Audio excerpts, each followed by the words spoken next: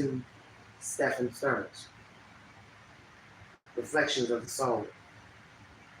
Who is this man, thing, that has assaulted a girl child by the name of Madeline Soto, who we now learn strangled to death, was essayed by this man for years, and he unalived her.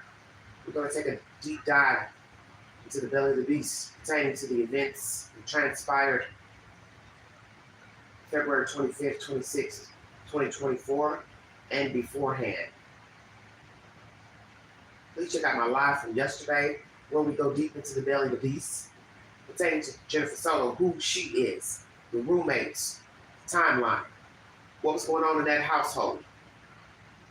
Please check out my shorts in the YouTube queue. Follow me on the Newsbreak app. Like, share, subscribe. Drop your comments below this video. Please take the polls on my community page. I'm going to go to my community page first, and then we will listen to commentary from Court TV, and then STERNS' own words pertaining to the disappearance of Madeline Soto. Thank you for joining me. If you'd like to donate to this great network, $BeGanji129 Cash App. If Jen Soto's father owned the apartment, why rent separate rooms? How does he feel about Maddie's murder? And details that she was essayed by daughter's boyfriend, STERNS. So did the father own the condo? That was what people have said in the chat. Don't know if it's true, verified.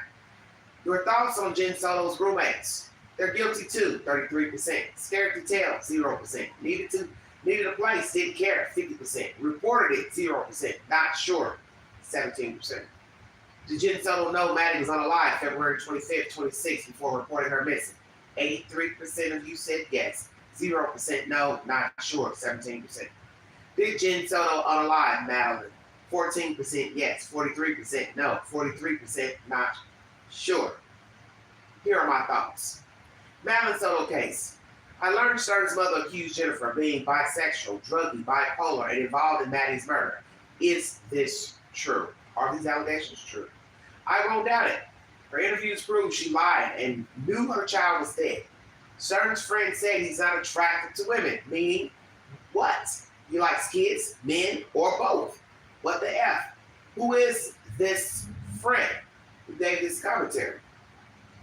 Roommates confronted Jen about STERNS and Maddie's same room, and Jen replied she trusted the boyfriend. Why didn't they call DHS? The sick part is that they remain there. Why? Why kill a kid after her birthday party? Was he jealous of the child, liking the boy? Jen too. Was she angry that her boyfriend was attracted to Maddie, or she popped off from not taking her meds the day before? Did the child rebuff boyfriend advances or talk back to her mother? Or was she drugged by either one? I also think Jen essayed Maddie. I think STERNS was bisexual or gay. Court TV's latest video mentions my assertions, so I'm not the only one who thought of these things. 8 replies to my post. Did Jennifer Soto essay Madeline? 38% yes, 19% no, 42% of you said you are not sure.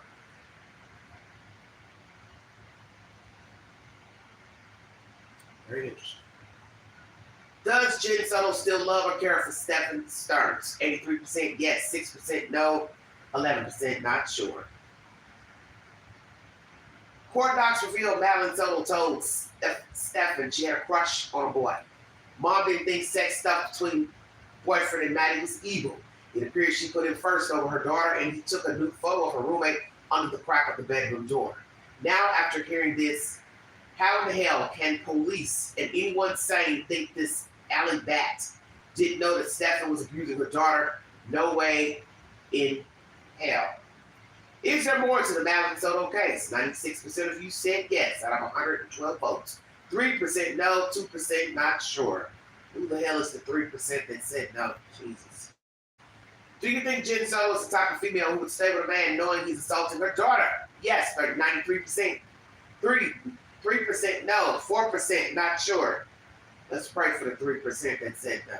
You all need help too. It's obvious she didn't. She sent her child in a bedroom with a grown man. Did STERNS' parents know he was a sadist, cover up his crimes? 69% yes, 5% no, 18% not sure, 8% said they knew, but never covered up crimes, 8%. Why was Stephen Stearns living with his parents before being charged with Madeline Soto's murder?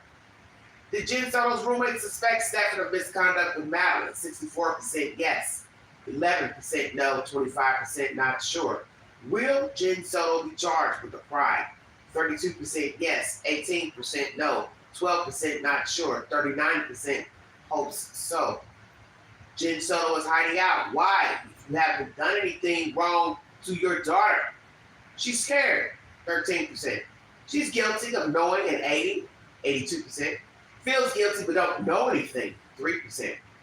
A and C, which would be scared, feels guilty but don't know anything, 0%. Not sure, 3%. Did Jen Soto upon sale or willingly allow Stephen Stearns to abuse Madeline? 100% says yes. Should Jen Soto be charged with gross negligence, child abuse of Madeline? 98% yes, 2% not sure. Did Madeline Soto tell someone about her abuse from Stephen Stearns? 56% yes, 9% no, 34% not sure. Did Jen Soto know Stephen was abusing Madeline? 98% said yes, not sure, 2%. Well, if you've listened to the interrogation, there's no way you can doubt she did not know he was abusing her child. Okay. And then the rest of the commentary is pertaining to Sebastian Rogers. Are you shocked that the FBI offered a reward? 44% yes, 56% no. Why did they offer a $50,000 reward pertaining to Sebastian at the 6-month mark? That's the latest in my polls. And also I asked you about Seth Rogers filing a civil lawsuit against the Proudfoots. 54% of you said yes, he should. 36% says no, 10% not sure. Have the Proudfoots lawyered up. 69% of you said yes. 9% of you said no. 22% of you said you're not sure.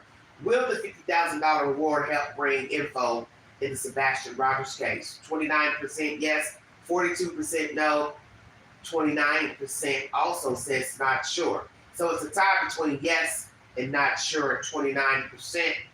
42% of you don't believe the reward will help. It's a very sad situation. Let's get down to business. Stephen Stearns. Let's take a deep dive into who he is and how he came to be this monster that essayed a girl child, mother allowed it to go on, and then he unalived her. When did he unalive her? The 25th, the 26th? What were the circumstances? Did the mother participate? Also, I have a question, did the mother know she was dead when she got home? Or did they have an altercation, the child and the mother? Because we don't really know when the girl died. So she could have died on the 25th, which was Sunday. The mother got home late. He was also there with the child alone, and that's why he was there. So he could have unalived the child. The child could have been dead the whole time, but he could have said, oh yeah, she's upstairs asleep, blah, blah, blah. See, we don't really know what happened. But I do believe the mother's complicit. She knows the child was dead because she puts herself at the scene of dropping the child off on the 26th near the school. She says, then we dropped her off. So that means she knew the child was dead. What is her role besides aiding a molester to molest her child? Did she unalive the child? Did she pop off? She said she had took her meds the day before. You see, what you always have to remember about a story is that it's a version. And the fact that this woman lied about taking the child to school, that means she can lie about what she did to the child. So if you tell one lie, you'll tell another. So if you put yourself at the scene near the school with the child, and we now know the child was dead, then how do I know you didn't murder the child? Am I supposed to believe Stephen Stearns is the sole proprietor of Madeline's death? For all we know, she participated as well, because this woman served her child on a platter to Stephen Stearns.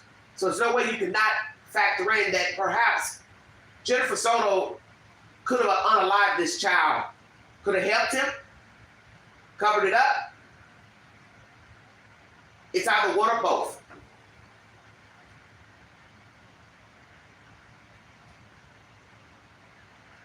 It's one or both. Hello, Sky. Hello, Teresa. Thank you for joining me. 17 in the room. God bless all of you. Thank you for your time. Court TV is my first source. I'm going to go half of this video to dissect and get the psychology of Mr. Sterns. Two people are going to give their assertion. I'm Judge Ashley Wilcott, filling in for Vinnie Politan. Tonight, we continue investigating the grim reality of a young teen's life and death, Madeline Soto, who allegedly suffered several years of abuse until she was murdered in cold blood. 13-year-old Madeline Soto was celebrating her birthday with her family all day Sunday. Then Sunday night, she went to sleep at her home, not alone in her room, not with her mom Jen in the master bedroom, but with her mom's boyfriend, Stephen Sterns, in the guest room. The next day, Stephen says he dropped Madeline off at school, but she never showed up. Instead, she was reported missing. Police found images of Madeline being sexually abused on Stephen's phone, and then they found her body. Now, Sterns has been charged in 2 cases and is facing the death penalty.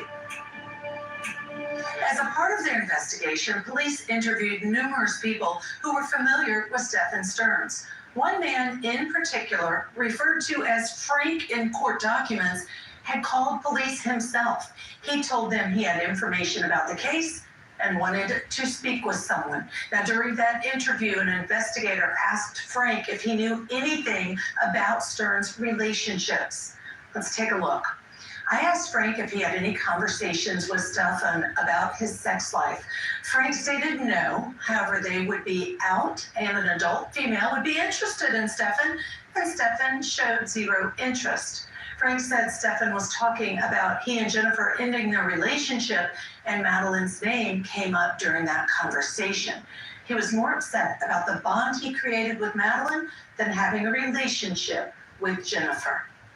Seemingly uninterested in adult women, but upset about possibly losing his bond with Madeline Soto, that brings me to an important question. What do you make of this? To answer that question, we're going to need some help from our experts joining us. Before we get to the expert testimony, let's chop up what Mr. Frank has to say. He would go out with his friend, Stephen, but he had no interest in women. He wouldn't partake, and I guess in conversation. So one could say, well, maybe he didn't like the women that approached him. I don't know. But we do know he was molesting this girl child. I would also assume he's probably molested other children. He probably has molested children for some time. We're also going to dig into the belly to be if possibly this man was also bisexual or homosexual. Don't think he couldn't be homosexual or bisexual just because he had an interest in children. Because you always have to remember that most people who molest children, they were also molested as children themselves. So more than likely, he probably was touched by a grown man. That's why he preferred anal sex. Say whoa. That preference comes from somewhere, does it not? Just saying. In some instances, can't speak for all. Was Mr. Sterns molested as a child?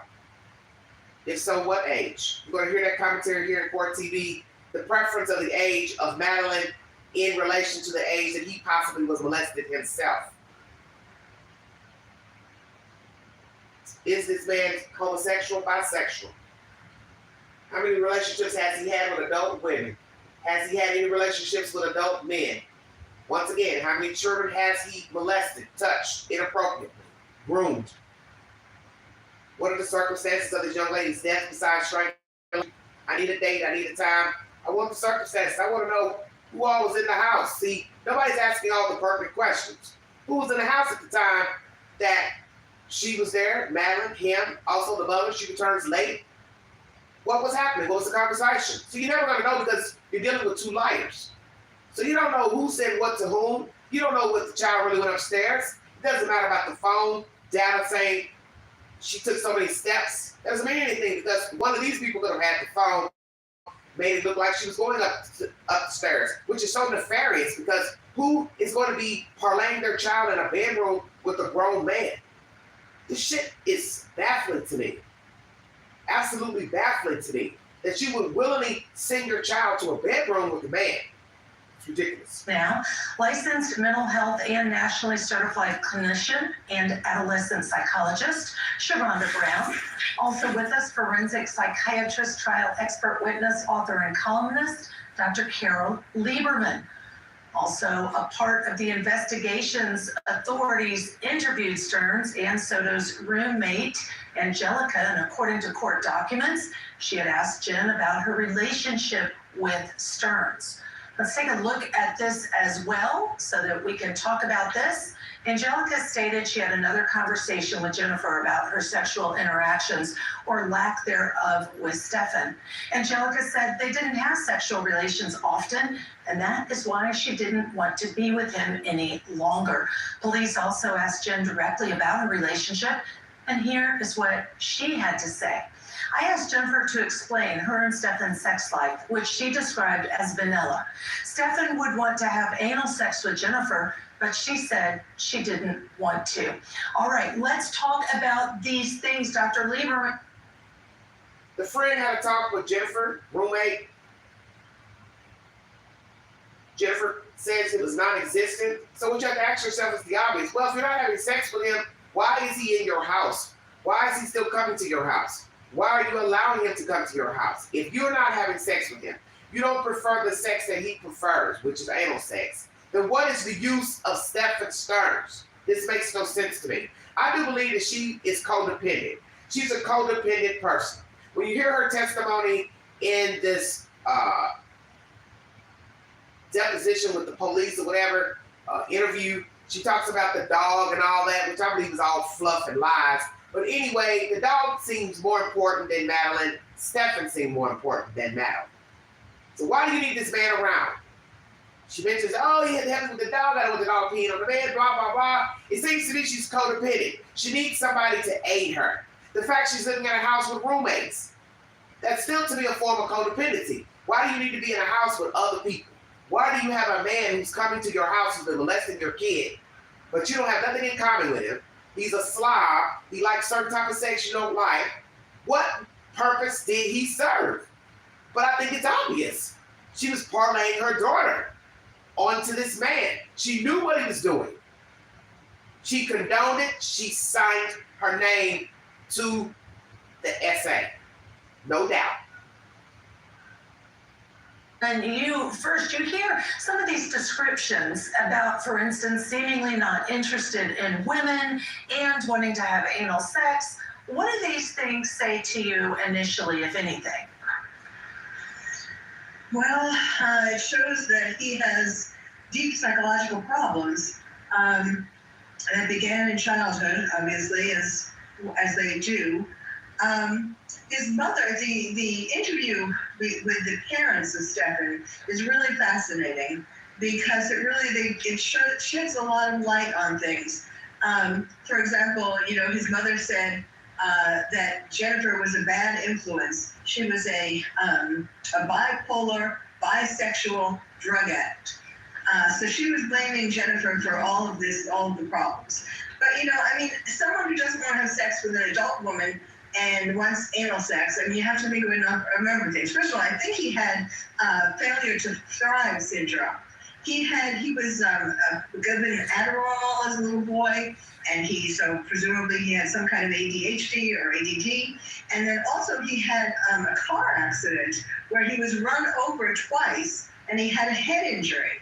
So I think that all of these things caused him to have failure to thrive, and he was failure to thrive, meaning what? He was developmentally delayed, mental issues, developmentally slow.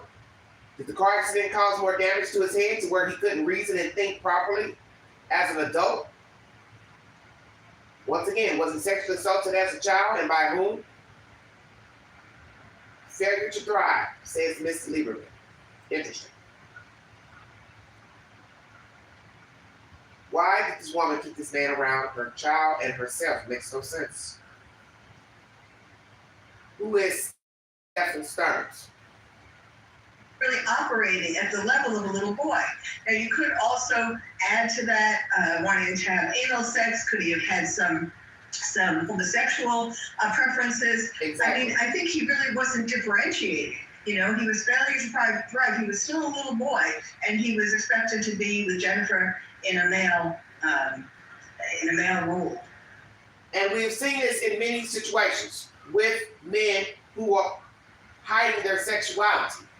They do what is expected of them, which is to be with a woman. But as you hear the friend say, Frank, he didn't seem to be interested in women. So what was his preference? Men? Boys and girls? Because we have learned child molesters can be dual offenders. They can offend boys and girls. So are we going to hear later down the road he also offended young boys? Teenage boys? What are we going to hear? Will somebody else bring a story of child molestation against Stephen STERNS? Will we hear that he had adult relationships with men? Is he bisexual? These are things I asked the other day, and I find it very interesting. I'm now hearing it in this commentary, Court TV, with Ms. Lieberman, and I believe this lady's name is Ms. Shalanda. She has expertise in social work, etc. Very interesting information. Because you have to ask all these questions when you're dealing with a person who has certain preferences. He likes fondling, grooming children. Now, anal sex, if that's your thing, you're into that, that's grown folks' business. But once again, it could be a preference because he has been assaulted himself as a boy child. So when she says differentiate, that goes back to what someone had said to me before, and I mentioned that in my live yesterday. When a man is oversexed, there are no bounds, perhaps, of how he's going to get the sex. So if he can't get it from the woman, he can't get it from the women, he might cross over and get it from a man or get it from a child.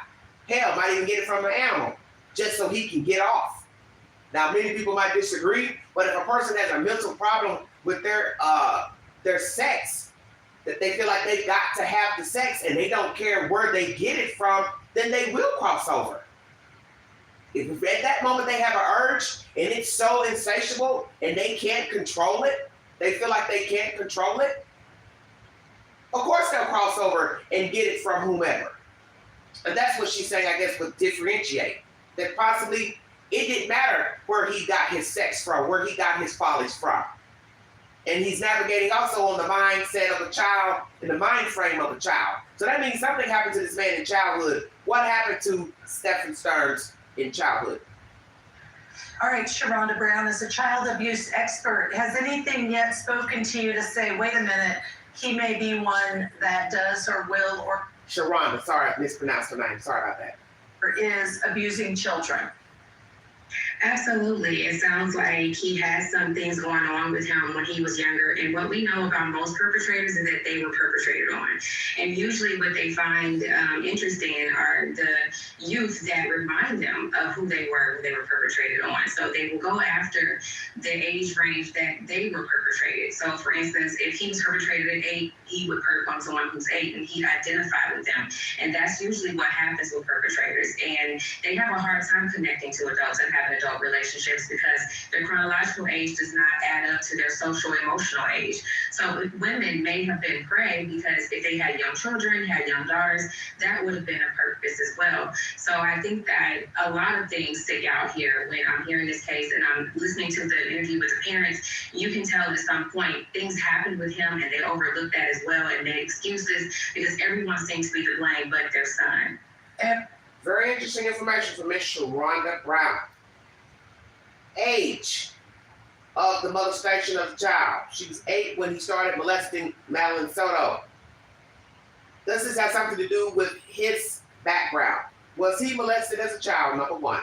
Was the age of his molestation at the age of 8 or near the same age? His mindset is that of a child, so he identifies with children, not an adult. Although he's in an adult body, but he's not an adult mentally. And we see a lot of this with men. They do not gravitate towards being mature. A lot of men are not mature. Also, there are a lot of women who are not mature for their age. They're also childlike in behavior. Act like a child, talk like a child, want to do childish things. There's nothing wrong with being adventurous and wanting to have fun, but there comes a point you have to put away childish things, and that's in the scripture. You have to grow up. But if you have not been afforded the opportunity to grow up properly, then you will navigate like a child. And as you hear her say, interviews with the parents show they overlooked obvious things that were wrong with their child. So are they also a culprit in what has happened to their son becoming this monster? Because, you can build a monster. And that's always been a question with sadists, serial killers, rapists. Were they born this way or were they made this way? Naturally, everything's going to go with genetics, your surroundings, your background, what you have been subjected to. All those things is what forms us as humans. So what's this man made into a child molester? Groomed into a child molester, or he was born with genetics to be a child molester? Everyone seemed to be to blame. All right, ladies, another interesting piece of evidence revealed in the court docs came from STERNS search history. Take a look. Upon reviewing Stefan's Google information, Stefan also searches a drug on 2 different dates, sevoflurane. Sevoflurane is a volatile anesthetic that provides hypnosis, amnesia, echinacea, and autonomic blockage during surgical and procedural interventions. It is unknown why Stefan would be searching this item using the search terms of show up in drug tech. Now, the dates he searched for the drugs are 2/12 and 2/14. Did he get a hold of the drugs? If so, who's the doctor that gave him the drugs? And will we find out if the child was drugged with this drug or a similar drug? And who administered to her? Mr. Sterns, the mother, both? Why was he looking at these drugs on February 12th and February 14th? They also say he was also in the time frame looking up, there were 1,000 images on his phone in a file. Most of the photographs are sexually graphic in nature. These images will be described upon reviewing Stefan Google's information. And then it also tells you he searched sevoflurane on 2 different dates, February 12th and February 14th. Did he get a hold of this said drug and use it on Madeline Soto? Yes, when he wasn't attempting to get a job or he didn't have any children that were having surgery. All right, Dr. Lieberman, I mean, it is a weird thing to search and look at the effects of that drug. My understanding is it has to be administered perhaps through an IV. What does this say to you? Well, it says that, and also his parents said that they were both taking a lot of drugs and sleeping all the time. It seems like he was trying to escape from life, through the drugs and through, obviously abusing a little girl. And I shouldn't say obviously, allegedly, all right, but it really does. Well, no, it's not allegedly. We have the pictures. Exactly. But what's interesting is we're getting, of course, all of these pieces. We're adding pieces to the puzzle, trying to put it together. But in the end, it really is coming out to be what we suspected from the very beginning, which is that predators on children get together with women who have children, little boys or little girls, because they get into these kinds of relationships so that they can have access to these children. Very interesting. Did he seek out Jennifer Soto just to be with her because she had a girl child? What was the motive for dating Jennifer Soto? Because we learned they had an on and off relationship. It's obvious she parlayed her child on him, sending her child in a room to sleep with him. So then you have to ask that question, when did the girl child start sleeping in a room alone with Stefan Sterns? Was it in this location, another location? How many places has Jennifer Soto lived? The photos that were taken of the girl child asleep and him assaulting her was in the house where she lived with her mother, Jen Soto. So how many places has she lived? Why is it nobody knows anything about this? Call DHS, police, somebody. What do the parents know about their son? Did they know that he is a child molester? Have they heard other allegations against their son? Did they ever have to hire a lawyer for him? I haven't heard that he has any arrests pertaining to child SA or assault Also, once again, the drug use between the two. What are the drugs that they both used? Prescribed medicines or medicines they bought off the street or narcotics. Did these two use narcotics? Did they use narcotics together? Did they ever swap their own prescribed medicines amongst one another? And the fact that the mother is saying these things, Ms. Stearns, that means her son has come back and told her what he's been doing and what Jennifer was doing. Because for her to call her a bisexual and a drug addict and bipolar, where would she get that information from? She got it from her son, Stephen. And I find it very interesting that he was living with his parents before the murder of Maddie. Why was he living at home? Why was a grown-ass 37-year-old man living with his mom, dad? I don't know how old he is, but anyway. Why was he living with his parents? Why was he self-sufficient? Why wasn't he working? You heard her mention that in an interrogation, Miss Jennifer, that he was supposed to go work for his dad, but something fell through. Probably he fell through. He didn't want to go damn work because he's been afforded the opportunity to loaf around and do absolutely nothing. So he's probably, as I said, has been groomed and built into a child, an adult child by his own damn parents. So they're partially to blame as well because they spawned this seed into the world. So we also have to look at the Sterns. What did they do and not do to help make this thing sufficient, non-sufficient, and also a predator? So we have to look at them as well. And Jen seems like someone who, did not exactly have a million men trying to become her boyfriend. So she was selling her daughter, basically. I don't mean literally, but she was prostituting her daughter to keep Stephen around. That's what I think too. And Sharonda, I think that the drug he was researching, there's only one reason he was looking that up and Googling. It's because he wanted something to incapacitate one of his victims. I agree. I think that when you're trying to figure out how to get someone to sleep or how to get someone out of their own body and mind, you definitely want to have a level of control. And it sounds like with her turning 13, she may have decided to fight back. She may have decided that this wasn't going to be something she wanted to do anymore. She probably did start picking up with friends and other people finding interest in her. And usually when people commit crimes, it's usually because they lost control at some point. So it sounds like the drug would have helped him maintain control on some level. And I'm not sure exactly how he chose to administer, if he did, but I do think that when it gets to that point, it's usually because there's a loss of control and you're trying to confine something. And it's possible that this confinement got out of control and it led to her murder. Yeah. I agree with Ms. Sharonda that perhaps the young lady started speaking up. She didn't show an interest in Stephen. It could be that he started coming back around. So we don't really know the timeline of this relationship. Him coming back and forth. Perhaps the girl didn't want to play house anymore. She did not want to go in the room alone. She did not want him touching her. She did not want him grooming her, molesting her. And of course, it would be far-fetched to think she would, continue to also go along with it. Because we've heard of children being groomed from adolescence up until their teenage years, even into adulthood, because it's become familiar to them. The person is probably threatened them. Hey, you better not tell or I'll hurt you. I'll hurt your mom, dad, grandmother, whoever. So they continue to allow the person to groom them. But let's just say she got tired. I don't want to do this anymore. It's wrong. I want to be a normal kid. And that's why I said nothing was normal about what was going on with Jen Soto, this child, and Stephen Stearns. She's with a man who she's allegedly talking bad about to investigators.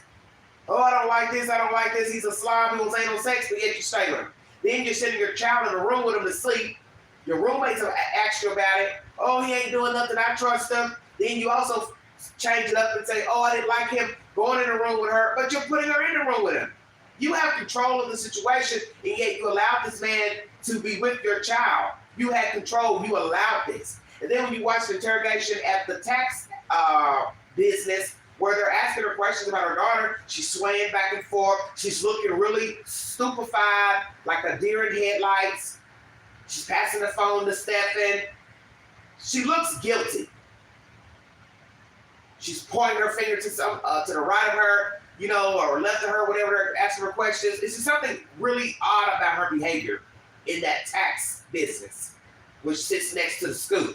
And they were asking her questions. She was stoic. And she was looking off and looking strangely. Now, some could say she seemed, just surprised and trying to figure out what's going on with her kid. But now that we know more details about her interrogation, what she told them about her relationship with Stephen, her daughter, sitting her in a room with them, things the roommate said, you now know she had knowledge that the girl was dead. You have knowledge that she was parlaying her daughter. So when you see that web body camera of her in the tax office with Stephen being interrogated, she's guilty. That's why she's looking all off everywhere. Even in her news interview, she's looking up toward the sky, talking. She's not looking directly at the camera. She's fishing. And as far as this drug business, I agree with what this lady is saying, Ms. Sharonda. He needed control of the victim. And perhaps he realized she was waning away. Madeline was wanting to do her own thing. She no longer wanted to play house. She no longer wanted to play this dirty game. She folded.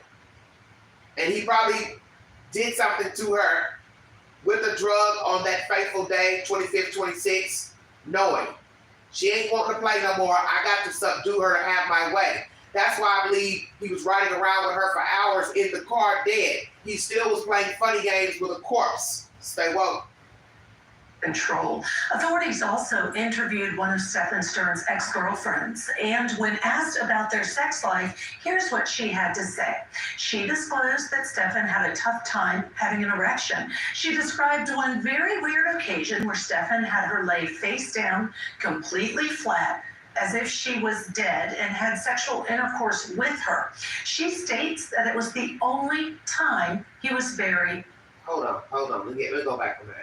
Sex life, here's what she had to say.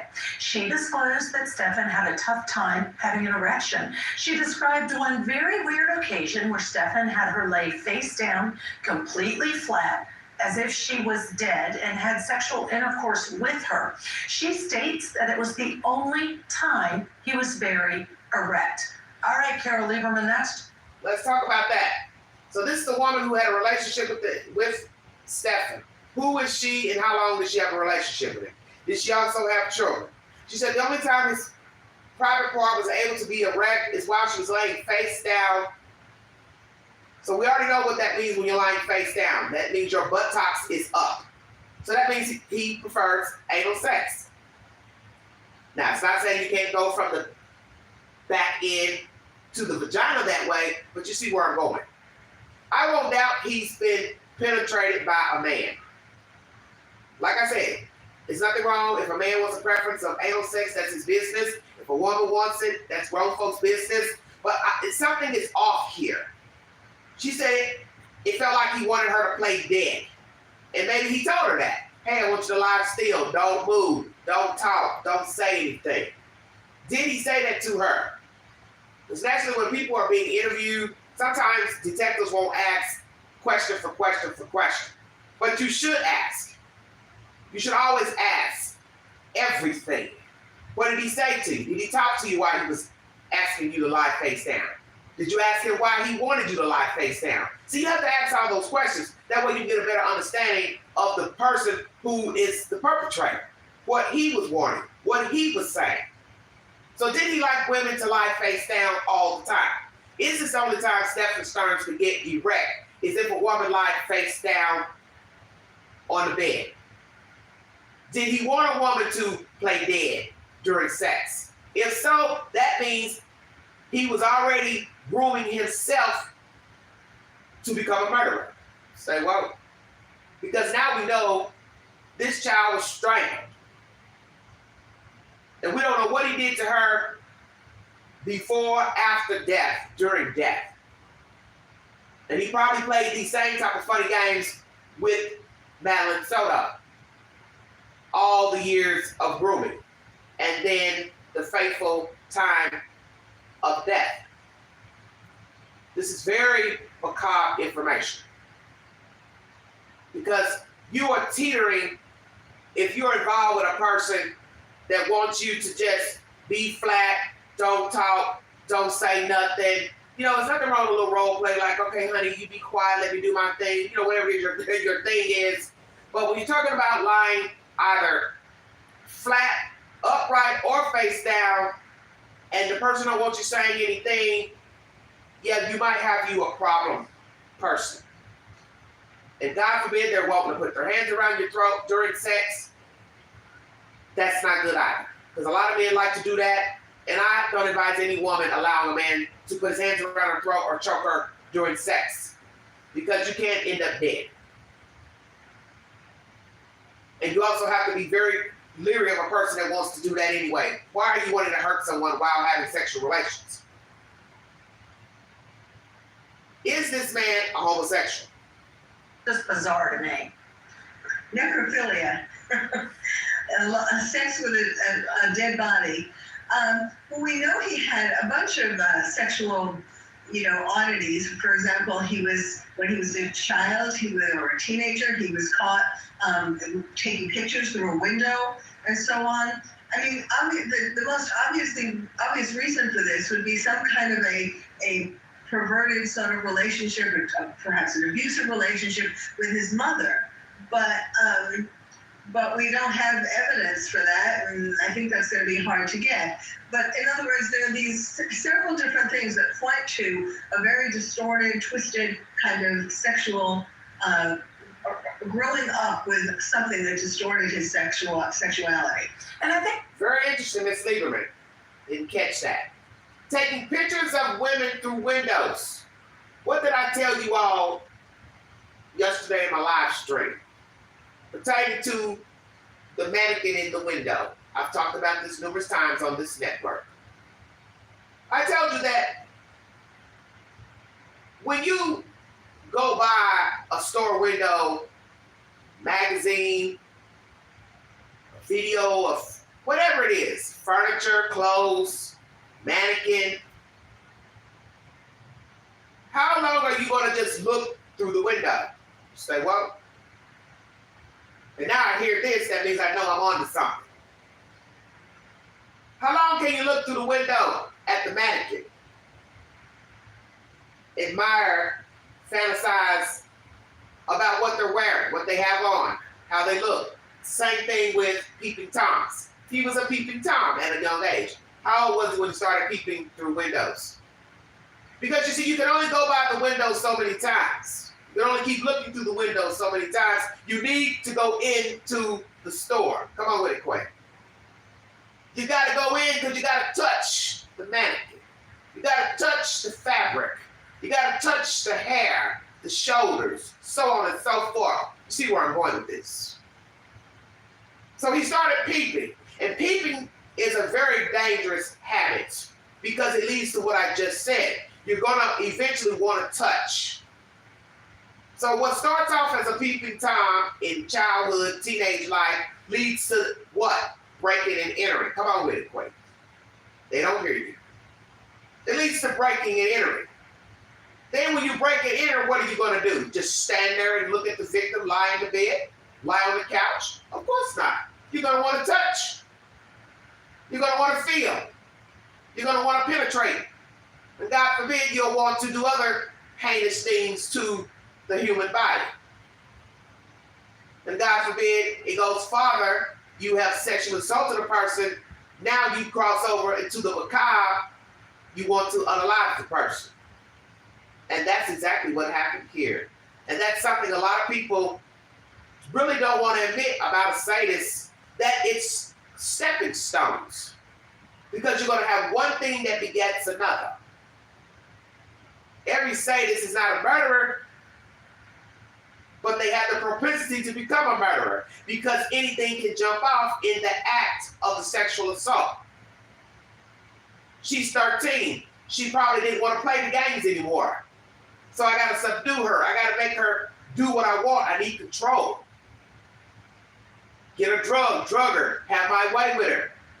So did he drug her? Well, we find out she was drugged. We will wait to see the toxicology reports. But this is very dire information that this lady is telling us, that he was a peeping Tom as a child. So see, he was already being groomed. Don't know whom, how. He probably looked at pornography as a child. He probably was subjected to pornography. He probably was watching people have sex in his house. They may have been overt parents sexually in his house. He may have been molested as a child. You also hear Ms. Lieberman saying of abusive relationship by a mother. And we have learned that with sadists, they usually were physically, mentally abused by their mothers. They have a hate relationship with their mother, love-hate relationship with their mother. Did he get along with his mother?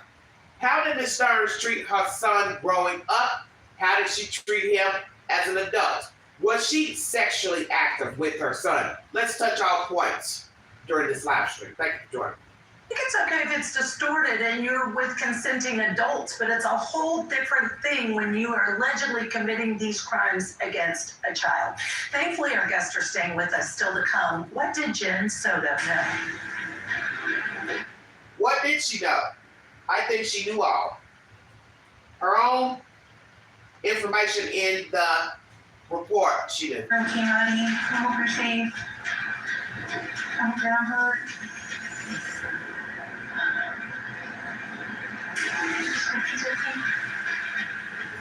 That's her talking to the news. She's shaking like all get out. Shake, shake, shake, shake, shake, shake, shake, shake, shake. Hope you okay. Hope you okay. Hope you come home. She knew. She knew her child was dead. So as I've said before, if she knew her child was dead, did she also help her child get dead? Stay woke. This is non-verbal behavior. She's not the type that would just run off. We don't know where she could be. We're scared. Stephen Stearns. We just want her home. We're desperate for any answers, anything that you can do to help. I'm here for it. Just please, if you see my daughter, just please bring her home. I just hope you're okay, buddy. I hope you're safe. I hope you're not hurt. I just hope she's okay. That is not Madeline, but Jennifer Soto speaking to the news back in the winter. She knew her child was already dead. We now know this. There's no question about that. She puts herself near the school in a car, dropping her off, and we now know from the sheriff that there was no drop-off of Madeline Soto February 26th. There was no parking near the school because she was worried about the car that he drove, embarrassed by the car. Whatever girl they saw on video, that obviously was not Madeline Soto. She was already dead by morning. Don't know the hour, don't know the time, but she was dead. And that's the one question I have, is the time of death, the circumstances in which she became dead, and how did they get her into the car? Because I believe she was probably killed in the house. So that means she was carried out some type of way, either carried out literally dead, or put in something and then taken out in the car and sat upright, which is even more macabre. We also hear that he's on camera putting the child in the trunk or taking her out of the trunk to dispose of her out there at that field. This is all crazy to me. This is some crazy shit. Was Jen Soto pleading for Madeline's safe return just one day after she was reported missing. This was prior to the arrest of Stearns, but it does beg the question, did Jen suspect any foul play from her boyfriend?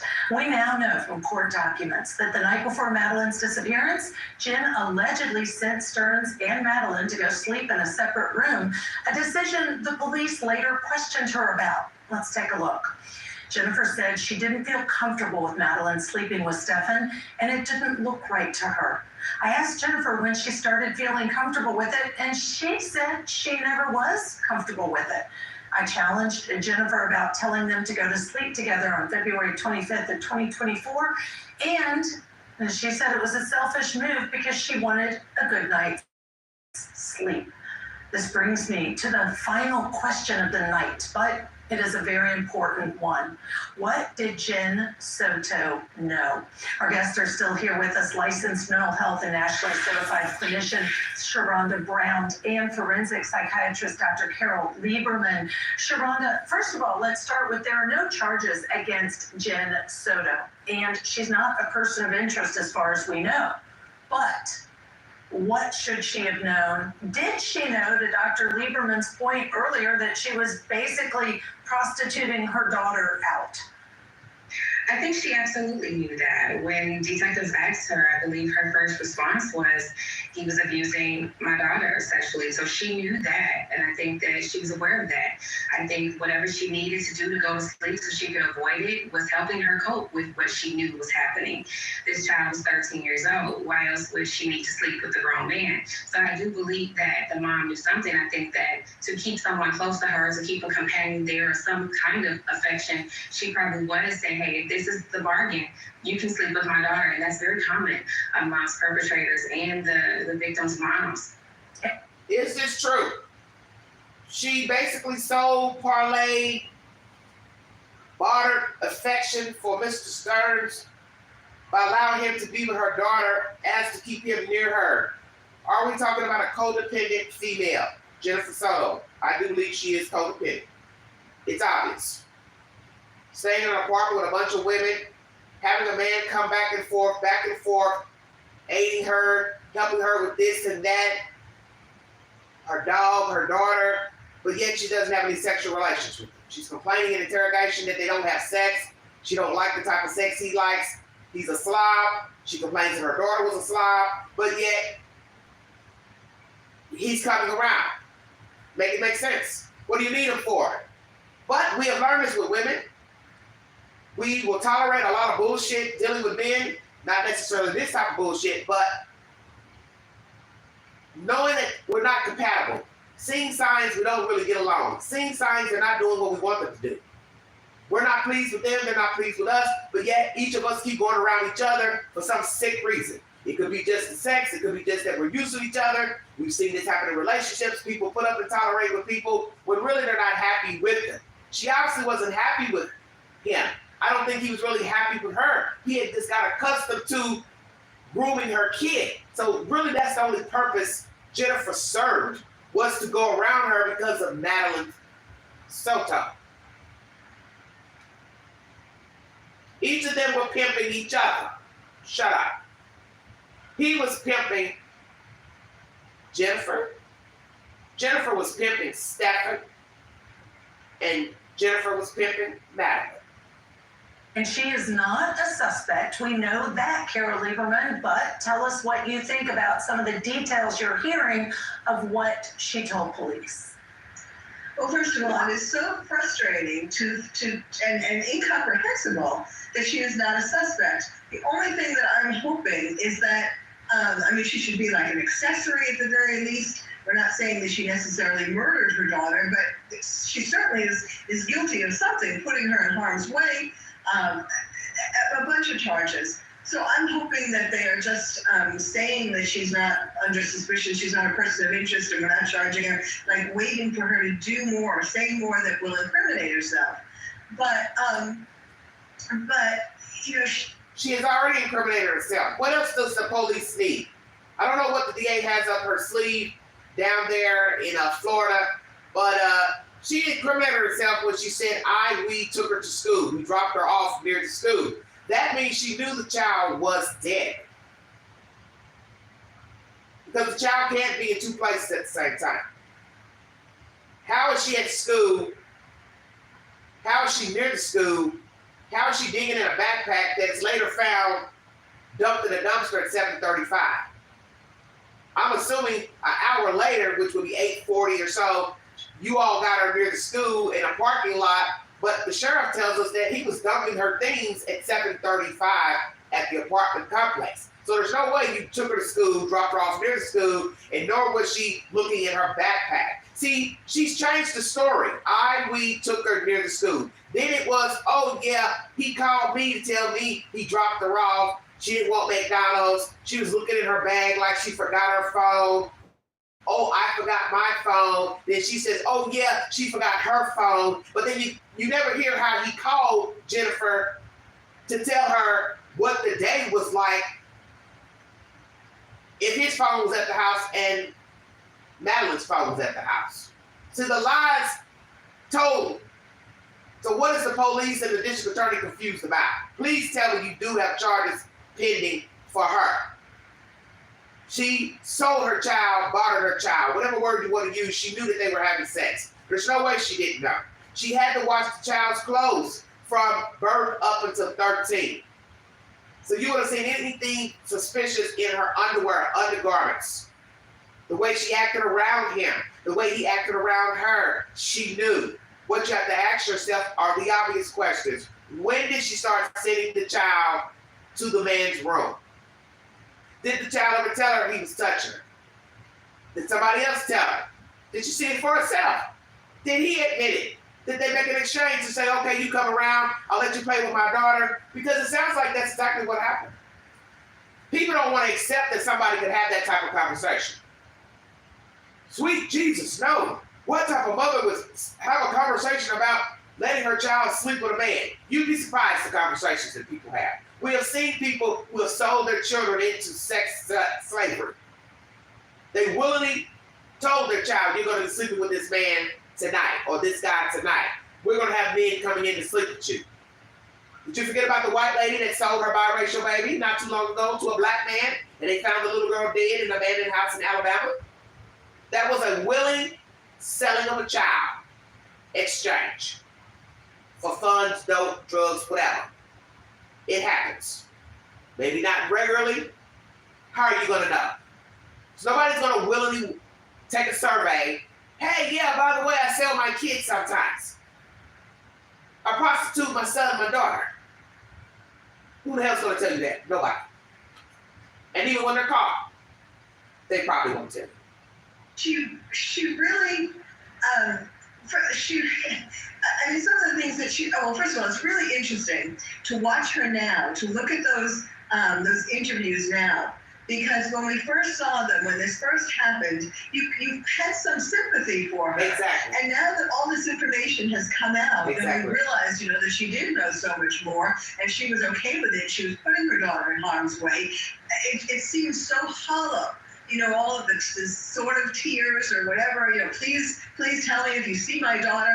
I mean, it's just very chilling to see that this mother really didn't love her or have enough care for her. She at the very least, she was putting Stephen before her daughter.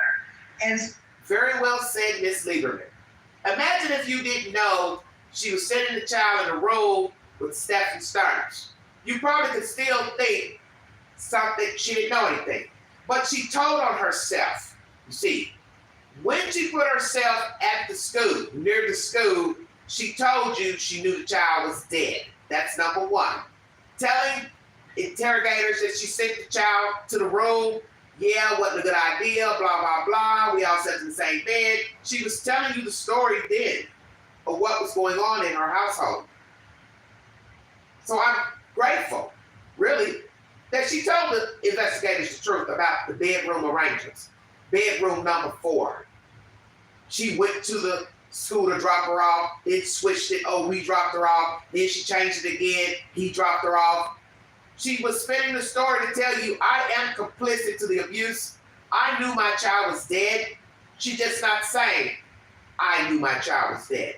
But she's told investigators in a roundabout way with the lies, she knew that child was dead when she reported her missing. What you don't know is her role as far as the murder itself. That's what you don't know. You don't have a time of death. You don't know what was the jump off to the death. And you don't know when she found out the girl was dead. But she knew. By morning, she knew she was dead. And that's the most macabre part of the story, is how they got her out of the house, either alive or dead. Because in your mind, you don't want to accept they drug a dead kid out dressed up. But that's the only way you can look at it, because her things were dumped at 7:35. So somebody carried out a dead kid. Because I refuse to believe she's sitting in a car watching somebody throw her shoes, clothes, stuff in a dumpster. Wouldn't she be arguing, jumping out the car? Hey, what are you doing? Why are you throwing my backpack away? And he wouldn't want that argument out in public. There's a camera right there. They have cameras out there where they live. Gated community. And that's where he fucked up. There are cameras out there. She also tells us in the interrogation, somebody has a doorbell camera. They fucked up. So I don't know if this was a planned murder. If the little girl came home, she was in her feelings about something. I don't know what was going on with her. I also find it strange that this woman never thought that her daughter could get pregnant by Mr. Sterns. Why he didn't think she could get pregnant if he was penetrating her. Don't know if he was penetrating her or not, but we know he likes anal sex, so I won't doubt that he was. So that girl should have signs of abuse in her private parts. And as I said before, don't know what he looks like downtown, but if he's an average sized man or more than average, that girl should have some significant damage to her bottom and her vagina. How would a mother not know this? This is baffling shit. So I need to hear from the doctors as well. Why weren't you all examining this little girl in her private parts? You can't just have a child go take a physical and you as a doctor don't inspect all cavities. All cavities need to be inspected. That way, child abuse can stop as soon as it starts. Let me check the vagina, the anal, everything to see if somebody's been tampering with the children. That needs to be told to parents. Your child comes here, we're checking everything. Everywhere. Whether they're newborn, toddler, 8 years old, we check everywhere. So did the child ever have a physical exam downtown from 8 to 13? I say she didn't. Because what doctor would allow the child to go back home with the mother? Come on now. Did the child have sexual activity with other children or adults? Because if she's been tampered with by this man for 5 years, who's to say she wasn't out here also sleeping with other men and boys? We also going to hear that she was being fondled at school. So was she acting out at school? Or did they think she was that type of girl that was fast or wayward or would give it up? So now we got boys messing with her, trying to touch her, touching her. Did she like being touched by boys at school? Was she messing around with any other boys? We also hear that she told Stephen Sterns that she has a crush on a boy.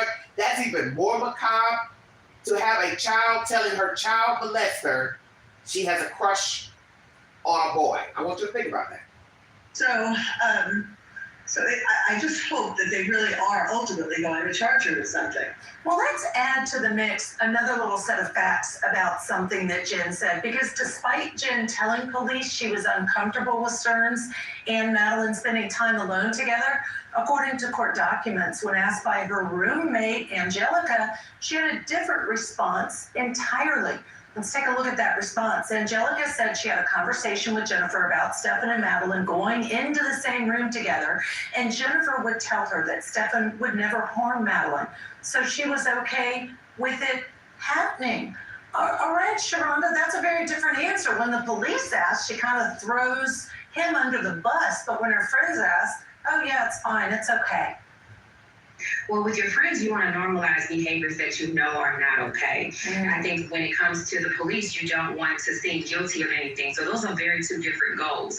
Most women don't want to be judged by their friends because their friends will say, hey, that's not okay. They can judge you to a different level in a different capacity. Social shame is totally different from legal shame. And I think that with women, especially when it comes to their men, they will paint the picture that everything is perfect before they tell the truth about being unhappy or saying, hey, I can't please my man, but I know someone who can. So whether it's a threesome, whether it's my child, whether it's someone else, I'm going to allow that and say everything's fine.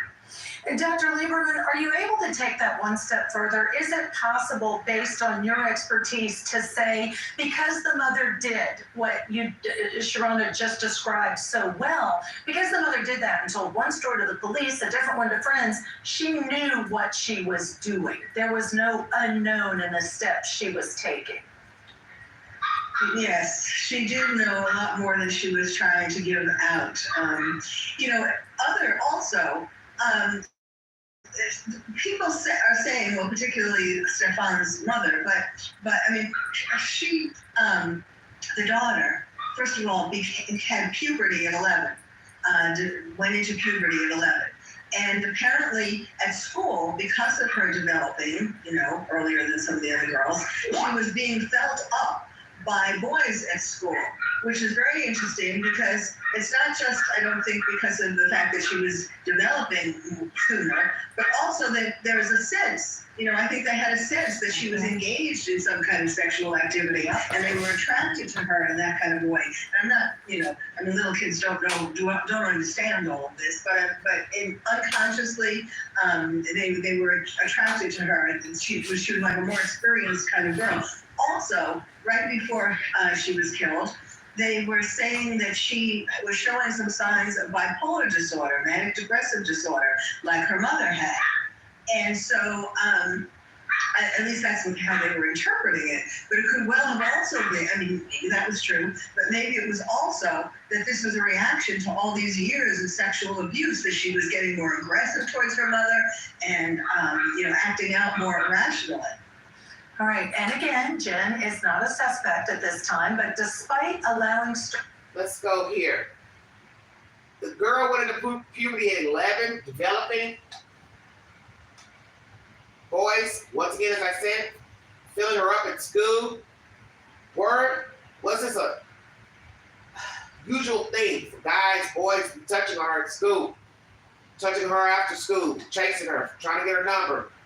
How many boys did she give her telephone number to? Was she exhibiting overt behavior in school and out in public? Because when you are messing with children, they're going to exhibit signs that they are active sexually. Say, well, what was she doing at school? Was she flirting with the boys, touching them inappropriately, saying inappropriate things? We have her mother saying she didn't see anything nefarious in her text messages to the little boy she had a crush on. But let's be truthful. She's being touched by Mr. Sterns. It would only be a matter of time she would start to act these acts out with a boy. And we know how boys talk.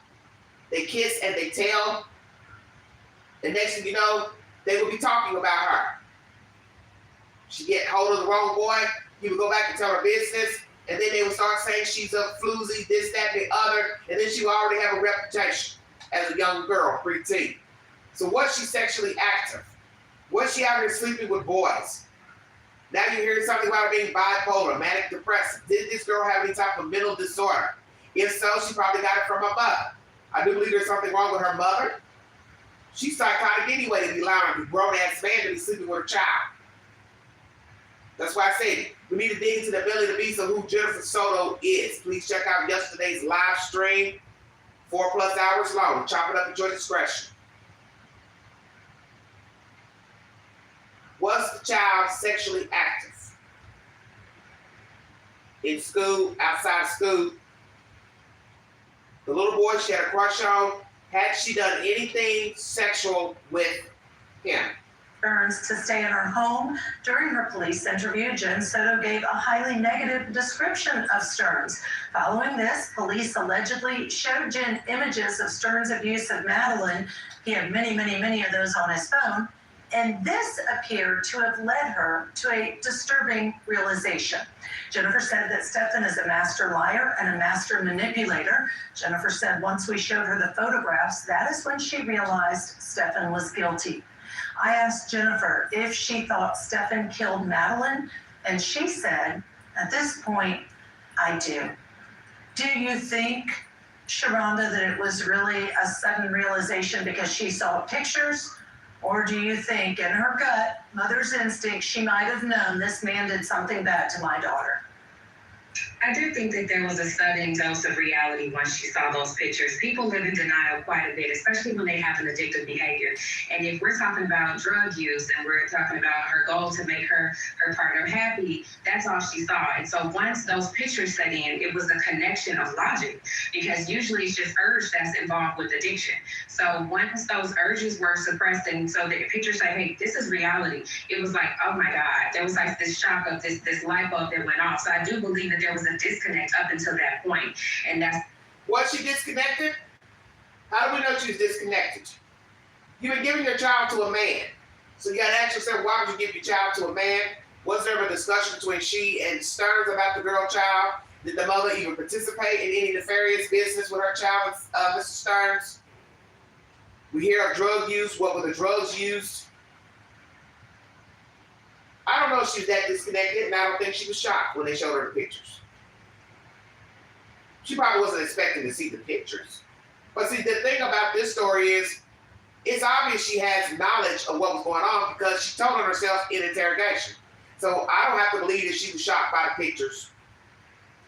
The pictures are just verification of what was going on between Madeline and Stephen. That's it. But how can you be shocked when you've been sending a child in the room? But I understand what this lady is saying. If she's under the influence of narcotics, she has some mental disorder, she has detached herself mentally from her child, but she ain't mentally detached herself from Stephen because she kept him around. So her daughter was put on the chopping block, so to speak. She was detached from Madeline. That's what she was detached from. Take the pose. Did she know that the child was dead before reporting her missing? 93% of you said yes. Thank you for voting. When she was able to come to a sense of like, all right, this is possible. Whether I'm in denial or not, I have to face this. Yeah, well, following his arrest, Stearns' mother sent him an email that seemed to implicate Jen as a possible accomplice to these alleged crimes. She wrote, "We all know, redacted, was heavily involved in this, and I am disgusted that she is free and you are not." She went on to say, "That whole family is willing to stay quiet and let you take the fall for everything." So his mom. What does that mean? Stephen Stearns' mother saying she was heavily involved in this. This is what? The murder? The molestation?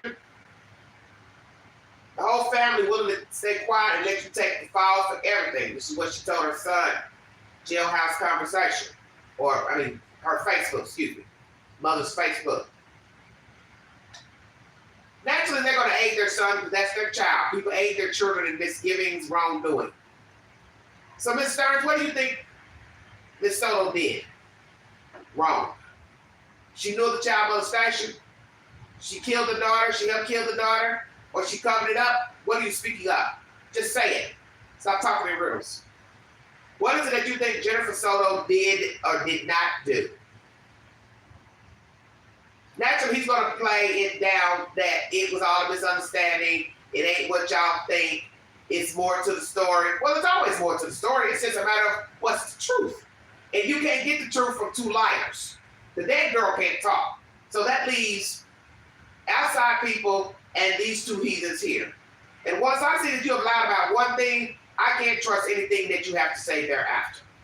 So I don't expect to get the truth from Stephen Stearns or her. And actually, people are going to ride on both sides of the coin. Some are going to believe her, some are going to believe Stephen. But once I know that you allowed somebody to molest your child, to me, you are a murderer. Even if you never took the blow. You never covered the body. You never put the body in the tub. I don't care. You are the catalyst of the death, of the homicide. You are the jump off. You are the start and you are the finish. Because had you not let this man come around your child, had you not parlayed your child, she'd be alive today. You are the fucking problem. And that's what everybody needs to understand about this story. This is not a Stephen Stearns story. There are thousands of Stephen Stearns. There's thousands of Jennifer Sotos. But she's the orchestrator because she is the one who reared this child and put her child in harm's way. Stephen Stearns was going to continue to be a sadist. That's a given. If it wasn't Madeline, it was going to be somebody else. But this mother had the right to protect her child. So Madeline could be alive today had Jennifer cared enough for her. And as you heard Ms. Lieberman say, she did not love her child.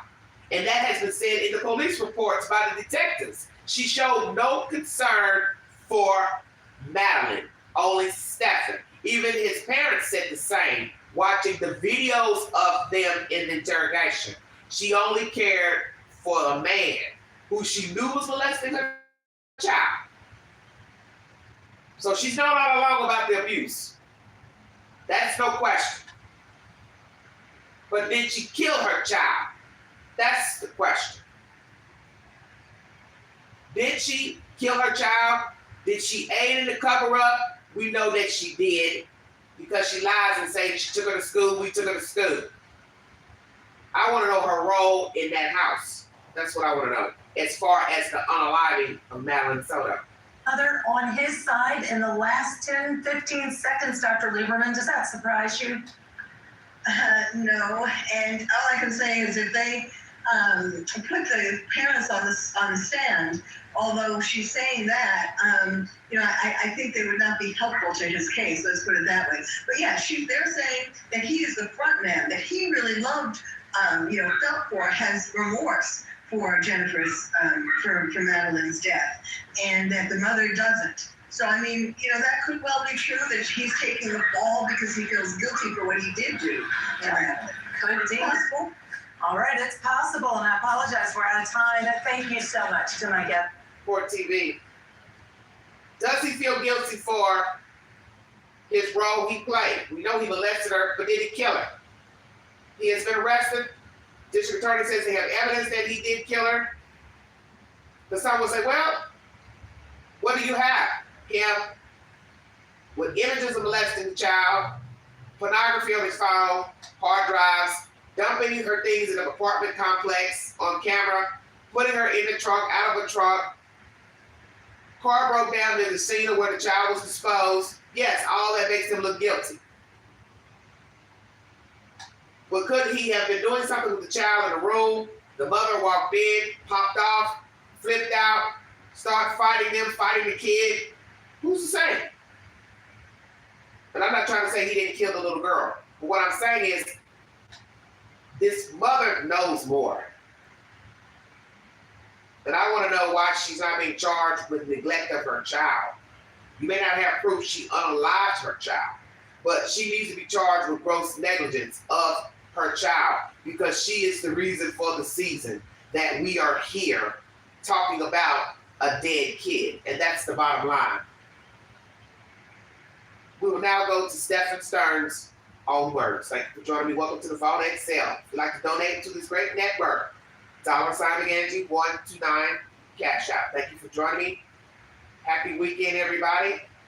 We're taking a deep dive into this case.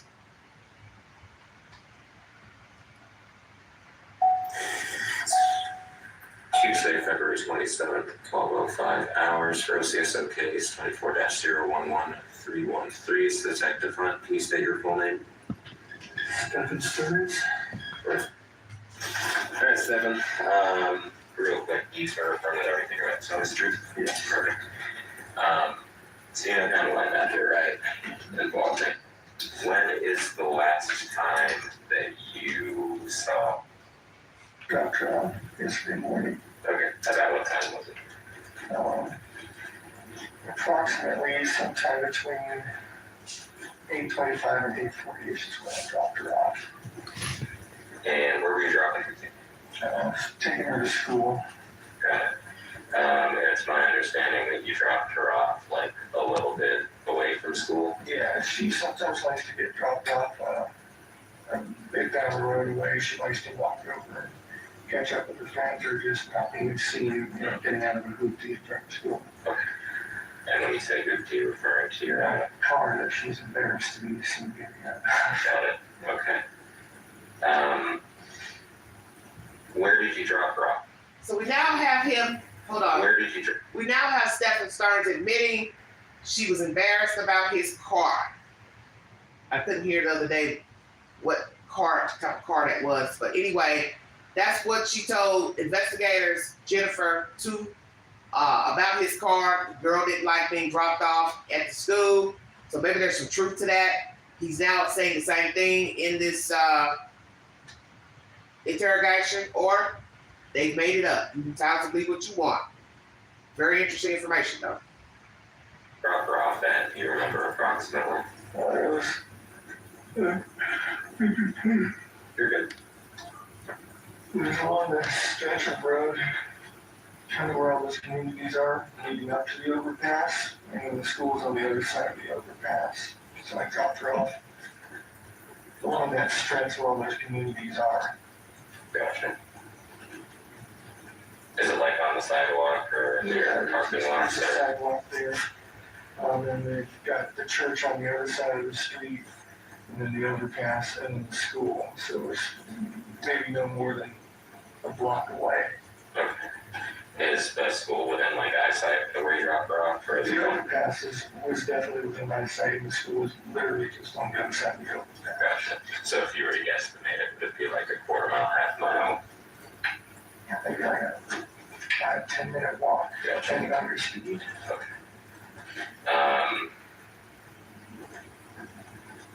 But she also likes the cool morning walks too. She was wearing her hoodie, and she was feeling cold weather. She likes that. How common is it you? Listen at him describe the child, a dead child.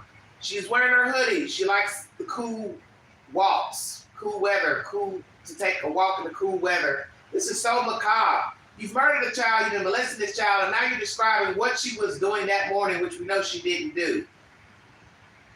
You're describing what she used to do, perhaps. She liked the cool weather.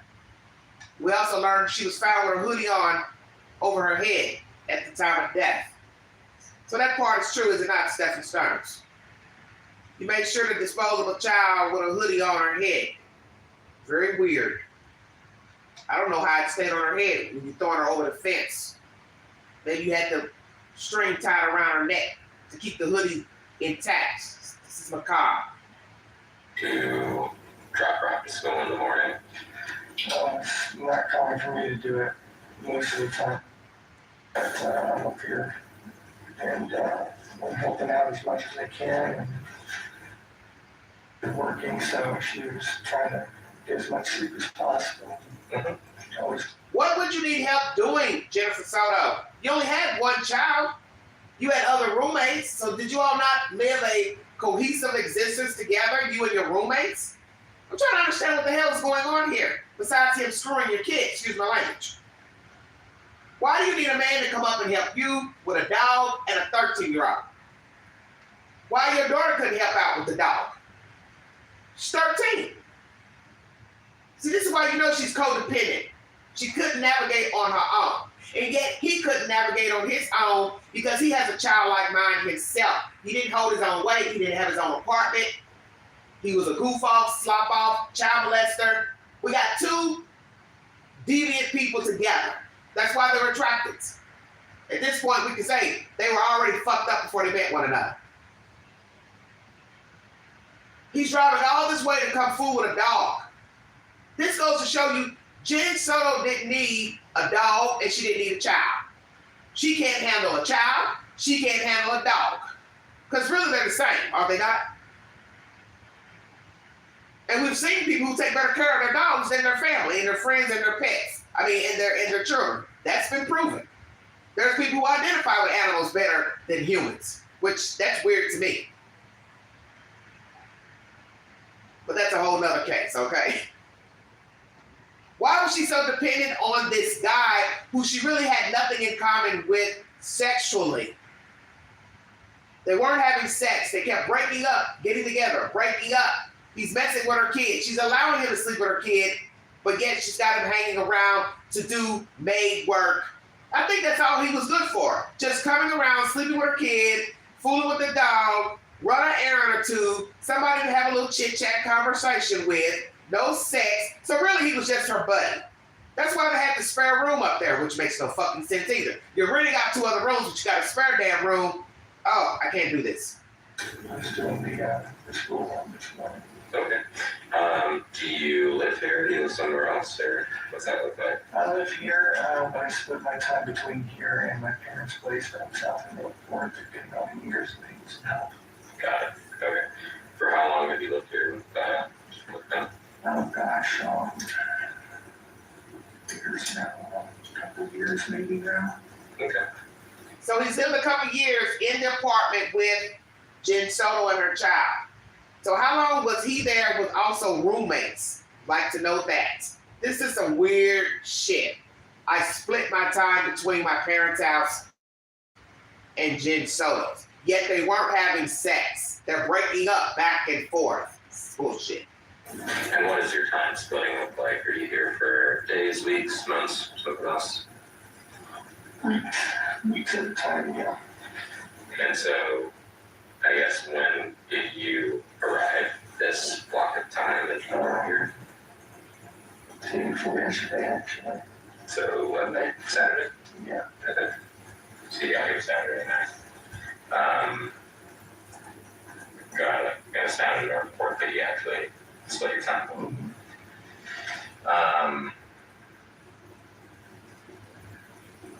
When did you start splitting your time between your and Northport?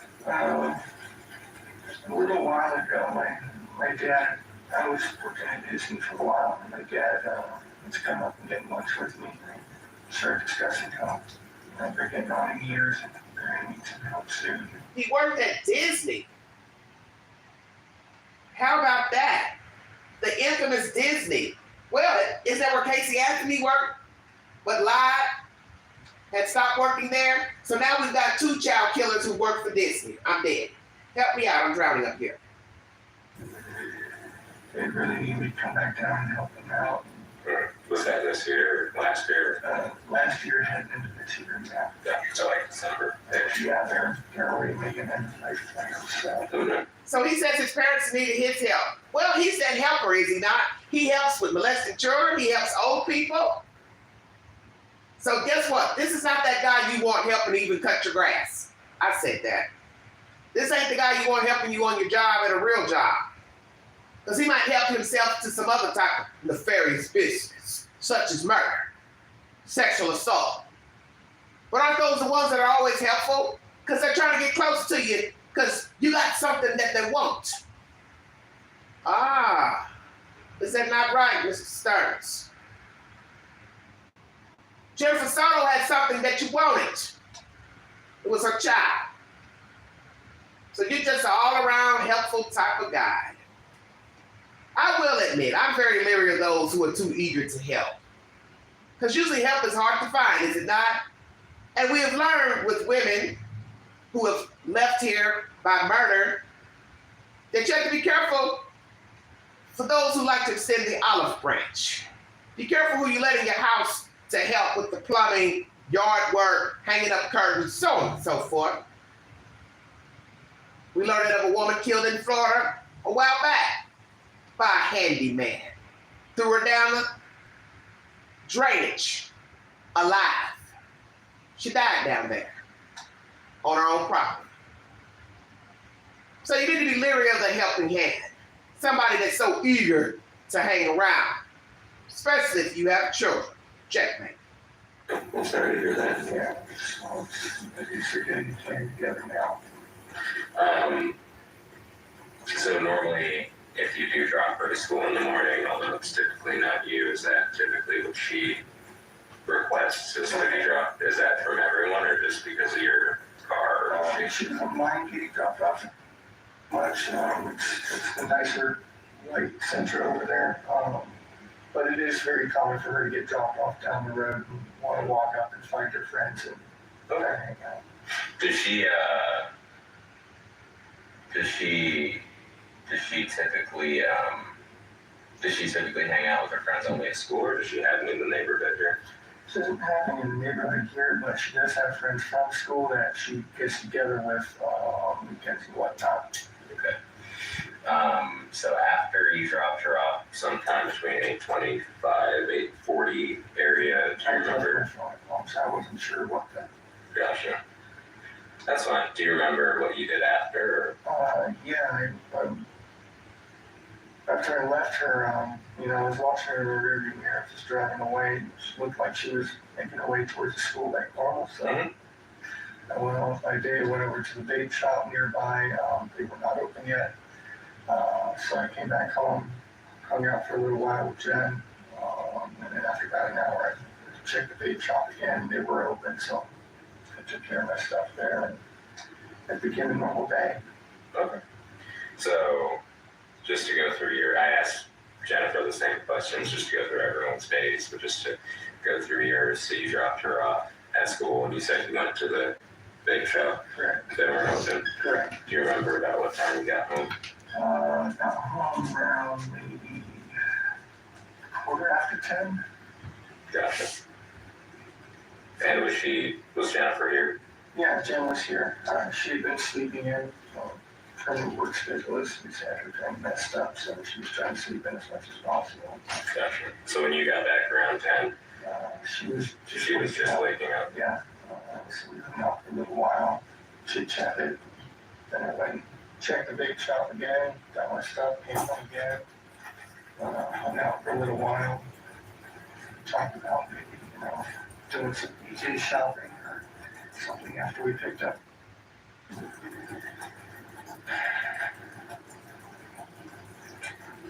And then she wanted to take a nap again. I had a couple errands I needed to run, so that worked out fine. I wanted to check out a couple of the card game shops in the area.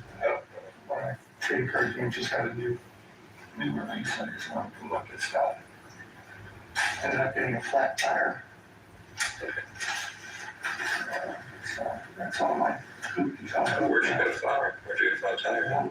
You notice the lies he told pertaining to her looking in her backpack. Well, he watched her to the rearview rather, and then later in the interrogation, you heard the mother saying, "Oh yeah, he told me she was he looked at watched her go through her backpack like she left her phone," and you heard her telling interrogators that she took the phone to the girl. She's gonna take the phone to her when they was gonna go pick her up from school, but we already know all that's a ruse. She knew the girl was dead, and there wasn't going to be no taking the phone to Madeline Soto. That's how you going to take a phone to a dead person. They're both complicit. I don't care what anybody says. This is bullshit. 92, that was hair raising. And that was when you were out shopping during the day? Yeah. That was between the hours of noon and like 2. Okay.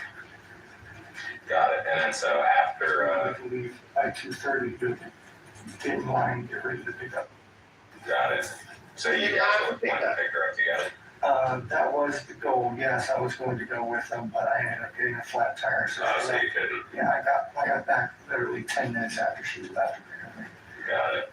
And so forgive me, I missed something. I kind of missed it in the middle of there. You got back home around 10, you hung out with Jen, and then y'all just kind of hung out, and then did you separate to go shopping, or? She took a nap, and then I went and ran my errands. Okay, got it. And then around noon or 2 o'clock, is when you got flat tire, and she was leaving to pick up. No, so when we hung out first, I gone to the vape shop, which was now open to get my vape, and then came back and hung out more. And then we separated, and I did my errands, and she took a nap. Got it. That's around noonish with that. Got it. Okay, I just want to make sure I have that straight. So you went back to the vape shop. Which vape shop is this? Where's the vape shop around here? Right online on sign up. Okay, I didn't know there wasn't around here. Is it e-smoker? E-something online, but I've been going there for a while. Mr. Police Officer, Detective, you're supposed to ask him, where did you get the flat tire? Say, well, since he left his phone behind, he left the phone so he couldn't be tracked, number one. Number two, you're supposed to ask him, where did you get the flat tire? You also mentioned to him about, I didn't know there was a vape store around, so now he's telling you. You left that open. Where did you get the flat tire? Because where he got the flat tire is near where the girl was disposed of. And allegedly she was put out 20 miles out. So that's about what? 10, 15-minute drive from their house, from her apartment. This is some crazy nonsense. And you made it out there about what time, so? That was probably just after 11, and I finished up there. Hello, Solo. Got it. Now, can you remember the day prior to Monday? Do you remember, I mean, I guess if anything happened between Saturday night and Monday when you were here that might have sparked wanting to, okay, because, right, Yeah, three of us together, and she was so happy. Do you hear the way he's talking about the dead girl? He's talking in past tense. This interview was between the 27th and the 28th of February. You're already talking to her in the past tense. She was so happy. She's still missing, allegedly. She's so happy. So now he's reminiscing of a dead person he's been molesting. She was so happy. Oh, we spent time together. Blah, blah, blah, blah, blah. I'm sure they picked up on that. You just reported her missing and you're already using past tense. She was so happy. Was she happy? She couldn't be too happy. She could not have been. There's no way she could have been so happy. How was she happy being molested by her mother's boyfriend? And who's to say that the little girl didn't become accustomed to being touched by him? But we don't know what was going on. We don't know the conversations between the people. We don't know if the child rebuffed him. We don't know if the child told him, I don't want to do this anymore. We don't know if she said something to her mother that day. Maybe her birthday party, took her to another place like, hey, I deserve better than what I'm getting from these people. I want out of this situation. Hey, I want to live with my dad. Hey, leave me alone. Who's to say she didn't wig out, the little girl? We'll never know. Because these two are never going to tell the truth. Tell me about Sunday night. Tell me about Sunday into Monday. What you remember? She just had a party. She was excited. It's okay. Now he's emotional. The fuck? They're not crushes. You're saying that was him out there. You want to be from seriously?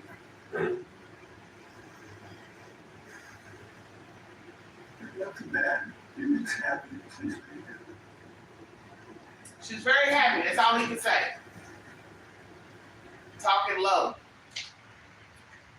Intermission. Weigh in, everybody. Did you know the little girl was dead before reporting her missing? You all said 86%. Yes. 13% not sure. No. 0%. 22 votes. Wow, wow, wow. What a story.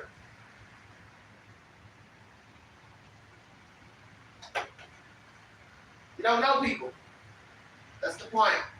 And it's sad a child didn't know her own mother.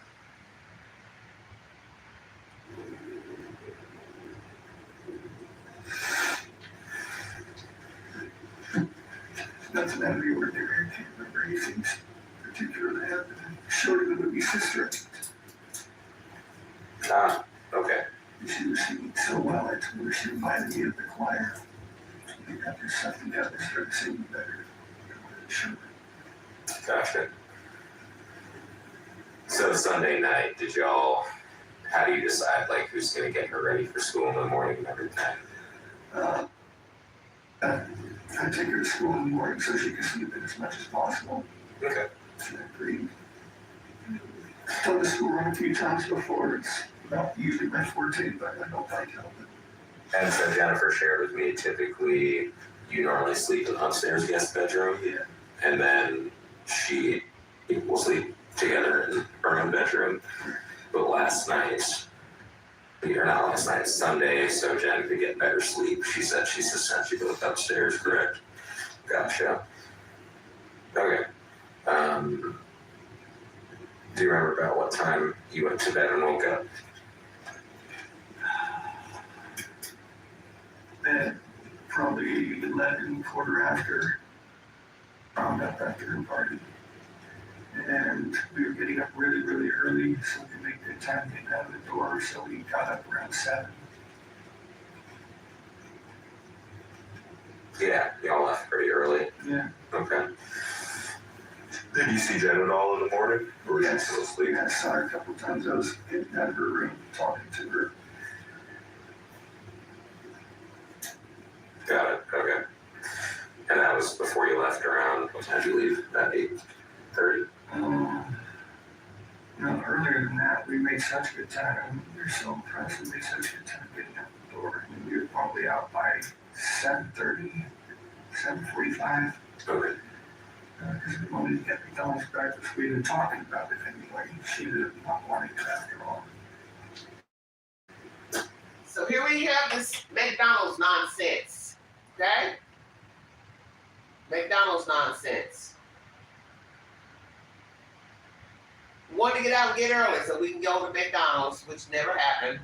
He's also been seen on camera dumping the girl's backpack, laptop, shoe in the garbage can at the apartment complex. So therefore, you did get out at 7:35, but it was to dispose of the child's belongings. And whatever else the hell you were doing with this dead kid, playing funny games, I suspect, with a corpse.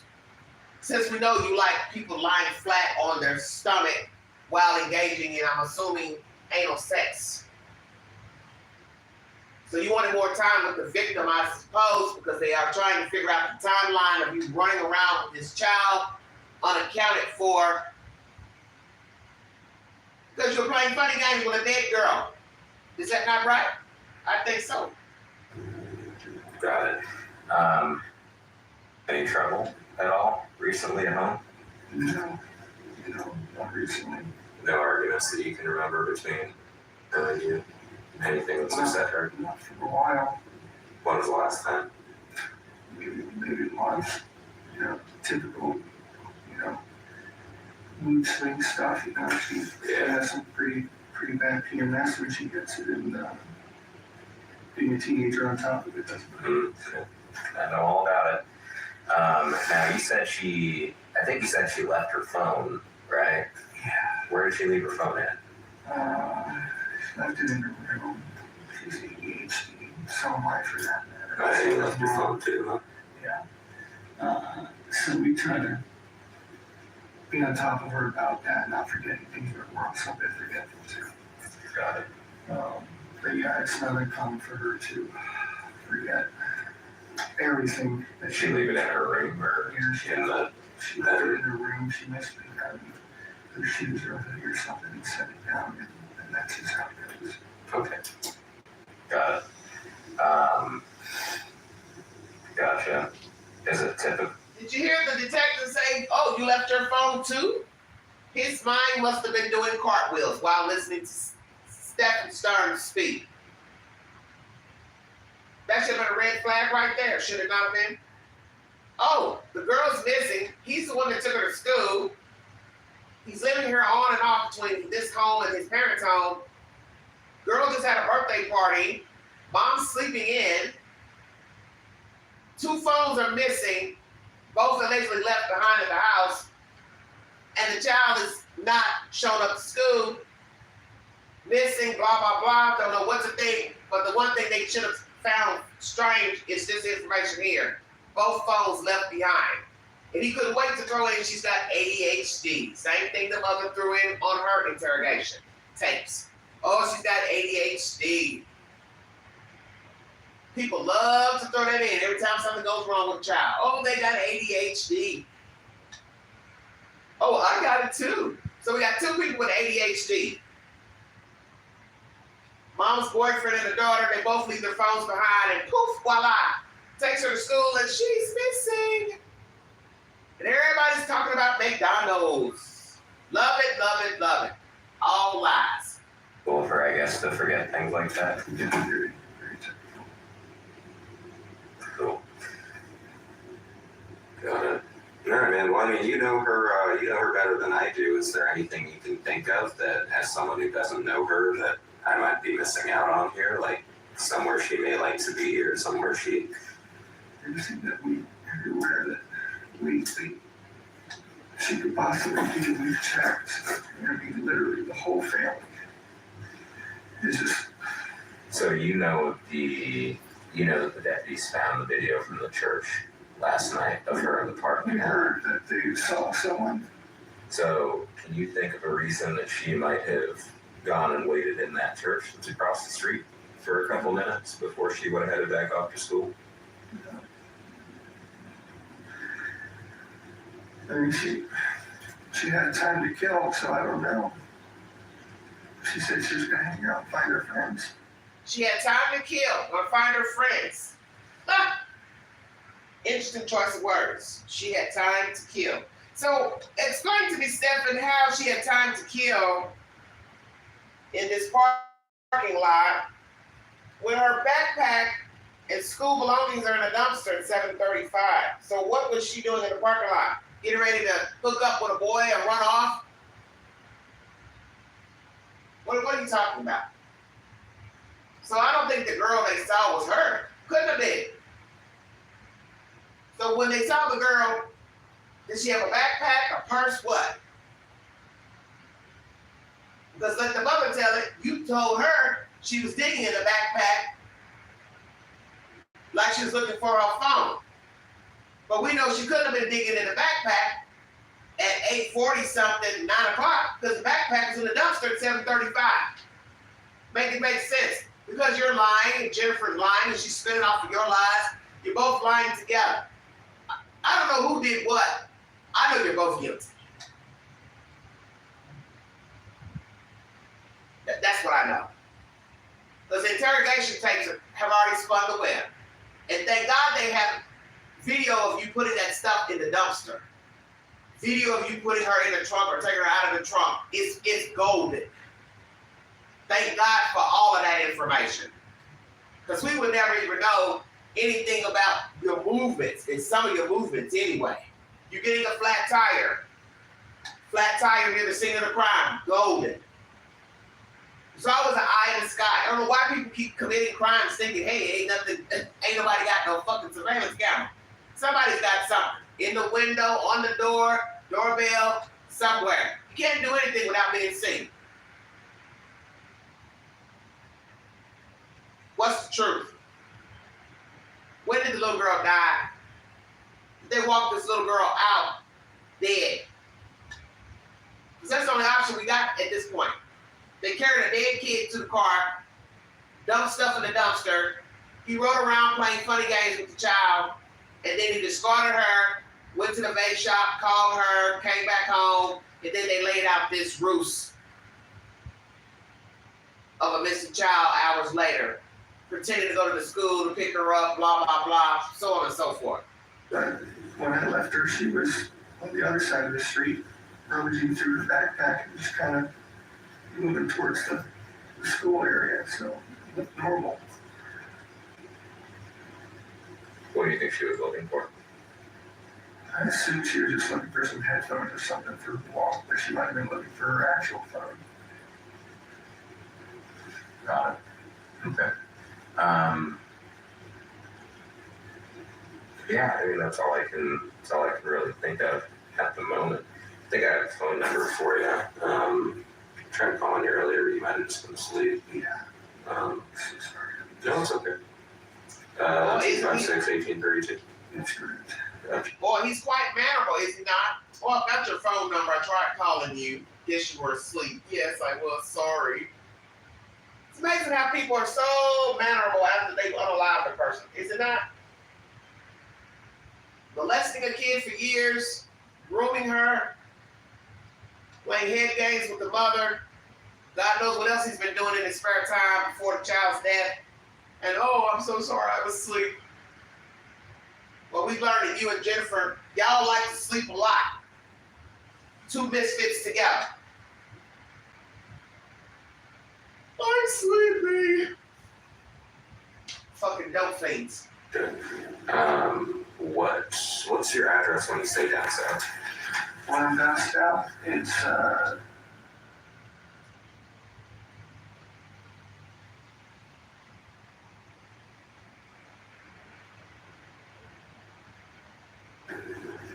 that's my parents' house, so I can talk like big there. Yeah, well, I mean, it's nice of you to help them out. So. Yeah, it's just a stressful environment full of poodles and deaf old people. So after you drop, Oh, it's stressful at his parents' house. Old people, deaf old people, and poodles. Did you hear that? So you're going from one house to the other fooling with dogs. So you're just a chauffeur, gopher. What do they call it? The guy that walks around doing shit in the house? The butler. So you're just a version of what? Driving Miss Daisy? You're that kind of guy. The guy that never keeps a full-time job, but he can do odd jobs for other people, such as cut the grass, mow the lawn, walk the dog, clean up dog shit, molest children. That's what you've been doing in your spare time. You're just a gopher, the go-to guy. I think after hearing this story, many people will be very leery about who they allow around their children and a handyman. Shall I say more? At around 8:20 or so, you didn't, to get to the vape shop, do you have to like swing back around at all to where the school area is? Is there any chance she saw your car or something and was flagging you down? Or? No, it basically just turned around right there. Okay, so there's no chance she would have like seen you from that church parking lot when you were swinging back around to the vape shop? I would have already been gone at that point. Okay, got it. Yeah, I mean, at this point, I'm just trying to figure out, what might have caused her to go there and then what caused her to leave. Because I think she didn't stay there till about 8:50, just before school starts. When does school start? 9:30? 9:15, I think, is the latest that they should be there by. I think it starts around 9:20. Gotcha. Is she familiar with that parking lot at all? Is that somewhere she hangs Yeah, out? Or? a lot of kids will sort of rendezvous there before heading into school. Gotcha. Do you recall seeing any other kids walking in the area when you were dropping her off? Earlier than usual. She was confident that it was fine. She was just going down making friends. Okay. Did she mention that to you at all? Or did Yeah, she say I anything? asked her, because we were a little early, so I was some time to go. I was late. She said, no, just come right here. And walked up and found my friends. Okay. And something that she normally does anyway. Wasn't out of the ordinary. I agreed. So do they have clarification that was her on the video or not? Because I'm trying to understand how she can be at the school this early but get her stuff in the dumpster at 7:35 at the apartment. Would she be getting in the car with her things? So wouldn't she notice her things are missing when she's getting out of the car? So I'm trying to understand how all this went down. Did the girl go outside of the house at 7 in the morning alive or not? Because he says we left around 7:35, 7:40. But this is when allegedly he's putting her things in the dumpster. So it doesn't look like she would be alive if he's putting her things in the dumpster at 7:35. But yet they got a video of a girl and they think it's her. So it can't be her. Because I'm thinking if he would take her to school without her things, would she be wondering where her things are, her backpack, phone?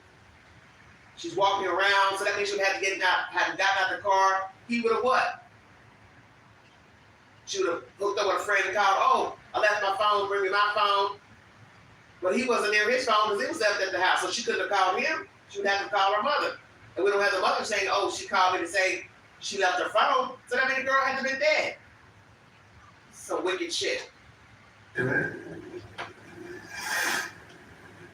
Seems like she's making her way towards the school. I did. All right. Well, I appreciate you talking to me. I'm going to go ahead and end this. 12:23 hours. Case number 24-11313. Today's date is February 27, 2024. The time is 19:16 hours. We're continuing speaking with Stefan STERNS. Okay, so I know we already spoke to the other detective, right, about everything that kind of happened today. If you can just kind of go over it with us one more time, the timeline from like when you guys woke up and took her to school and all that. So we woke up early. The plan was that we were going to get McDonald's breakfast on the way, so we made an amazingly good time. I don't mean to interrupt you, okay?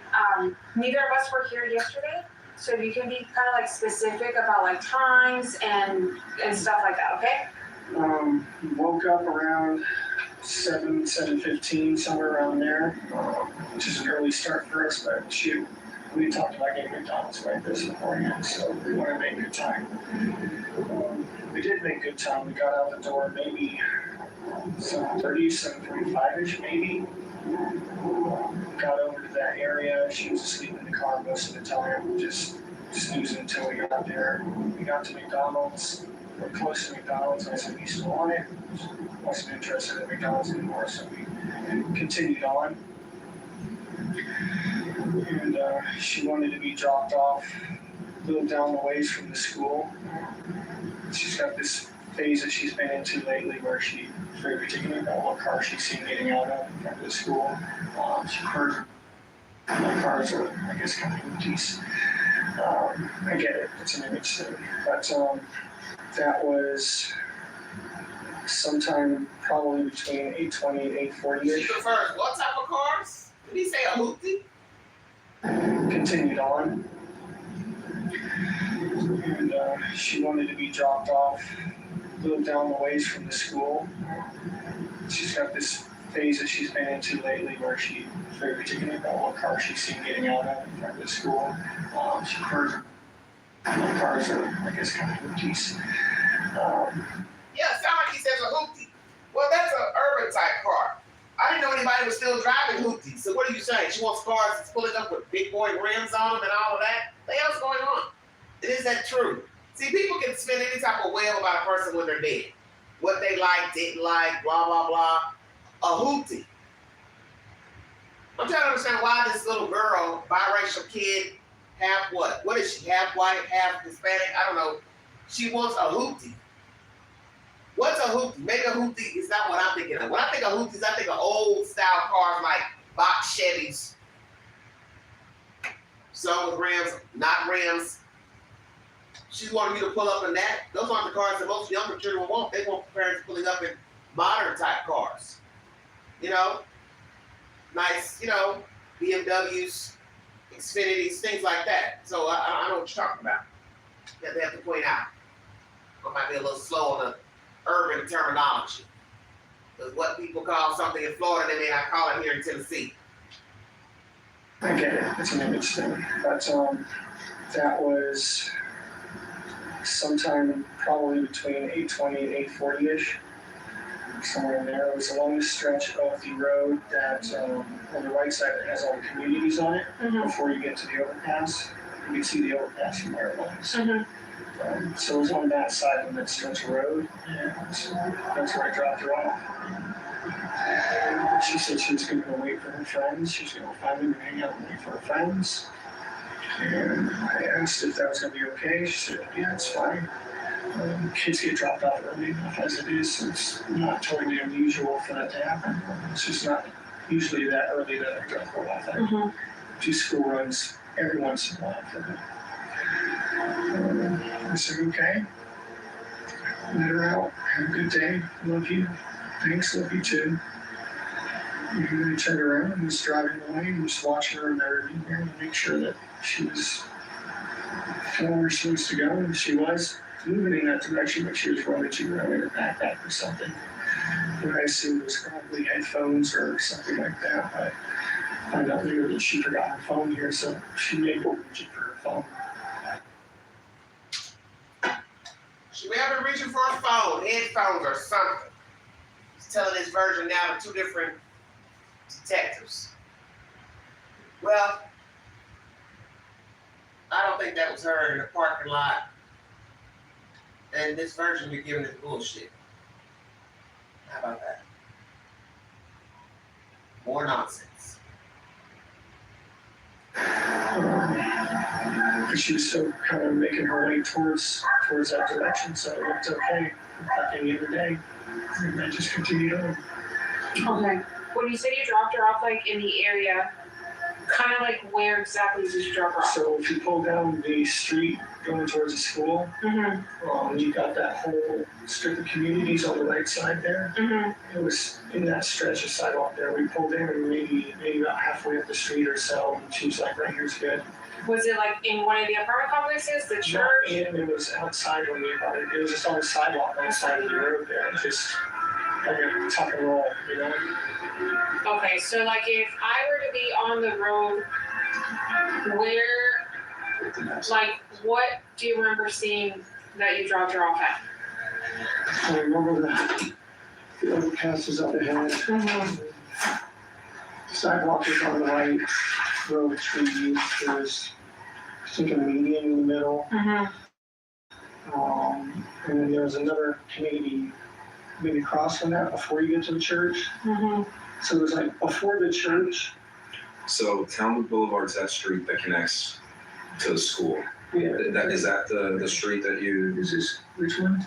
so it's Town Loop Boulevard, right? That's the one that, And where's the school located here? school's right here. School's right there. Okay, so the school will be on the left in this case. Here's the So you overpass. guys came from this side? Yeah, we came from Town Loop, I think, which is Town Center. Yeah, so we made it right here and then pulled somewhere about. So you get from Town Center and turn off to Town Loop. Yeah, where's the church? Is this the church here? There was a, yes, that's the church. Okay, so we weren't up to the church yet. So we were pulled on here and then we pulled maybe about halfway up here and I dropped her off somewhere in this area here. And she walked from there to the school? Yeah, It's a pretty long way. it's maybe a block or so, but it's not out of the ordinary for her. She likes to do that sometimes. She likes the cold weather. She's wearing her hoodie. Uh-huh. The cold walks. So you dropped her off near Lilac? Does that sound right? Yeah, it wasn't at a cross street. It was just a. You see, he's describing the area where he allegedly dropped off the child, but she doesn't like being seen in his car, blah, blah, blah. And they're basically questioning that. Seems kind of far. Oh, no, not necessarily. It's just a block or so. Well, we know a lot of kids are lazy. They don't like to walk no damn where. The lies people tell. There's a sidewalk there. So did you merge into the sidewalk or did you stop in the middle of the street or? I just pulled over to the sidewalk there. Let her help out. How often do you drop her off? This might be the 5th or 6th time I've ever done it. Okay, and when you drop her off, where do you normally drop her off at? Normally down the street from the school. She requests that a lot. Like the same area or somewhere else? Especially if it's sometimes in the church parking lot, sometimes just wherever she tells us to let her out. As long as it's close, you know. So it's halfway between Town Loop and Town Center and the church? Yeah, it's like, it's just in this stretch right here. Like we got about maybe halfway up and it's there. The McDonald's that you guys were gonna stop at, did you pull into the plaza at any point? No, she 86 the idea before we even got there. What do you mean by 86? Poo-poo the idea, didn't want it anymore. Okay. Or didn't move. At any point while you were driving to the school, did you make a U-turn? Yeah, I tried to sell her on McDonald's one more time because I was still kind of hungry, but at that point she was also just wanting to get to school. Okay, So where turned right back around. did you make that U-turn at? Actually, the school park, not the school parking lot, the church parking lot. I pulled into that, turned around, and pulled back out. Did the U there and went back to the McDonald's. She still wasn't having it, and that's when we came back. See, the McDonald's is on the same Town Loop or Town Center. It connects to the same road that Mm-hmm. Because the school's on? Yeah. So is he on camera doing all this running around and looping around? This all sounds ridiculous. She didn't want it, you asked her on the way. Then you said you turned into the parking lot of the church. Then you said you went back to try to go to McDonald's. I'm assuming you would have dropped her off, and then you would have went to try to go to McDonald's. This is a bunch of bullshit. So it's like a straight shot. So you guys came from, just so I can kind of get a good visualization, Town Center and where did you come from, Town Center? Town Center, so where's McDonald's? I'm so bad at reading these, I'm sorry. So we This is came, all Town Center. so we came across on Town Loop, I believe. Is that the school is that the road that the school is on? No, this is Town Center. So you said you were on Town Center and then you made a right on Town Loop, which is the one that takes you to school, Yes, correct. right?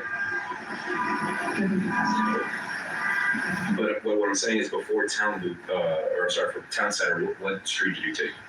I'm so sorry, I'm bad with the streets around here. How do you usually get to the school? I just take John Young and then wait till I see the McDonald's and make a left there and then follow that around and that goes straight into the road that the school is on. Just use the landmarks and I don't do that memorize the street names.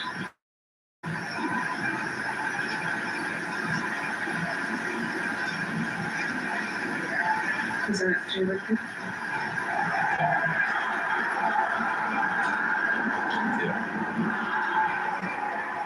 Yes, this is JOP.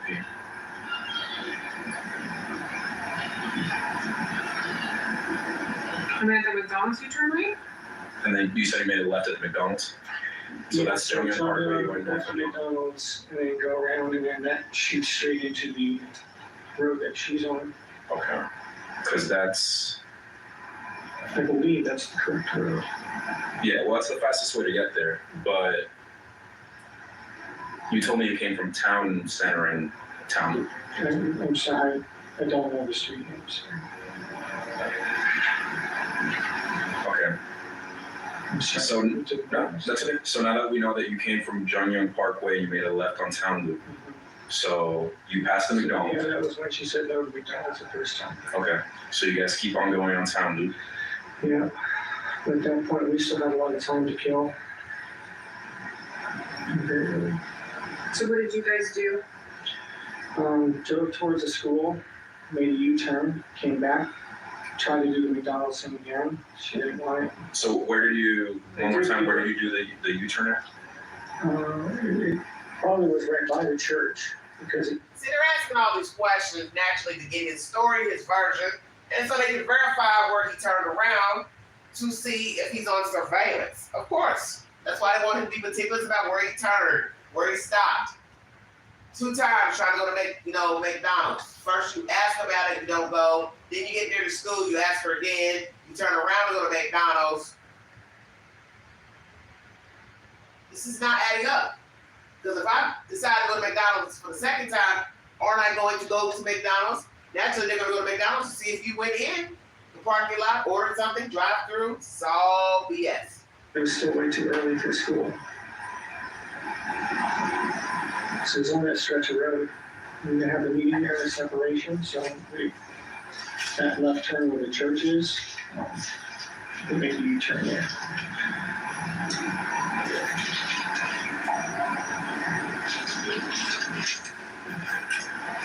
And then after you dropped her off, what did you do? Stayed, talked to her for a minute, made sure, is it all right that you're going early? Because it was still early. She said, yeah, it's fine. I mean, I hang out, wait for my friends to get there, which she does sometimes, so it didn't sound outrageous or anything. And that was it. Told her to have a good day. I loved her. She told me she loved me too. I turned around to leave and I was watching her in my rearview mirror. And she looked like she was walking in the right direction. She was rummaging her bag a little bit, like I said, but still sort of just shooting in the right direction while she was doing it. So it looked normal, it looked okay. Okay, and then what did you do after you left the area? I left to go to the local vape shop because I needed some more vape juice. They weren't quite open yet, so I ended up going back home. Hung out with Jen for a little while, maybe about an hour or so, and then went back and checked the vape shop again. It was open, so I got what I needed there. And came back home and hung out with Jen again for a while. Do you remember what time you came home? The first time was probably right around 10, close to it. And then I waited here and went back to the vape shop. Probably finished at the vape shop and came back home again a little after 11. Okay. You said the first time that you hung out with Jen for a little bit, right? Yeah. Was Jen here when you got here at 10? Okay. I think so. She might have been at her blood appointment. Let me double check. I know she had a blood appointment at some point during the day. It's okay, we don't have to ask her right now. Sorry, everything's a blur. So she might have been here, she might not have been here I at the first. believe she was here because she was sleeping in as much as she possibly could because she's been stuck at the work, so she had to be here because she didn't want to sleep. Okay. I'll double check, but yeah, I believe she was here. And then what time did you say you left again to the smoke shop?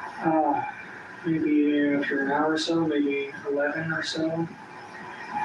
Okay. And then what time did you get to the smoke shop? It's maybe 10 minutes away, so not long after that. I stopped in and got some juice. What's the name of the smoke shop? Eastman Walnut. Okay. It's just over off of John Gallows. And then after the smoke shop, what did you do? Okay, for home. At least until maybe 12:30, 12:45 or something like that. And then what did you do after that? I had a couple errands to run over on 192. She was talking about making a BJ shopping list. She just wanted to make sure I was back in time for us to go pick. Brief intermission. Is Jen jealous of Maddie? Was she mad? Was she jealous of her child? 81% of you said yes, 6% no, 12% of you not sure, 16 votes. Take the poll so I can put up the next poll. Thank you. Playing Stephen Stearns interview with authorities. Next conversation will be the interview with the parents tomorrow. Thank you for your time. We check out my live from yesterday. She just wanted to make sure I was back in time for us to go pick. So I was visiting some card shops around the area on 192. Some kind of nerds, so we had a new trade card game release, and that was a situation. Do you remember what places you visited? Yeah, Coliseum Comics. Stopped by a couple of Targets, and I was going to go to House Rules Games down by Oak in 192. I didn't make it that far. I got a flat tire on the way. Do you remember where you got your flat tire? It was on 192. I pulled into one of those plazas somewhere. It's been about 10 years since I switched out a tire though, so I made a lot of rookie mistakes. And ended up pinning my thumb between the frame and the jab. Yeah, lucky it's not a lot worse than it could have been. Do you remember the name of the plaza by any chance? Do you remember like what stores were? It was like right before you got to Oak Grove, so it was one of those little strips. Okay. And then But I did not make it back in time because of that. I thankfully had a spare. I put that on and tried to get back in time, but caught a red light on the way. She ended up leaving about 10 minutes late. So I called her and let her know what happened. I apologized profusely because I had promised I'd be there with her to go pick her up. Just sat and waited. She'd already gone together, so I just sat and waited and hung out, straightened up the house a little bit. That's it, then I got the call. what do you do? I called her.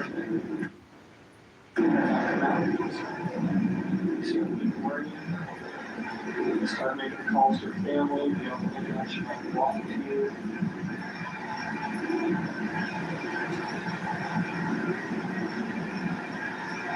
That's just what everything should have started going down again.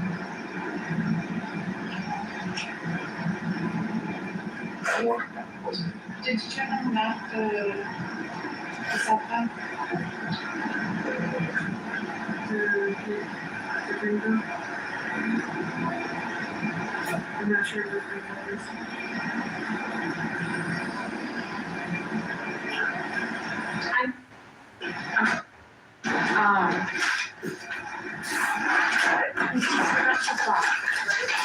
Is it normal for her to not have her phone? Unfortunately, she's severely ADHD as am I am. So it is not uncommon at all, and that very, very usual thing for her to forget her head if it wasn't screwed on. And we'll forget without, writing her about that. We'll remind her, and then it will be in our minds, and she'll say, okay, and then it will leave her alone. And is she on medication for this stuff? Normally, yes. She could stay with her grandparents a lot this week.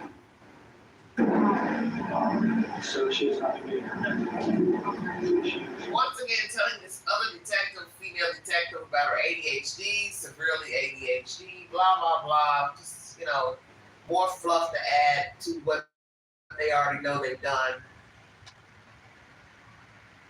It's just ridiculous. It's bullshit. Was Jen jealous about it? 76% of you said yes. 17% said you're not sure. 5% of you said no. 17 votes. And no, she never cared for her daughter. She didn't love her. She didn't care for her. Nobody would allow a person to sexually abuse their child on their watch or anywhere else. Never heard of such bullshit. Apartments, doors with different numbers on it, different people living in an apartment, people noticing something going on between this man and child.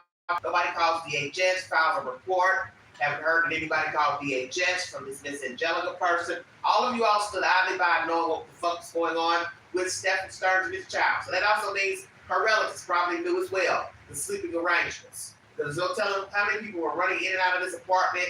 Different people living there. One woman in a room with a child. One woman in a room by herself. Room number 4 is vacant as a guest room. But yet the only fucking guest is Stephen Stearns. Why would he be a guest in the bedroom and he's the boyfriend? This is all bizarre to me.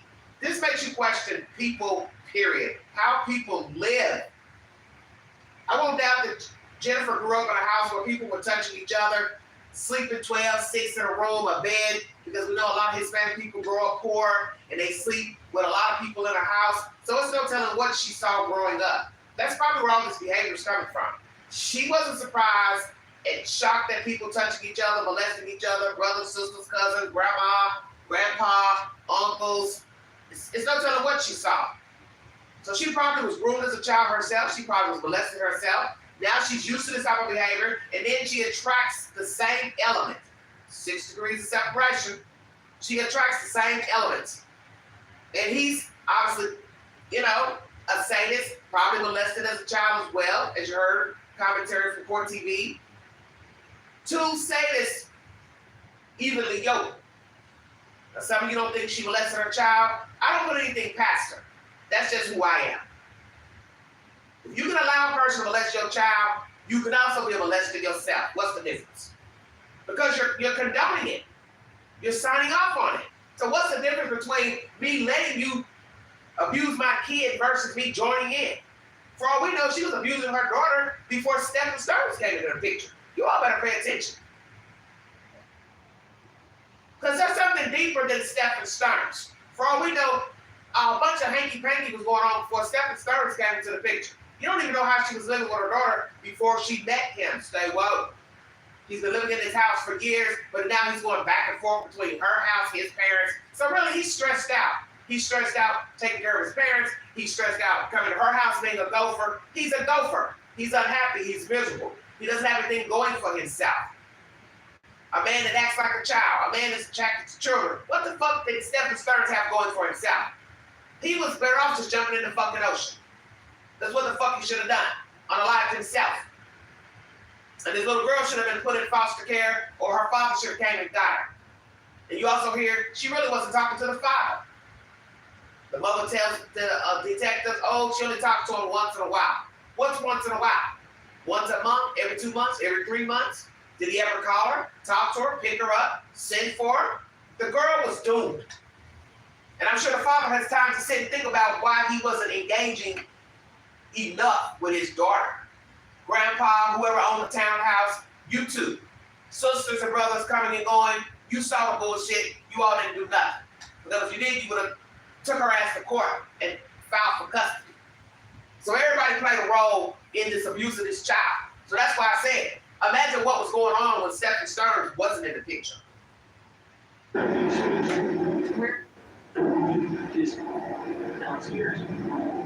What changed in her hours that she was on the stage? She's training, so it's not a set schedule yet. Okay. It's just early this day, late closing this So day. different hours. Yeah, no, that's what it's all. So I came up here, she needed help. I split my time between two different places. I needed to visit only 2.5 years together. It's a great thing. Enjoy it. It's tough. Are you with the McDonald's? Right.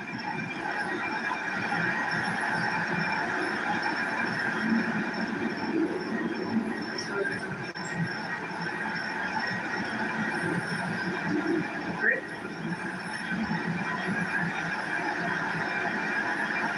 Because the schools are here?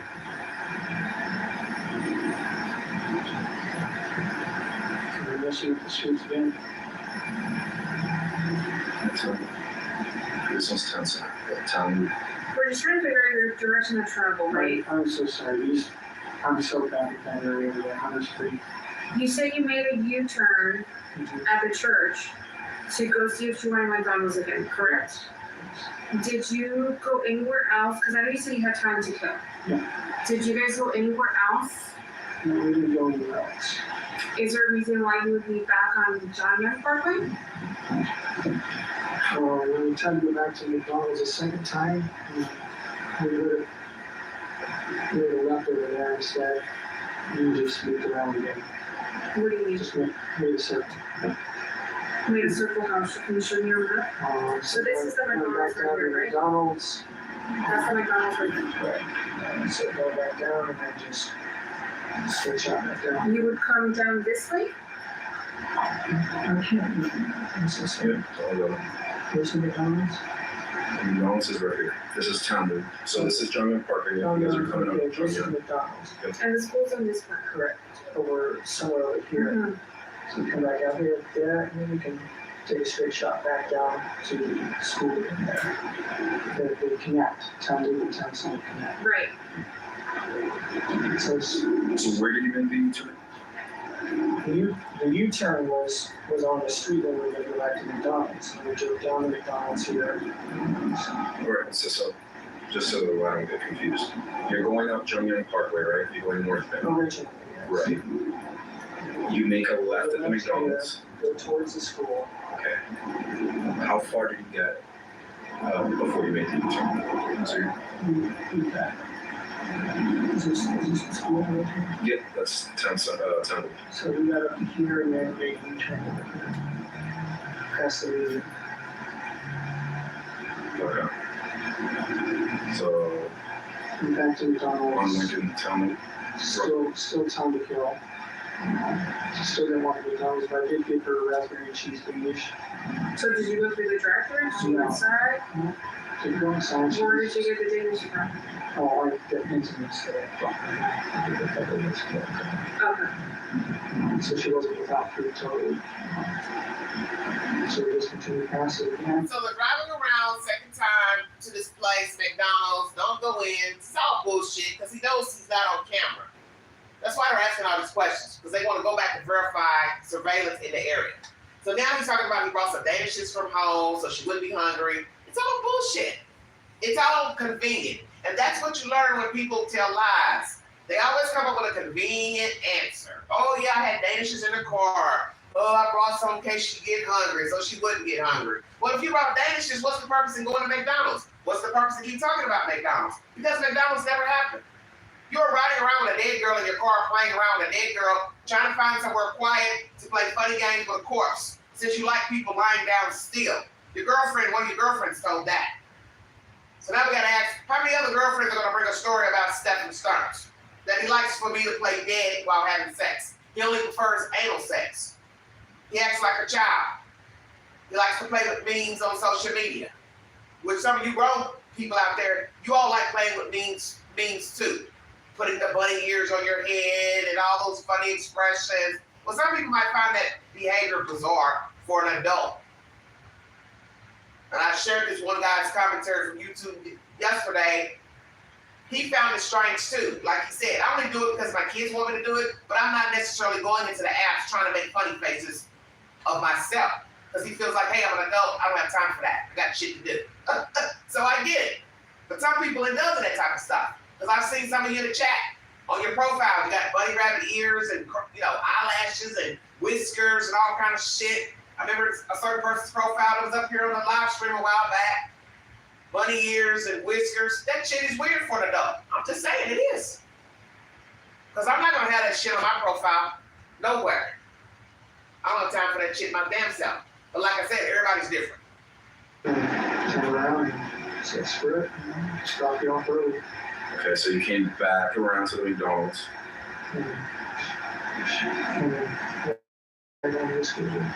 What's, is that back on Jumping Park there? Comes back here, and then this town center. So then you took to Town Center, the second time around? Yes, and then we get right down to the school. Do you remember what time you dropped her off? I estimated it to be sometime between 8:20, 8:40. Are you, on your phone, do you have, Google Maps? I do, but I wasn't mapsing it. When you're giving her rides, does she sit in the front or the back? She sits in the front. Do you mind if I look at your maps real quick? Yes. So she usually sits in the front of the car. Well, it has been said by the sheriff's department that she was seen inside of his car and believed to be unalive. So I don't know all what this man was doing with his corpse in his car. Because it's believed the girl wasn't alive. So 7:35 is on the camera at the apartment, dropping things in the dumpster belonging to the child. So one would have to suspect the child wasn't alive. Because why would this child be apart from her book bag if she's in the front seat? And at 7:35, he's dumping it in the dumpster. There's a camera. They've shown the camera visible of the dumpster. Wouldn't the child be saying, hey, what are you doing with my bag? So what are we supposed to believe? The child got in the car. She fell immediately asleep from the door to the car. And he just kindly pulled up to the dumpster, took her bag, shoe, laptop, and threw it in the dumpster. But why wouldn't both of the shoes be in there if she was wearing it when she was sitting in the car? So make it make sense. See, I dissect everything to make it make sense. One shoe was found in Jennifer's room, one's in the dumpster. So he's taking her stuff and putting it in the dumpster. Then that means she would have walked out the house with only one shoe. That has to be that she was dead inside of the car. They put a dead girl in a car. And just to confirm also, you said, so the second time around, you said you went up John Parkway, you went to Town Center this time, made it right on town, and then you said you dropped her off Right here in this stretch here. around this, okay, which was before the underpass. Correct, before the underpass, just before the church. The church was ahead on the left, the underpass is just beyond that, the school is just on the other side of the underpass. So maybe Okay, on the left-hand side. maybe a block away. Okay. And you said that that's typical of her to walk that distance? Yeah, she likes the morning walks when it's cool. She doesn't like being seen getting out of certain cars. You know, in middle school, it's an image thing. And she will sometimes like to hang out with her for her friends. She's going to do that.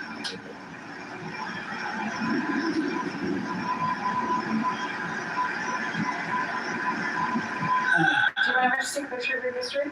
Yeah, it's fine. And that time would have been, you said around 8:20-ish, 8:30s, sometime between 8:20 and 8:40. what time does she go into class? She has to be there no later than 9:15. Doors open at 8. Doors open at 9, I think. Then school officially starts around 9:20 or 9:28, I think. Okay. And you, I must say, I've never heard of school starting that late, nowhere. I've never lived anywhere where school started that late. They must do things different in Florida. Because I've never heard of school starting at 9 o'clock, 9:15, 9:20. So they basically were out and about at 7:35 so they could go eat at McDonald's where they never went. And he's riding a dead person around after dumping shit in the garbage can. It's all BS. That's why he's arrested. Because he ain't been none of these places. He dumped that girl's stuff and he rode around wherever trying to find a place to play funny games with a corpse, and then finally disposed of her at her rescue place, caught a flat tire either before or after, whichsoever. He's a bum. He's a straight gutter bum, and the mother, she's a bum too. Dropped her off, is that earlier than typical, later than typical, around the same time? Earlier than typical. We made really good time that morning, and with the subtraction of McDonald's, we had more time than usual. And she said it was okay. She was very confident, convincing that it would be fine.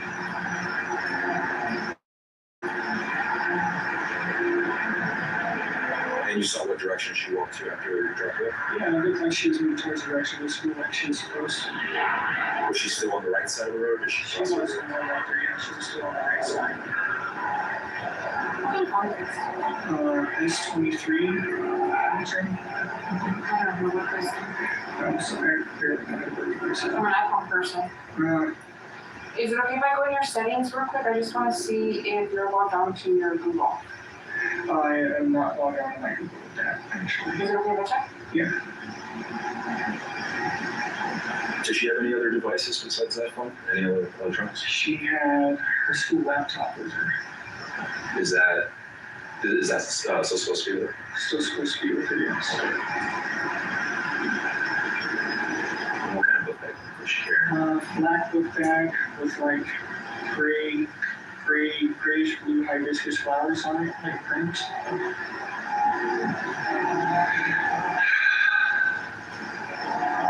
This is where he messed up. They're asking about the book bag, his phone. He knows he's been looking at pornography, and yet he tells the detective, yes, you can look at my phone. She asks if he's been connected to Google, he tells her no. You know you threw her book bag away in the apartment. Why would you throw the bag away in the apartment? If you want people to leave, you drop the child off at school. Wouldn't the natural thing be is to dispose of her clothes, bags, laptop somewhere different than her own apartment? Because somebody's going to use deduction. If the stuff is dumped in the apartment, 9 times out of 10, that's where she was killed, was the apartment. So that leaves you, the roommates, and the mother. So you're not very smart. So you're going to dump her things at the apartment, but then dump her body 20 miles away. Ask yourself, how does that make any logical sense? That you didn't have that type of sense. You've killed the kid, and you don't think to take her belongings and dump them anywhere in Florida. You could dump her shit. You dumped her body away from the house, so why did you dump her things away from the house? You led the detectives back to the house by leaving the bag in the dumpster. They're going to look at the dumpster. They're going to look around the property. They're going to talk to the neighbors. They're going to ask for doorbell camera footage, surveillance cameras, and that's how you got caught. Plus the filth you had on your phone of the dead girl and other children, and images of whatever. You got to be the stupidest person breathing. When she leaves in the mornings, where does she usually put her phone? Either in a backpack or like her back pocket. Kind of wherever she just thinks to put it at the time. Oh, I don't know how to use this one. Sorry, I'm in control.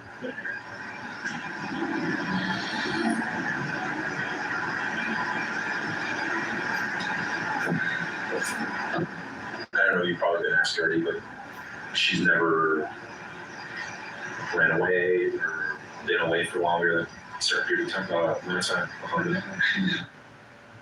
I think she'd know what to do if she did run away. She's not the type. She's a kid.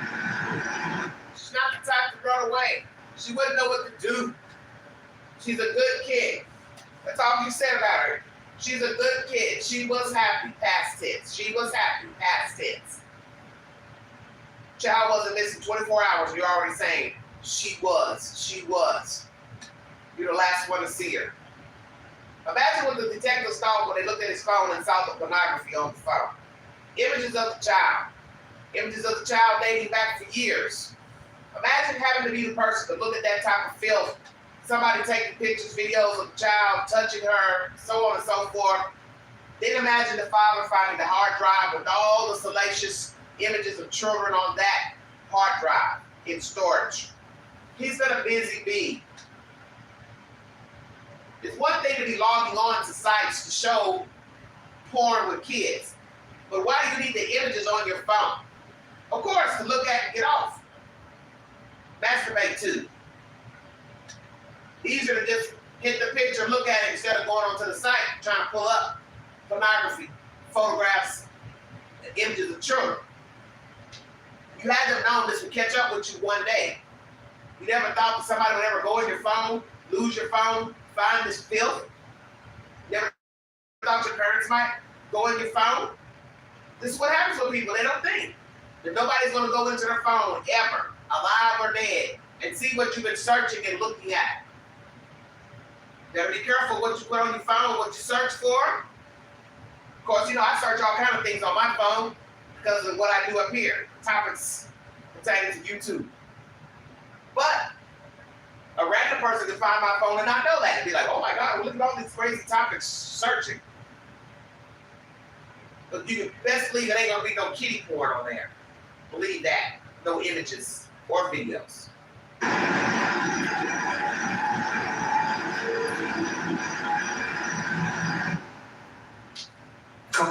Brief intermission. Weigh in. Should she be charged with murder, neglect, or both? 53% yes, 26% not sure. Just neglect, 20% no, 0%, 15 votes. Most of you believe she should be arrested for neglect and murder. Next question. What does his parents know? What do they know? 75% of you say yes, they knew. 25% says no out of 4 votes. Thank you, Jordan.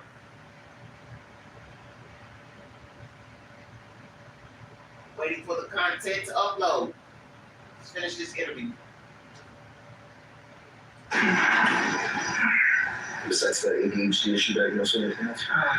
Yeah, she was tested a while back and had some symptoms of autism, so she's potentially on the spectrum there. Oh. She was officially diagnosed with it when she was younger, and she was retested and said, well, she shows symptoms of being on the spectrum, but maybe not full-on autistic.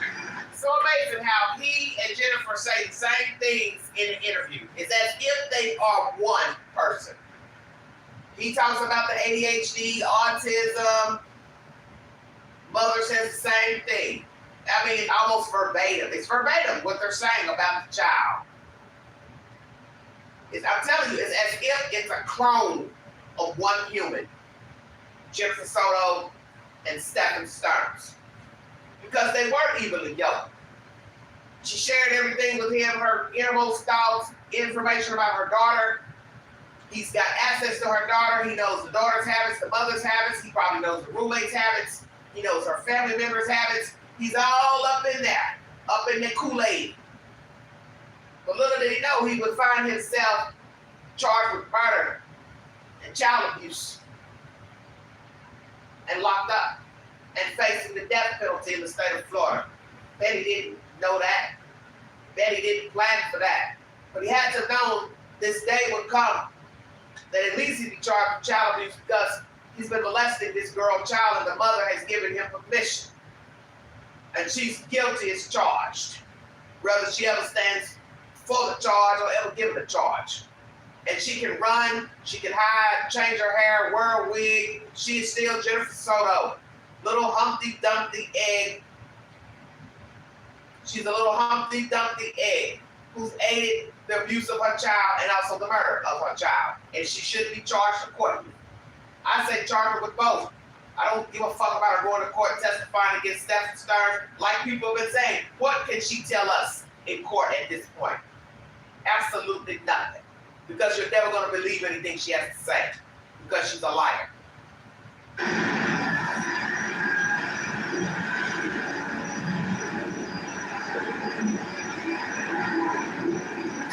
Is this what you use to go places? Yes.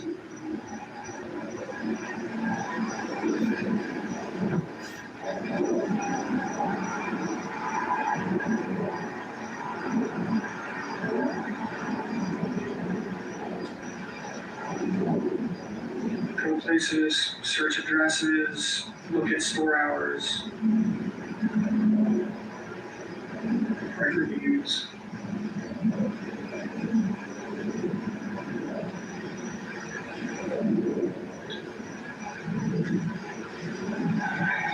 It's creating your phone.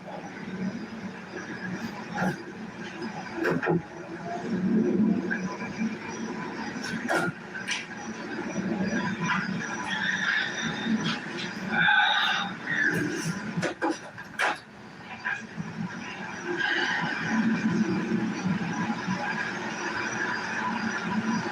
we had any updates? We literally have like 50 people right now on scene looking. I don't know if there's any updates, but it's not the other detective because he's the one that is in charge of all this.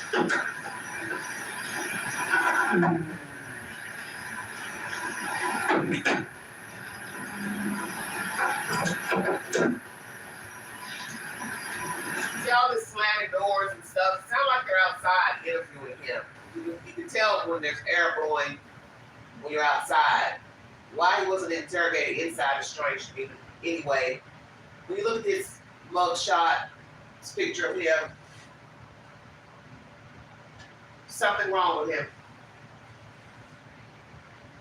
It's horrible looking at this person. Horrible looking at the mother's photo because they're evenly yoked. You can't have one without the other. They're in sync.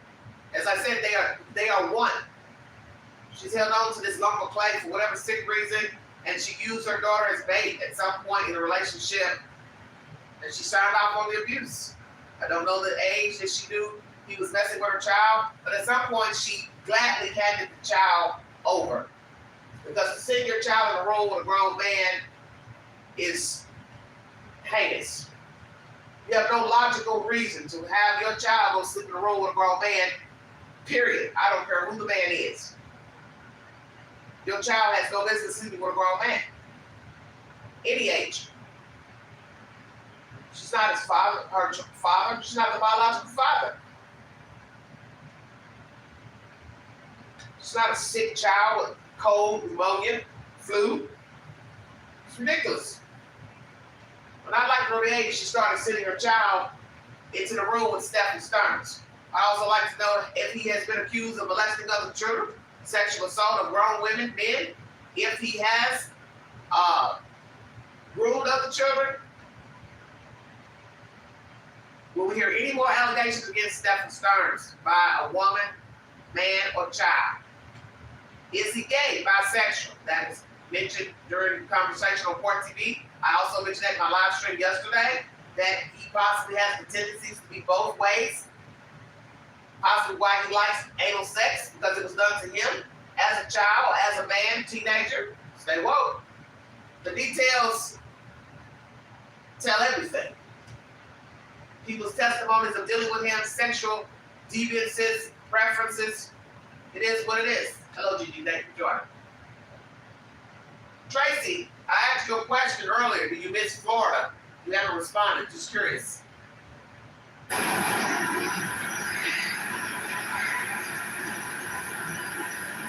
I don't think I've eaten anything since yesterday. Yeah, I'm sure you guys were. When did you come back to help Jen, is that right? Yeah. What do you mean? Like, because you lived down south, right? When did you come back up north to help her? I just got here this weekend. Do you remember what day it was? Sunday was her birthday party, so yeah, it was the evening after her birthday party, Sunday. Okay. Do you remember what time you got here on Sunday? 8:30ish maybe. Okay. Just in time to make sure that she was doing all her nighttime routines.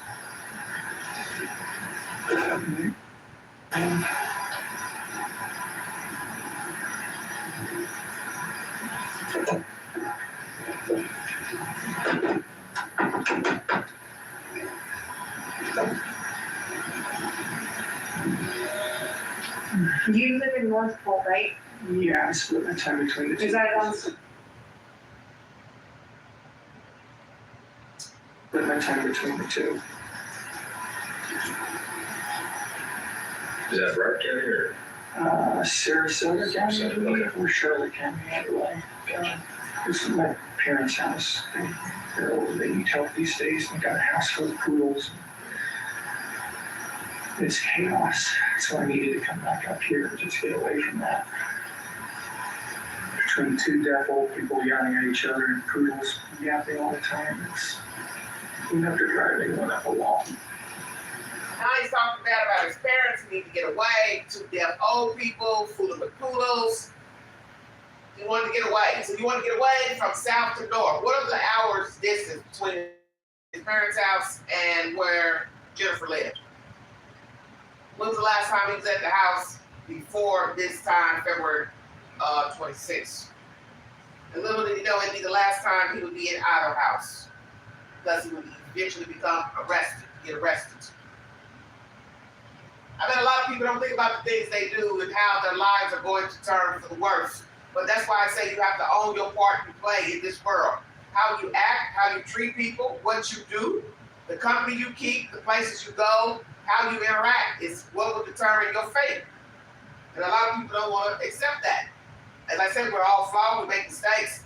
We get involved with the wrong people, we don't take time to get to know them. We have them come in our homes, we're going cars, getting involved mentally, physically, sexually. You have to be careful of the company you keep. You have to be careful of the people you bring around your children. You cannot have every Tom, Dick, and Harry hanging around your kids. You cannot leave your children with anybody. Know that anything can happen when someone has access to your child, either in your house or you leave your children alone with them. It's out of sight, it's out of mind. Same thing with being behind closed doors. Once the doors are closed, a person can do anything to you. Treat you like a dog, tie you up like a dog. You better pay attention. Blind trust is what we have today. We are too trusting of people sometimes. Sometimes we're lonely. We want attention, affection. We take in the wrong people, hook up with the wrong people, be alone with the wrong people. That is what happened here. She blindly went in with this man, and I believe at some point she realized he favored her daughter, and she allowed the abuse. She is to blame because she's the catalyst, Jennifer Soto, of this debacle of a dead child. Just very happy to be back here. Did you, when you guys were looking for you guys look? Me and her stayed local. It was all the rest of the family that mobilized and was beating the bushes. And Did you guys drive together or separate? I don't think we drove anywhere when we were looking. You didn't drive anywhere? Not that I recall. Did you guys go anywhere last night? Is that maybe you? Maybe, I think Fox 35 or something. Let me give this them Tom to I don't recall. You have to ask her if we went anywhere. I don't recall. I was so zonked out on Avenue at that point. She said it was a wreck. I don't And this would have been when? I don't recall us going anywhere last night, but I honestly, at that point my brain was mush and I was taking tranquilizers to keep me stable. It's just. You said Ativan? Yeah. Do you usually take that? Or? Yeah, I have a prescription. I haven't needed it in a long time, but What's that for? anxiety. Okay. I was having these rolling panic attacks and breaking down crying, and I just. It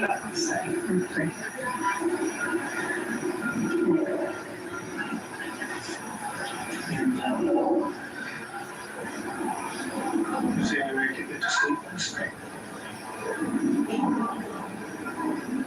Again, this afternoon, that's why I missed your calls. I'm sorry. I was having and calmed out. It's the only time I'm not crying.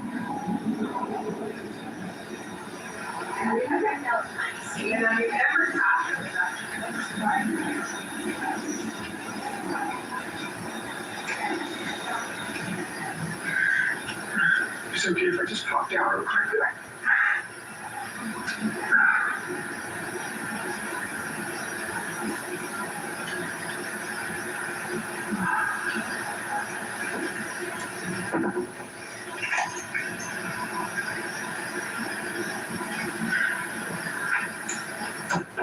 So we're trying to get just a good idea, times, all that stuff. I'm so sorry. I'm giving my best recollections. I'm not a morning person as it is. So a lot of the times are best guess. But we know that you go up Jungyoung Parkway, that's the road you usually take to take her, and then you make a left at that McDonald's, right, which is the town loop. You can make a left to get there either at the McDonald's or at town center itself. They both lead to the school. So if you leave her at, just so you get a sense of direction, Jungyoung Parkway goes northbound and southbound. So you're going northbound into Orange County, making a left at the McDonald's, which is the town loop. You said when you did drop her off at that medium, you said it was around 8:20 to 8:30-ish, somewhere around that time. Somewhere in there, it was early, but not like outrageously early, So what would you estimate when you made a left at that McDonald's to be?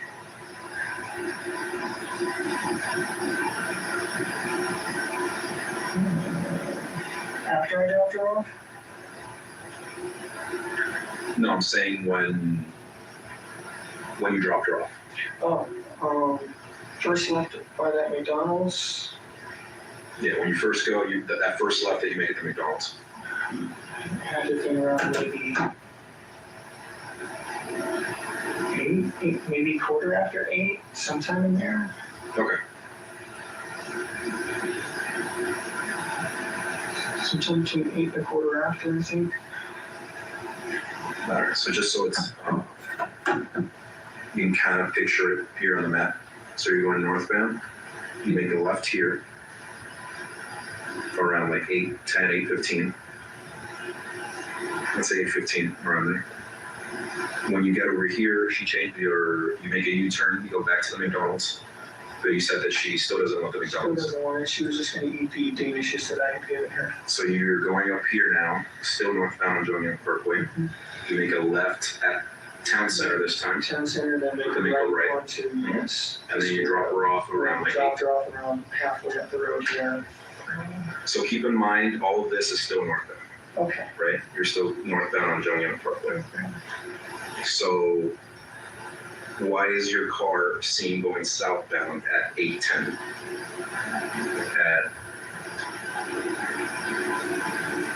I'll show you what location it is.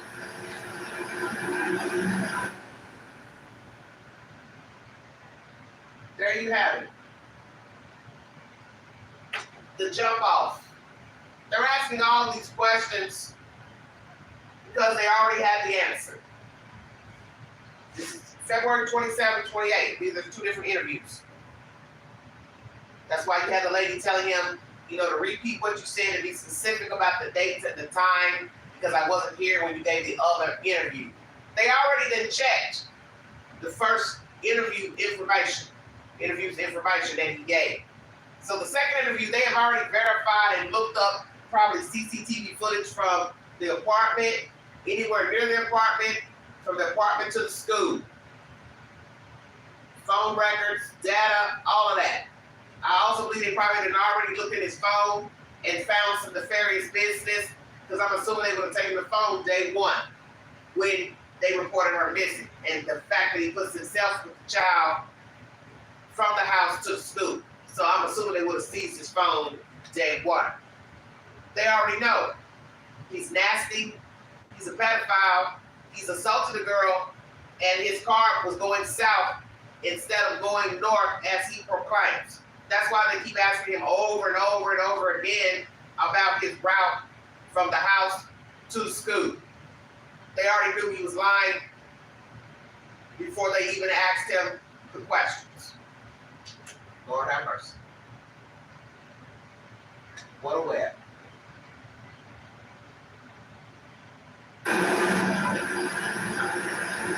McDonald's is over here.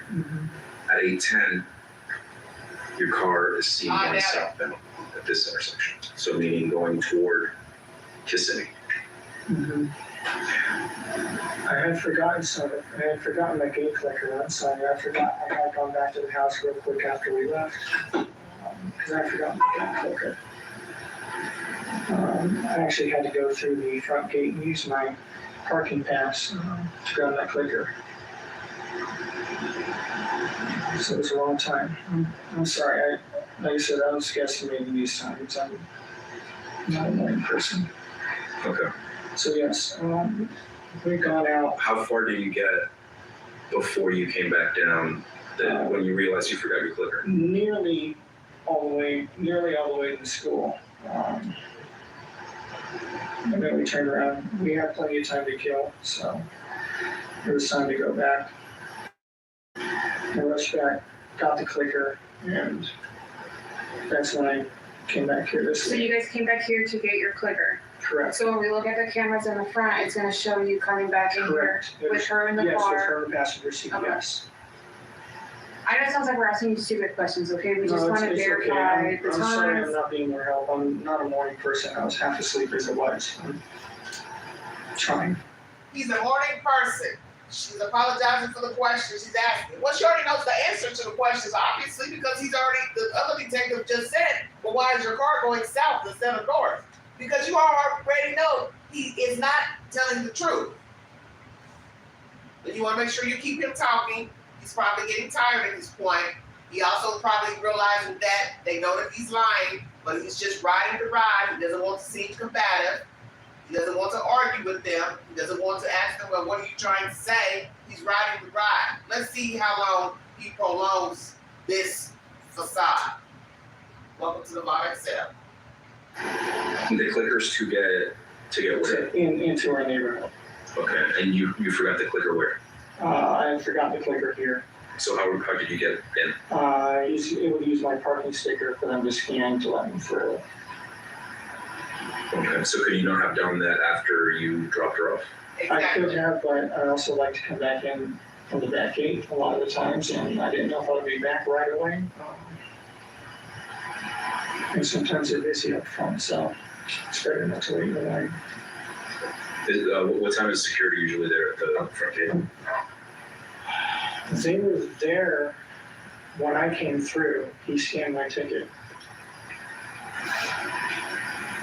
So would it have not just made more sense to drop her off and come back since security's already there? Exactly. I don't know if it made more sense. It's just what I did.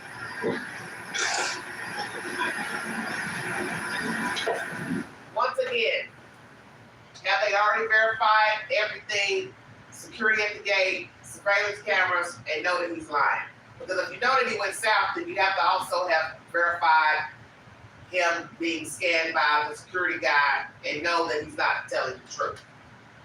But they need him to say all of this so they can have this information for the indictment for murder. That's how they bring forward the charges against you, are your own words in interrogation and evidence discovered.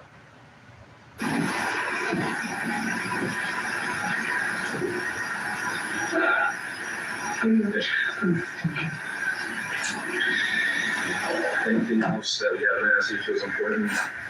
Maybe that might help us out. I'm sorry, I'm having trouble recollecting everything. I'm gonna step away for a second. How can you be troubled recollecting? It's only been a day, not even a day. You just said I'm not a morning person. So obviously they're talking to you in the morning. I'm assuming this is probably the 28th. So what are you confused about? It was just a day before. A lot of us aren't morning people. But damn. You can't remember what you did the day before. You don't know the landmarks. You don't know the street names. You don't know this. You don't know that. But you know she's got ADHD. You know she was a good kid. You know she wouldn't run away.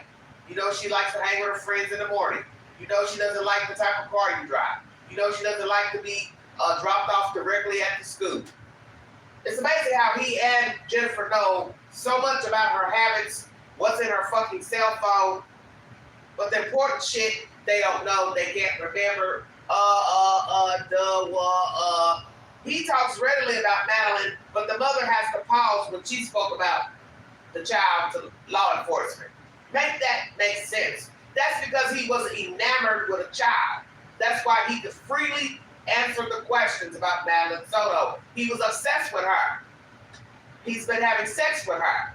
So he can answer the questions. The mother, she can't answer because she knows too much.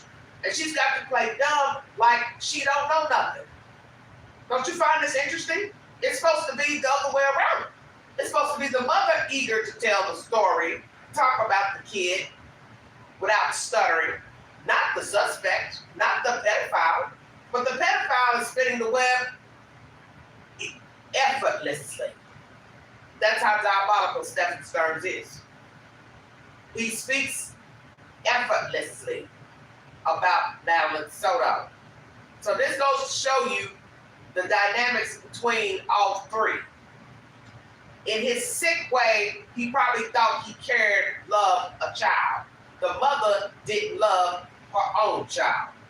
Sweet Jesus. What type of world are we living in? Anything that you remember maybe she might have told you? She didn't mention anything in particular.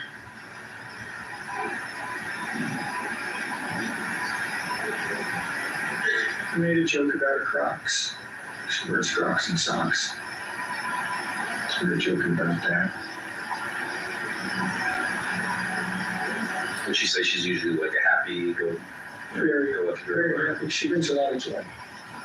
She's very happy. She brings a lot of joy. Joked about the Crocs and the socks. What's so funny about Crocs and socks? People wear Crocs in the wintertime, especially where you want the child to be walking around with Crocs on without no socks. And lo and behold, you threw a Croc in the garbage can, but you forgot, the other Croc, Mr. Stearns, because you were rushing to get that child's belongings into the dumpster. And you forgot about the other shoe. And you possibly were running around Jennifer's room in the dark, gathering up her stuff. So where were her belongings? In Jennifer's room or in that makeshift bedroom? Where were the Crocs? Because you forgot one. Her socks were clean. Are we going to find out he dressed a dead girl and put clothes on her? Or the mother did it? Say, well, because Jennifer knew the girl was dead. Because she puts herself also at the scene of dropping the child off in the parking lot before the school. But we believe she's dead. I believe authorities think she was dead. So which is it, Jennifer? You put a dead girl in a car? You and your boyfriend? Or she walked out to the car, he drove her around, played funny games with her, and then unalived her and did all this back and forth with iPads and book bags? I'm confused. Will we get evidence that the child was put into the car alive or deceased? Because it makes no sense that he's on camera dumping shit at 7:35, then where was the child? Wouldn't she be near her book bag? If she's in the front seat, of course. I don't see her throwing it in the back seat and then jumping in the front. She'd have the book bag in the front seat with her. So how is he dumping it at 7:35 a.m. and she's in the front seat? That makes no sense. Would the child be hollering and screaming, "What are you doing with my book bag?" And then why would only one shoe be thrown away at the same time? And her other shoes left in the house. That means she was already dead at 7:35 a.m. So this is the macabre part of the story. They took a dead person and put her in the car. That's the only way you can look at it. Because one shoe's in the dumpster. So why would he be riding around with a child with no book bag, no laptop, with one shoe? Pay attention. Very good girl. It definitely doesn't feel the same around here. She's not here.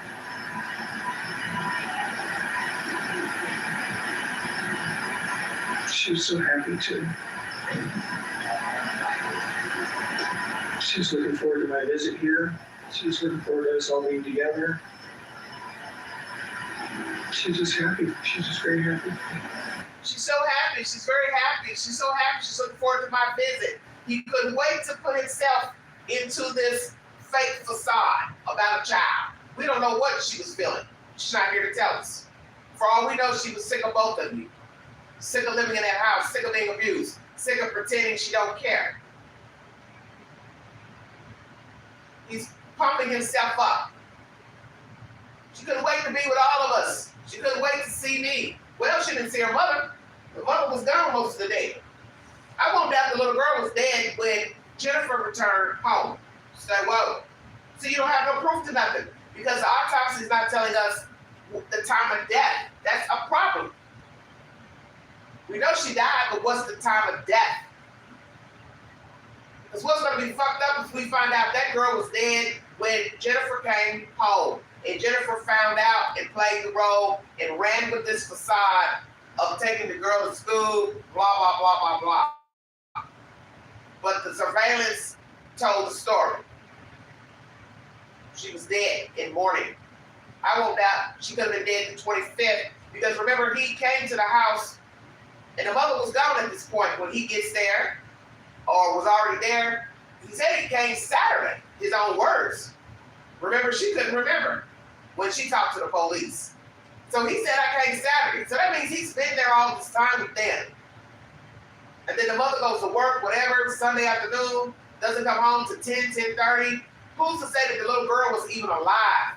Maybe she came home from her own birthday party. He's wanting to play house, touchy-feely. She don't want to play. He strangles her and then puts her to bed like she's asleep. And then the mother thinks she's asleep. And maybe he plays these phone games where they're going up the stairs like it's her, but he's got her phone. See, we don't know how it went. Some will say it won't matter. But it's going to have to matter because it has to play out in court.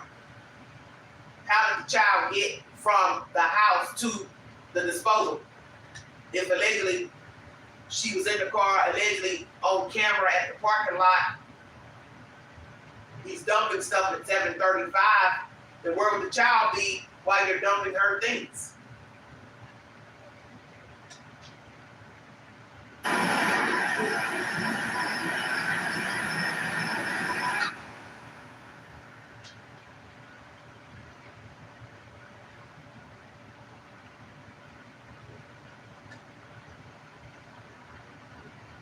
So you'd say you guys have a pretty good relationship. Yeah, definitely a really strong bond.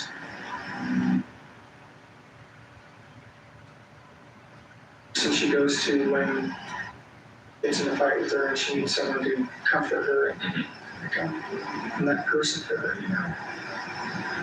Now he's talking about the girl and the mother fighting. I'm that person that she comes to, goes to. I comfort her. Of course. Don't you find it interesting? His mother says the same. He was the peacekeeper. And I wonder what the mother meant by that. His mother. So basically, they possibly fought a lot, Jennifer and Madeline. And he was the peacekeeper. Mild-mannered, soft-spoken, also a groomer, child molester. How convenient. That the peacekeeper would also be the person sleeping with the child. Stay woke.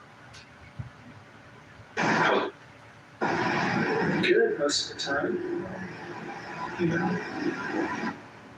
Pretty not long ago, so she's getting the PMS mood swings and I'm really by ads, so as well as you can expect. But otherwise, very loving. Very loving. This girl knows nothing but love here in this house. She hardly ever hears a word now. Double-edged sword that is. How's she in school? So. She's so sad in school.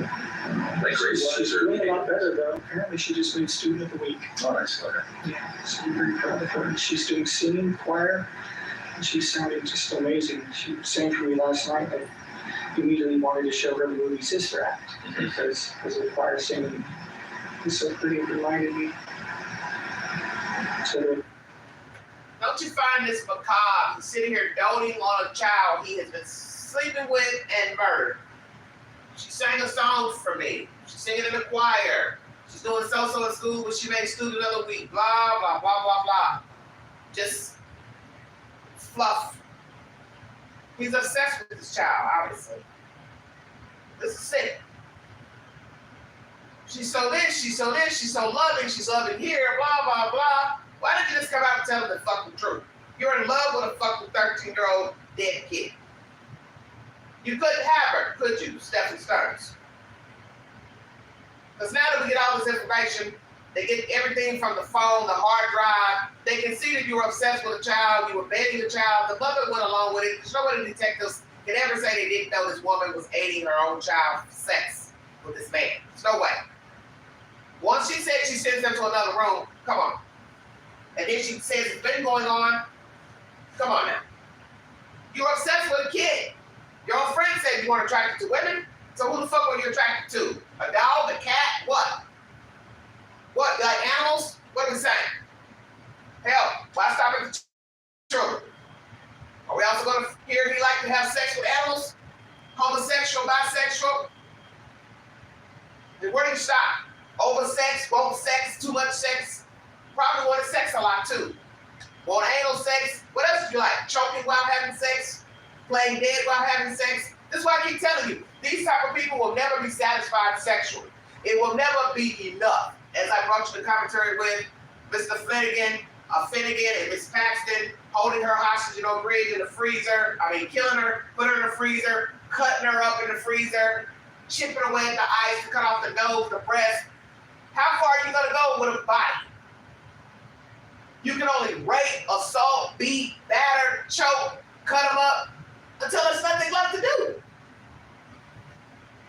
Until there's nothing left to do with the body, either alive or dead. Did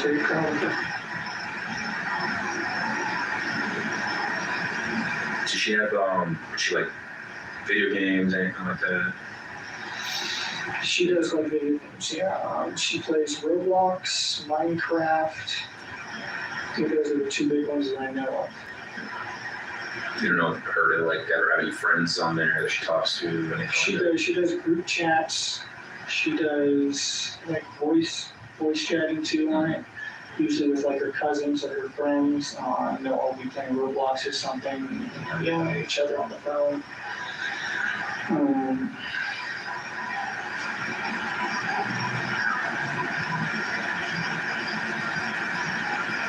Well, Tracy, I'm going to say this. You're jealous of what? You created her. And how are you going to be jealous of her and Stephen when you allowed this man into your house? If you saw that he was attracted to her, if you saw or thought something was going on, you could have put a stop to it. So that doesn't make no sense. How are you going to be jealous of his attention for her when you brought him there? You brought that man in your life. And at any point, if you thought he was doing anything nefarious or you had proof, you should have dialed 911 and then cut his ass off and got your child some help, some therapy. All this is macabre because all of this role playing he's doing, reenacting what the little girl life was like with him, knowing she's dead. Oh, she's pretty, she's this, she's that. It's sick because he was touching her.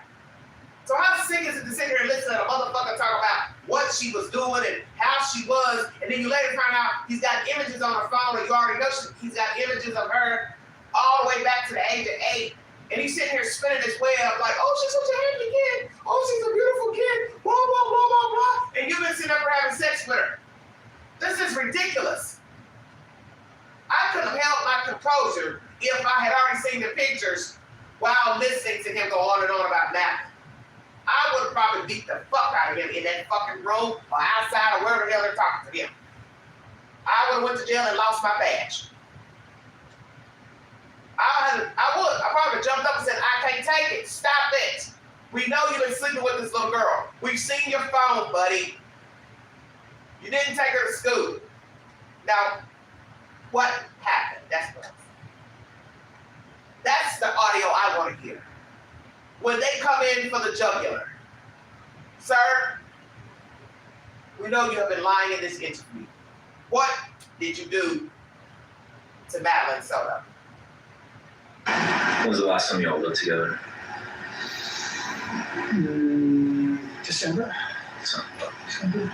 I think that the reason was for your parents down there. Yeah, going down to help them because they're getting on in age and they're making their end of life plans and they need someone to help out. Can you lock the phone? Sure. I have a question. Sorry, are you guys done? The other detective mentioned that you did not have your phone yesterday. Correct. Tell me about that. I left my phone at home in the morning too. I was so busy riding her to the door on time that I left my phone. She left her phone. She both left their phones. Did you have your phone when you went to the smoke shop? not the first time after I dropped her off, I was still without it. Don't you think this is the point where the detectives are all looking at each other like, what are the odds that both of them leave the house and forget their phone? And now she's missing. Hello? Shall we play Hannibal Lecter? Hello, Clarice. Say welcome, everybody. Just imagine being a fly on the wall while he's talking in this interrogation. Oh, you forgot your phone? Yes, I did. Oh, she forgot her phone? Yes, she forgot her phone too. So now we're getting ready to go to the smoke shop. So you know what she's going to say? Well, then how did you talk to Jennifer if you didn't have your phone? I got my phone and went back to the smoke shop. Okay. Later when I got home. And then I also noticed, I was checking your call history. I noticed that you don't have anything before this morning. Is that unusual on your phone? No, it's a new phone. Stupid. I went to do an update yesterday morning, and I don't know. Pardon me. I don't know what the heck I did, but somehow during the massive OS update, I managed to factory reset my phone and lose all of my contacts, all my information. Mm-hmm. Ding, ding, ding, ding, ding. Woo! Red flag. System update. The morning the child goes missing. Leave your phone at home. Same day she goes missing. She leaves her phone at home. Same day she goes missing. Anybody paying attention? They're living and all of that. It's circumstantial, but it's relevant. Now you have no contacts in the phone. Why not? Oh, I did a system update and erased everything. I reset the factory. Just so happened to be same day you take the child out to school, but we now know she never made it to school. What time was that? Do you remember? Oh, sometime while I was hanging out with Jim might know. I looked at her and said, what did I just do? Okay. She might know better. I don't know what time it was. It was when I was here with Jim. I don't think I have any other questions. Do I don't know where my head was yesterday. It was so far up on that side. That's okay, we understand. In the meantime, while we're waiting for all this to get sorted out, I am gonna hold on to your phone, okay? I'll give it back to you when we're done. Okay? Do you have any questions for us? How long are you gonna need my phone? That's I'm not sure. I'm waiting for my supervisor to call me. my dad. It's just my dad's using that to get a hold of me and get updates. They can call Jess phone. Did the other? So now she's taking the phone, gonna do a dig in the phone. Don't know what all they already found out with other things. He's done a system update, but they have verified he didn't go the direction that he was supposed to be going in to take the child to McDonald's, school, blah, blah, blah. So at this point, we now learn she's getting ready to seize the phone. He needs the phone so his dad can get in contact with him. Now, the detective says, well, he can call your girlfriend. Is he worried at this point about the phone? He should be. He should have been. Why not? He knows what he's been doing on that phone. Google searches, other searches, pornography sites, searching for a certain type of drug. Downloads he's probably got on the phone. He didn't want them to see that, but he knew he couldn't tell them, no, you can't look at my phone. That's why he did a factory reset the morning of the child's disappearance. He knew exactly what he was doing. He was putting the ball in motion for what was yet to come, which is what's happening here in this interrogation. Detective, can you read his business card? I believe so. Okay, well here's mine, in case you want it for any reason. Okay. Okay? Do you swear that everything you told us is true? Yes. Oh, thank you so much. Thanks for your time. We appreciate it. I know it's a little hectic right now. Very nice officer. And then I know you were about to head somewhere. If you can just hang tight and refrain from going back in the car, please. Oh, yeah, that's fine. I was actually going to move it over a spot. No, just leave it here. It's fine. Thank you. Case number 24-11313. Today's date is February 28th. Next part of the interview, February 28th, next day. 2 days later, I'm too sorry, after the girl goes missing. She was found 5 days later, Madeline Soto. I asked the chat, will his defense be that Jen killed Maddie who disposed her body? Only. Yes, 44%, 27% says no, 27% of you not sure, 18 votes. Did she kill her child? Or did she find out after the death? He had to tell her, had to confess, begged her, please, don't say anything. I love you. I didn't mean to do it. How did it go? Did he kill her on the 25th, that Sunday, or the 26th in the wee hours? Or school morning? Did they take a dead child out and put her in a car? The dog hid on the back door of Jennifer's car. That is on the video feed. Please check my channel community page for the update. The dog hid on the back door. Bart sat down. Is it because the child's been in the backseat of the car? But we learned that allegedly he took her in his car on this death ride, literally. She's already dead.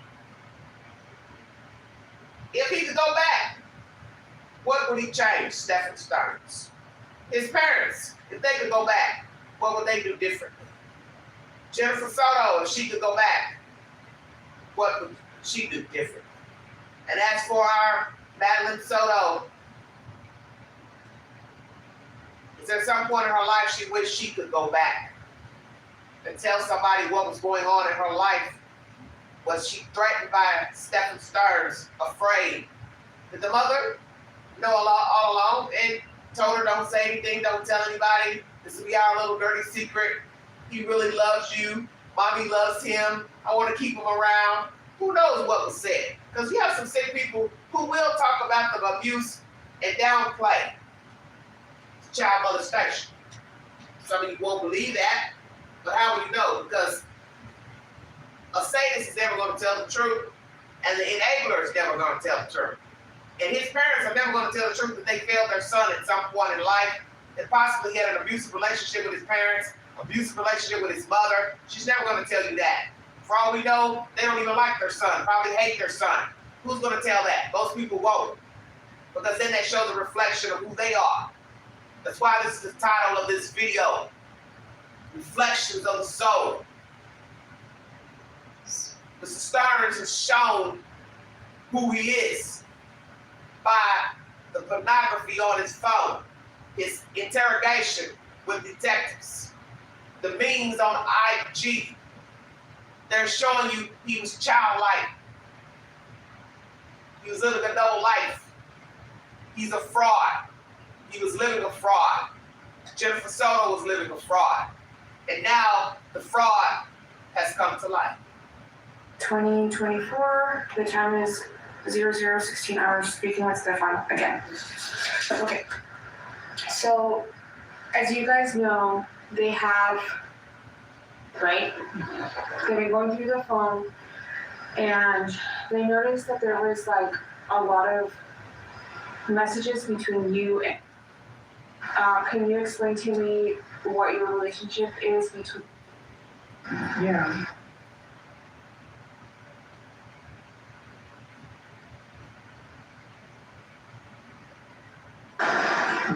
Mostly things like when you're gonna call us, when you're gonna come up here and visit, your poopy head get online, things like that. Okay. Sorry, I don't mean to cut you off. Your phone. I told you that I was gonna hold on to it, and that. So they were texting back and forth. I'm assuming, I don't know if she's talking about him and the child or what.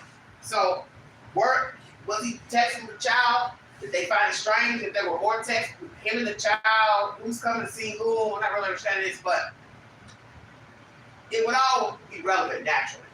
If they were saying anything that seemed a bit suspicious of him texting the child more than normal, the tone perhaps perceived in the text messages, we will see. We would like to download your phone, right? Okay. Is this something that I have your consent to do, or do I need to get a search warrant for your phone? It should be fine. You're okay with us going through your phone? Yeah. Okay, can I have the PIN to your phone? 42586.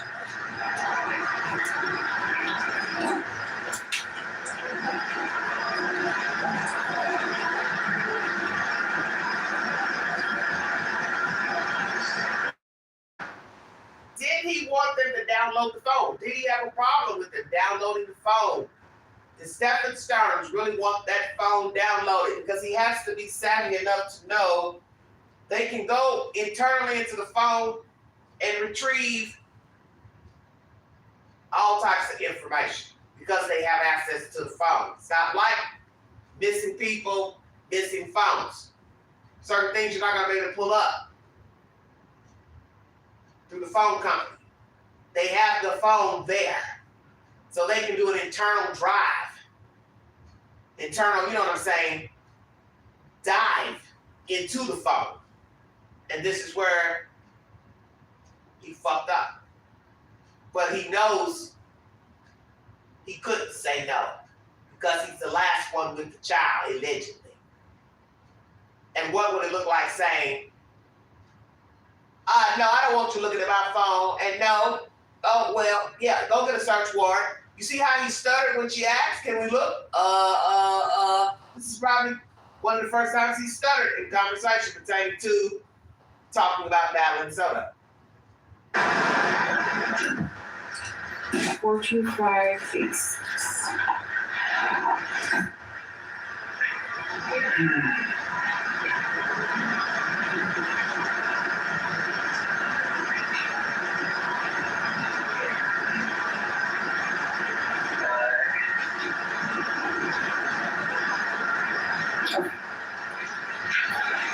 Thank you so much.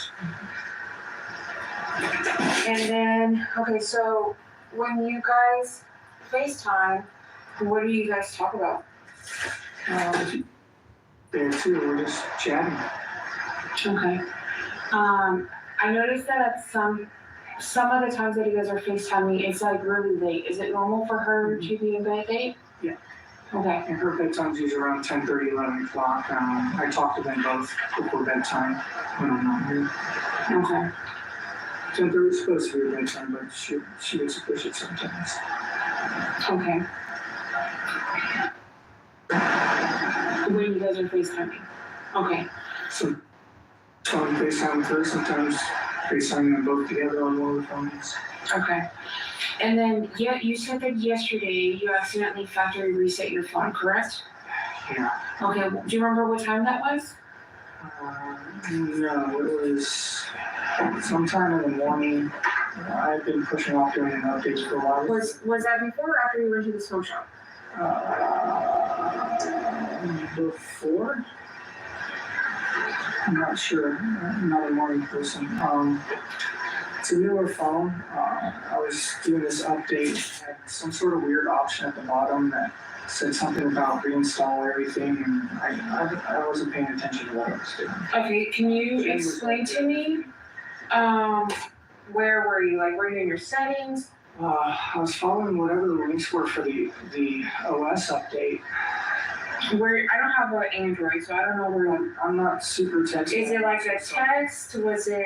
It was a push notification that came in at the top that I had just been ignoring. Oh, like up here. Yeah. Okay. And then it was a.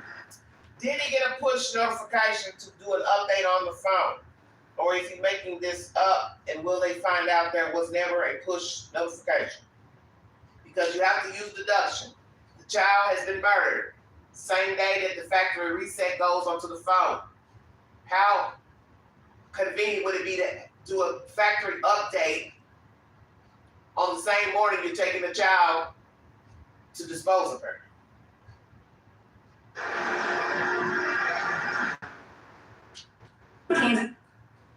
Brief intermission. Thank you for joining me. Long-winded live. Interrogation of Stephen Sterns. We are taking a look into the soul of a child molester. Excuse me, to get it out.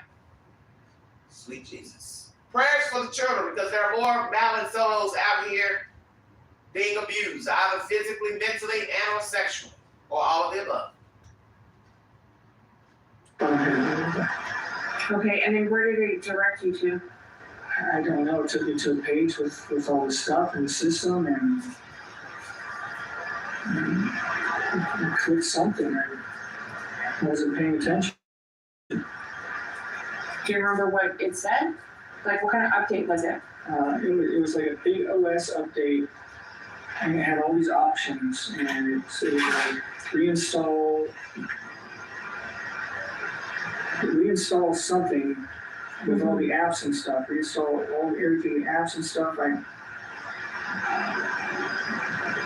don't know exactly what it said. I pushed it, and it started doing the update, and then it turned into some sort of reset or something. I'm not sure how I did that. Okay. I was half asleep. And then when you came back to get your key fob, what did you do when you got here? Ran inside, got the key fob, ran back out again. Okay, where did you park? Right up here, I think. Okay. How long would you say you were inside your apartment for? Literally long enough to run in, grab the fob, and come back out. So. Okay, and then what did you do? What did you do when you came back up? Got back in the car and went back on the morning mission. Okay. The camera has you in the complex for 12 minutes. Mm-hmm. Does that seem about right? Yeah, coming into the complex, driving around, parking, getting the fob, coming back out. Sounds about right. Okay. And then you leave, what time would you say you dropped her off at the school? Or not at the school, but in the area? My estimate was sometime between 8:20 and 8:40. Okay, the camera has you leaving the complex at 8:31. 8:31, okay, so it must have been closer to 8:40 then. Okay, and then after you dropped her off, did you go directly to the smoke shop? I did, I went directly to the smoke shop. Waited, it was supposed to be open, but it wasn't. I waited a little while, sit there just being slow about turning on the open sign. It worked, so I went home at that point. How long do you think you waited? 5-10 minutes maybe. Okay, so if you drop her off at like 8:40, how far is the smoke shop from there to where you dropped her off? I'm not sure. I'm not sure how many minutes I've gone. Did you go anywhere else after the smoke shop? I don't know. I don't think I went anywhere specific. I was just driving probably in the direction of home. But I don't remember stopping anywhere specifically. And you were there for 5 to 10 minutes? Around about, I think. Okay, so like let's say you dropped her off at 8:40. We don't see your car coming back south until 10 o'clock in the morning. Mm-hmm. So what are you doing between 8:40 and 10 o'clock? Cruising around a little bit. Okay, but I asked you earlier, like what you were doing, and you said you were there for like 5 or 10 minutes, and then you came back home. Yeah, well, I went to the smoke shop, like I said. I may have been meandering around the area, but I made my way home.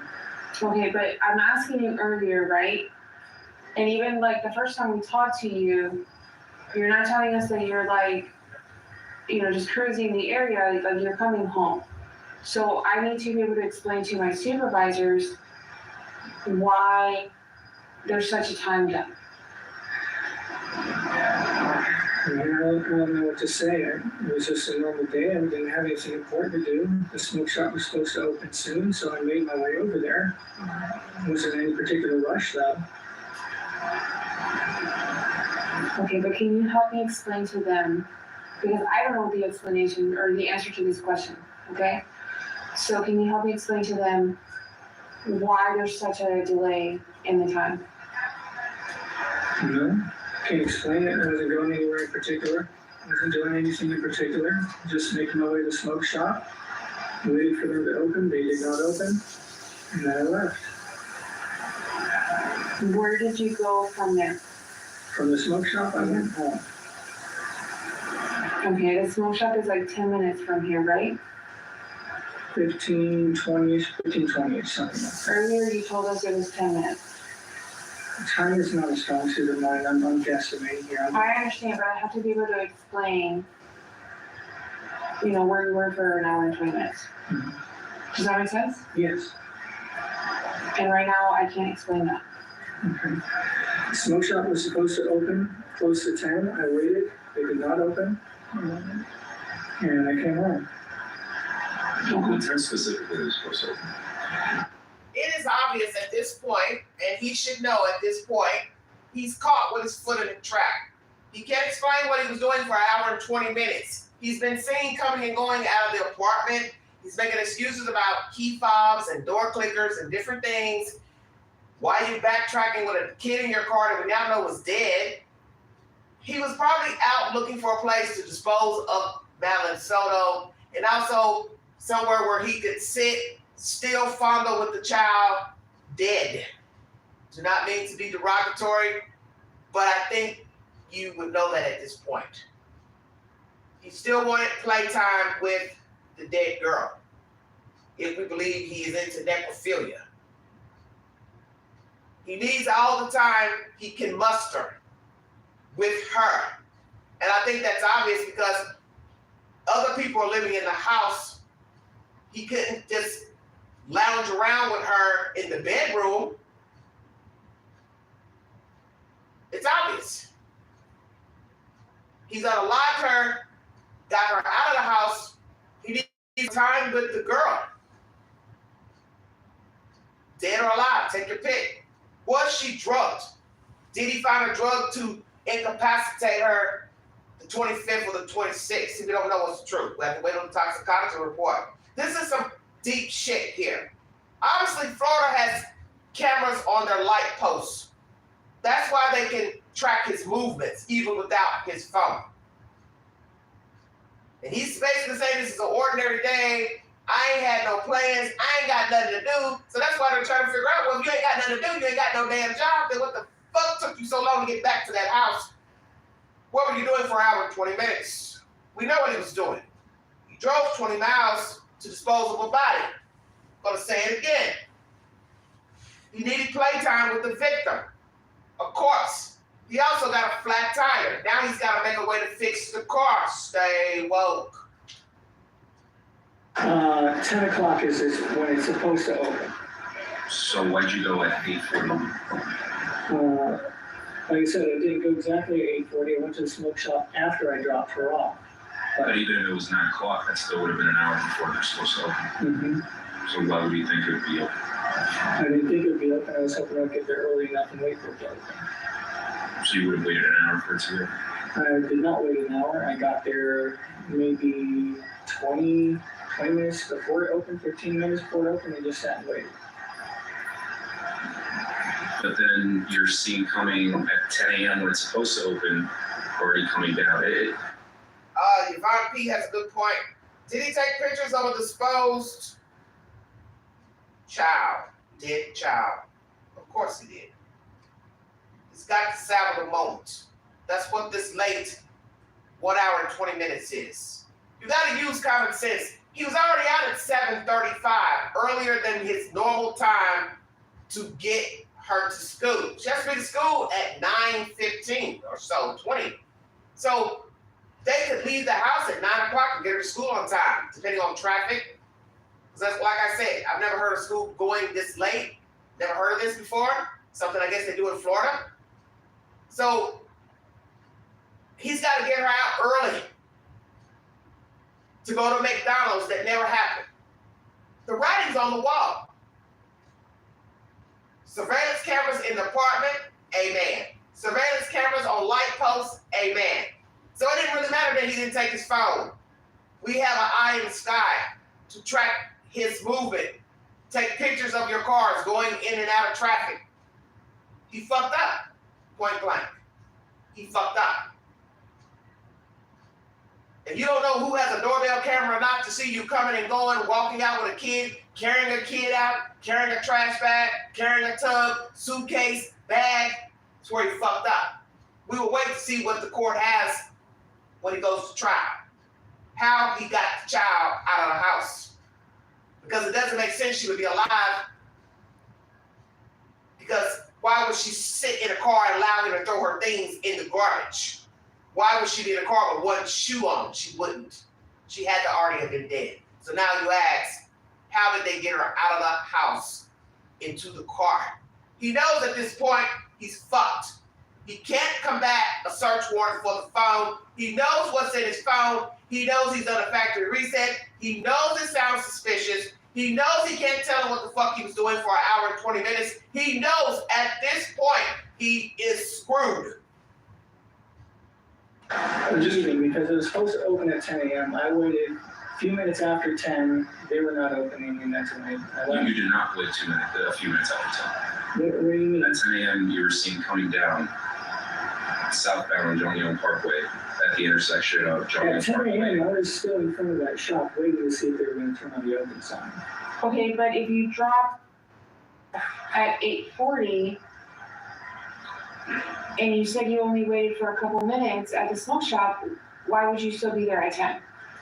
I waited to see if it would open, and they did not open. We got that part, but you said you were there for a couple of minutes. Mm-hmm. And then you said you were there after a couple minutes after 10. So that's It doesn't make doesn't make sense. sense. I apologize for that. I'm trying to help you out the best that I can, but Right, so like, if you drop her off around 8:40, let's say, give or take 10 minutes, you make it to the shop around 9, the smoke shop, and you sit there and wait for a couple minutes for it to open. You said you waited for maybe 5 or 10 minutes, right? Does it make sense that you're still there at 10 o'clock?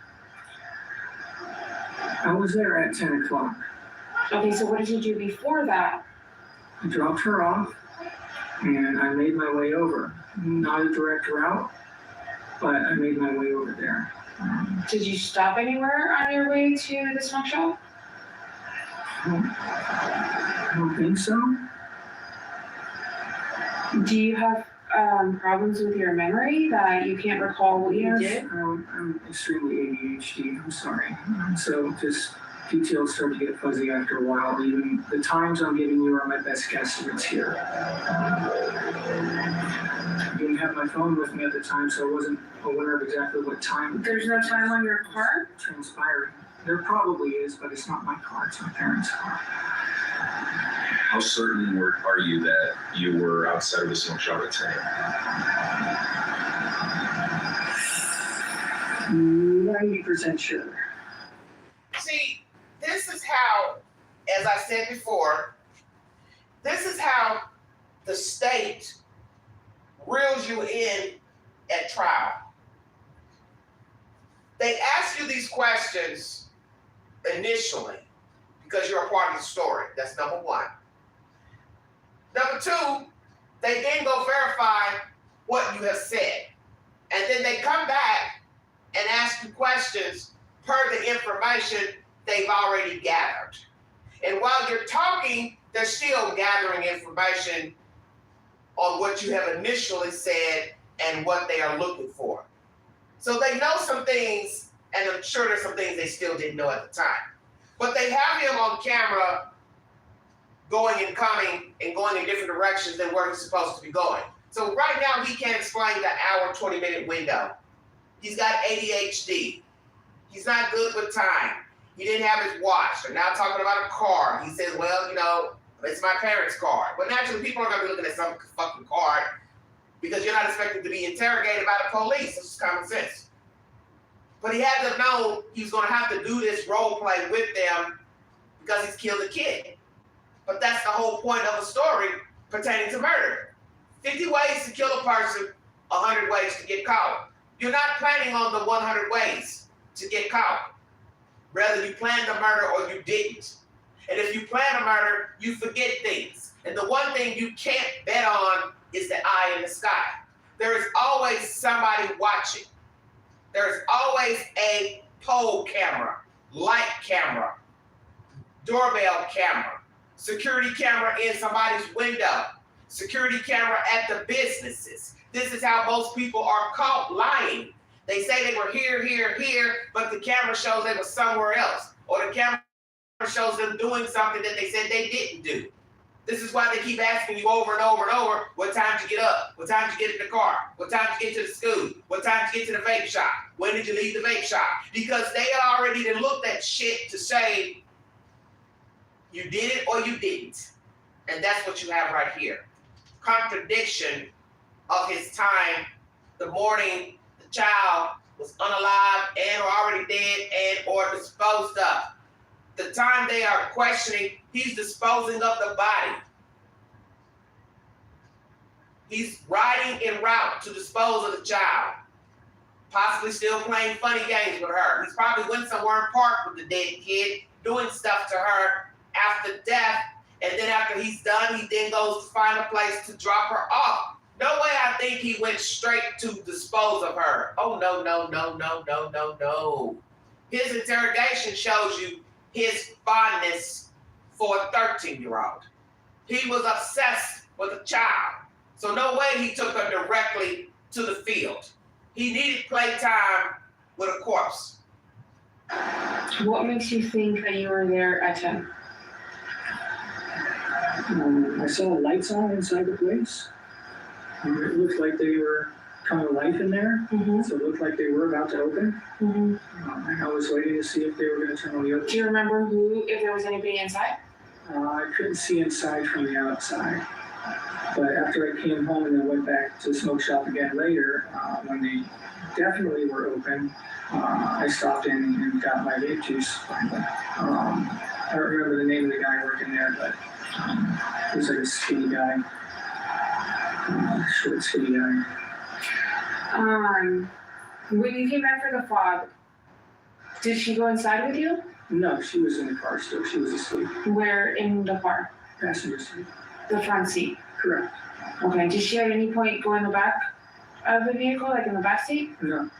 So she was in the front the whole time? Mm-hmm. Awake or asleep? She was asleep. Okay. She was confident. How was she positioned in the front seat? Leaned back in the seat, just kind of conked out, napping. Where was her head in relation to the seat? Against the seat, I think. Against it. Just. Was the seat leaning back or? The seat was leaning back. Yeah, she leaned the seat back so that she could recline. Okay.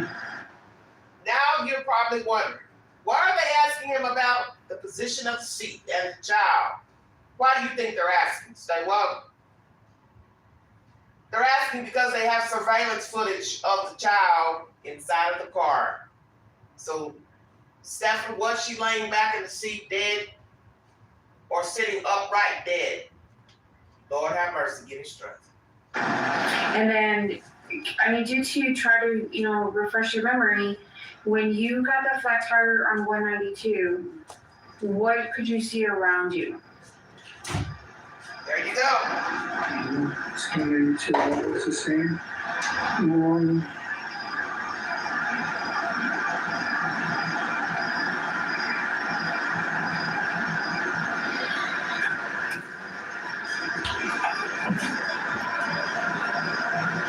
I'm so sorry, I'm drawing a blank as no specific businesses or names. Did you pull off to the side of the road to a business? I pulled off into a side plaza, like one of those little strips along the side.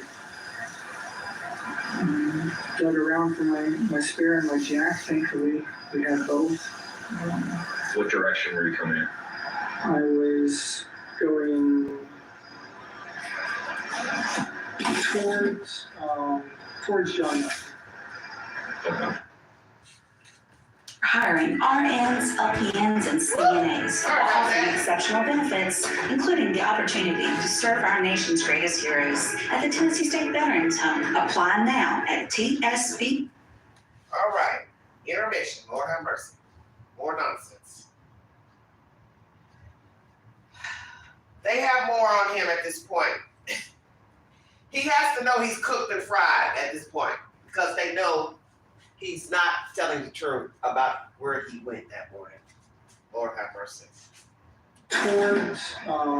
Towards John Knight. So,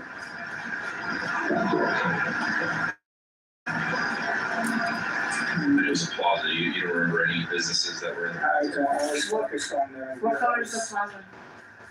I have no idea what color the plaza was. I'm sorry, didn't even register detail like that.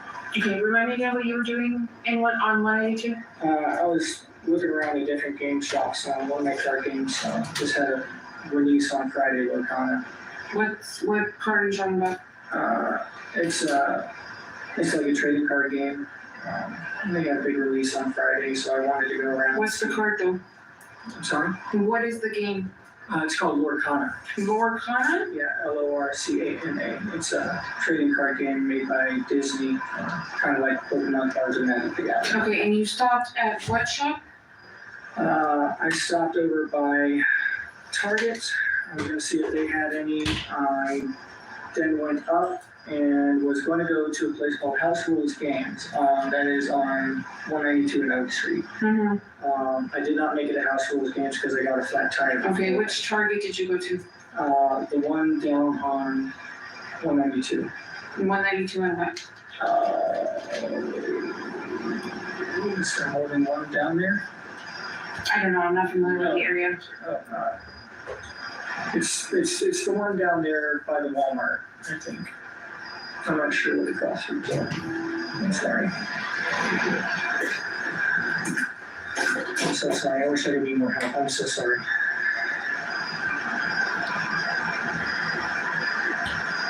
And how long were you changing your tire for? I'm not sure how long it took. I got back here by like 2:35, 2:40. All right, everybody. Oh, sorry about the sirens. You have to ask yourself what he's feeling at this moment while being interviewed. What is he feeling at this moment? What are they thinking at this moment? Because they already know something's not right with Mr. Sterns. The fact that he worked at Disney, perfect place for a pedophile to be near children, okay? Now we know there's all types of things you can do at Disney as a job. Technical, theatrics, gift shop workers, food concessions, so on and so forth. Then you have the business side of Disney. But it's interesting that he worked there. What did he do when he was there? Okay?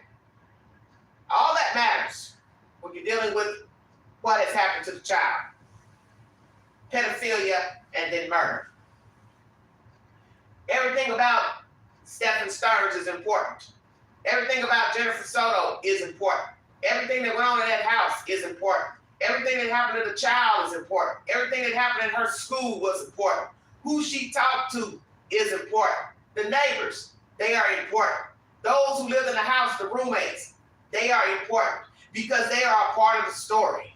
And it is obvious everybody turned a blind eye to Stephen Sterns and the behavior of Jennifer Soto.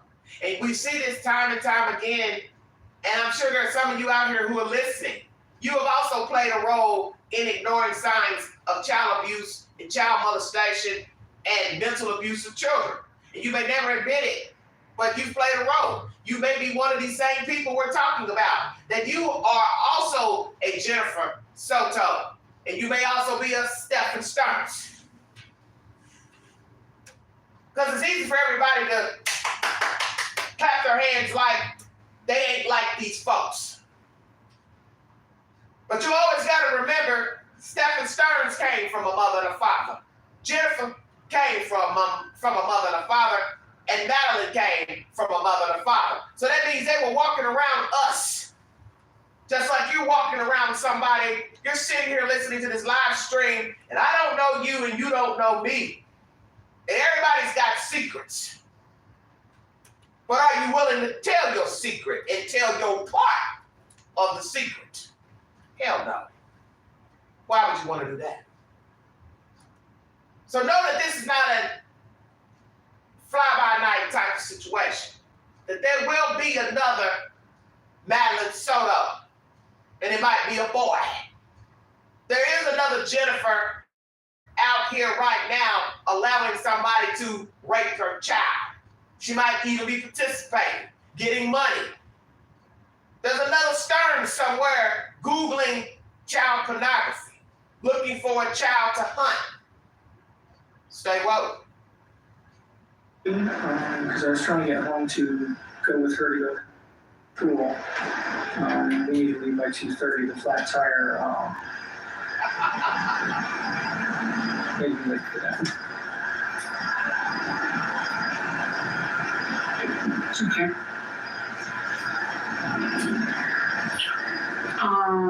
And there's absolutely nothing that you can remember about the plaza that you got the flat. No, I don't remember color. I mean, it's all just kind of brownish, I think, along there. And you said when you got your flat, you were heading towards JYP for 192. This is the part of the story that is the most interesting. Because he gets a flat tire and it's in the vicinity of the disposal of the child. This is also where Mr. Sterns fucked up the game. He got a flat tire. And this takes me back to the story I brought you a while ago of the little black girl who was killed out in the Midwest by her brother's father. She went to spend the night with the brother at the father's house. The man wasn't her father, but she wanted to go alone so bad with her brother, and she met death on that sleepover. And the girlfriend knew something was wrong because the child is standing on the curb with that man in the dark wee hours. Why? Then you tell the child, hey, you need to come up here and get back in the bed. You're too young to be hanging on the street at night. She said nothing. She said nothing.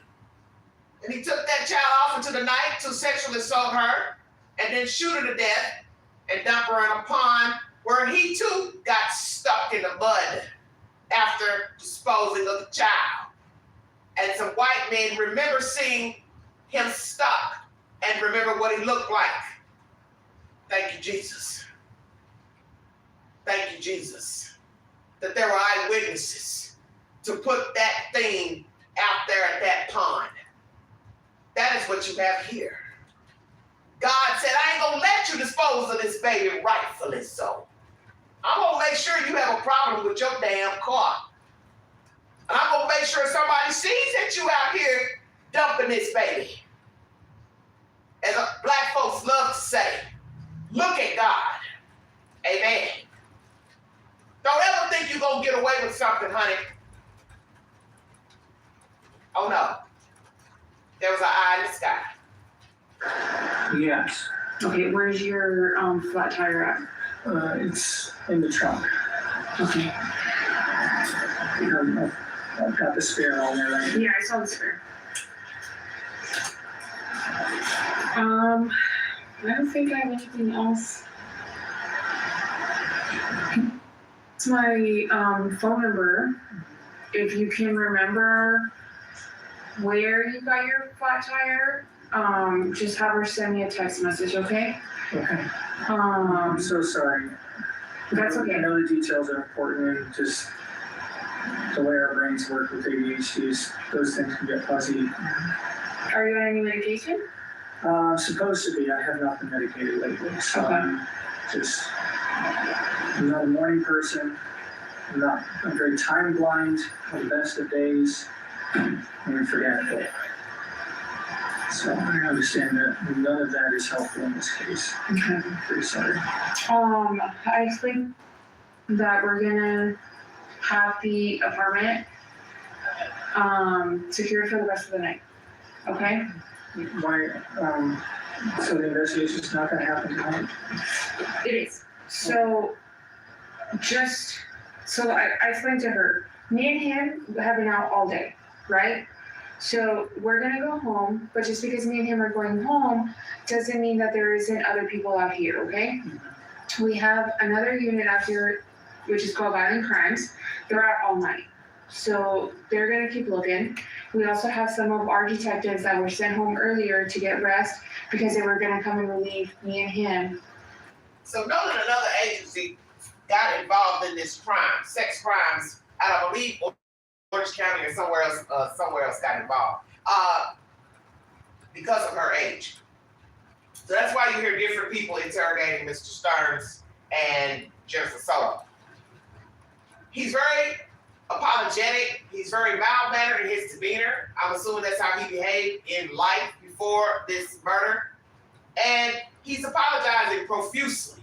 Sorry, I don't know anything. Sorry, I don't remember anything. Sorry, I'm ADHD. Sorry, it's bullshit because you're adamant about that vape store, but you ain't adamant about everything else. Because you didn't think what? They were going to find out that you weren't where you said you were? Come on, dude, you had to have known better. That's their job. Is to put you where you said you were and also put you where you said you weren't. Checkmate. That's their job. And he had to have known he was screwed at some point in this interview. And he had to have known when they told him he was seeing south and not north that he was screwed. So anything after that is just him role-playing father, but he had to have known he was a cooked goose.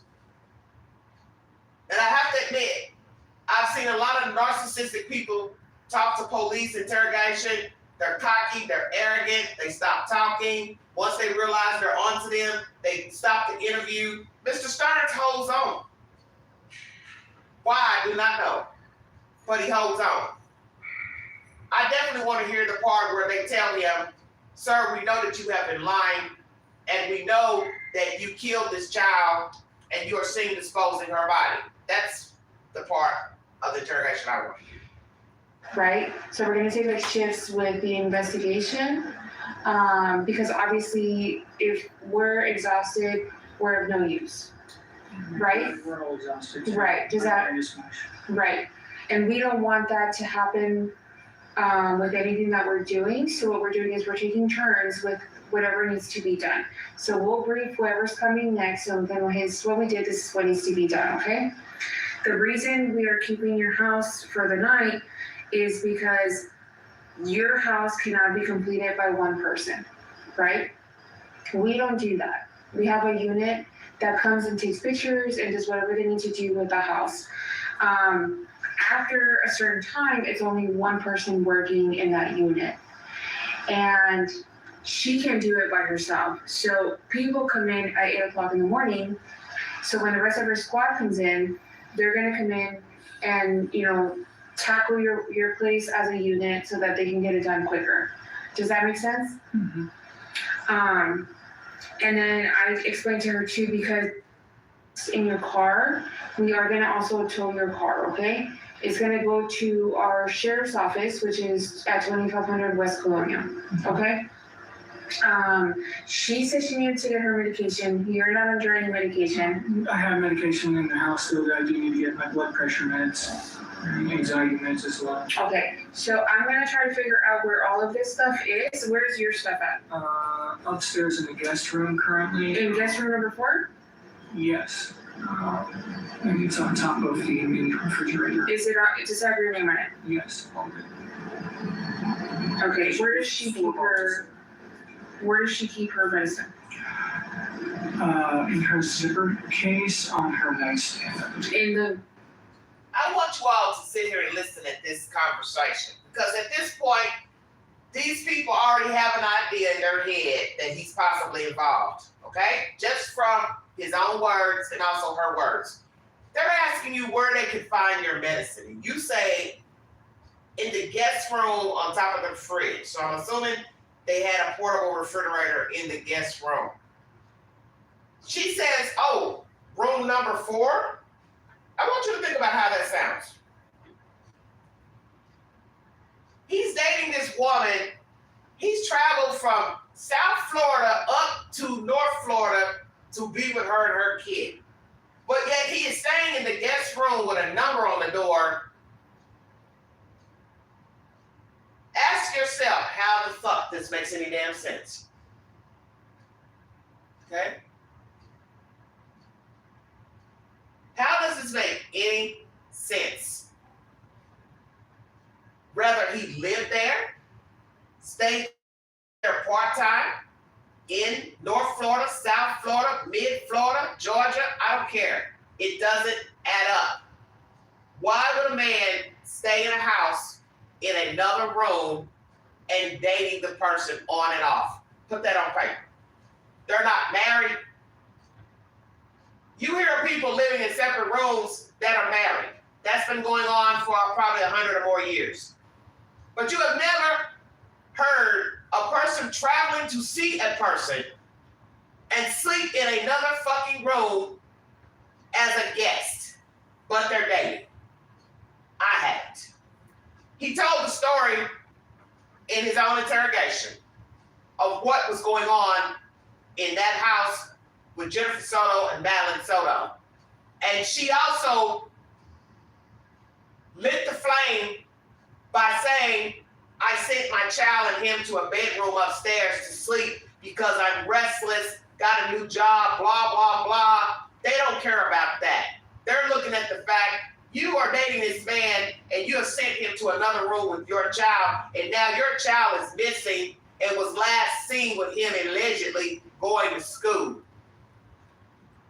They fucked themselves when they spun that story. Downstairs. Correct.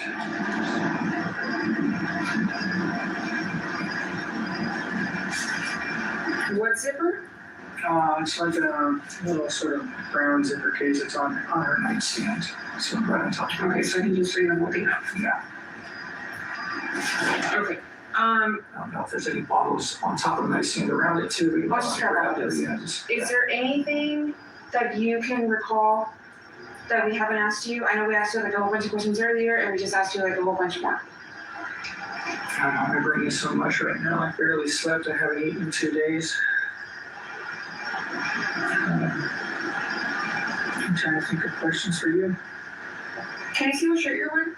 What's that? Can I see what shirt you're wearing? Okay. So, blue shirt. Okay.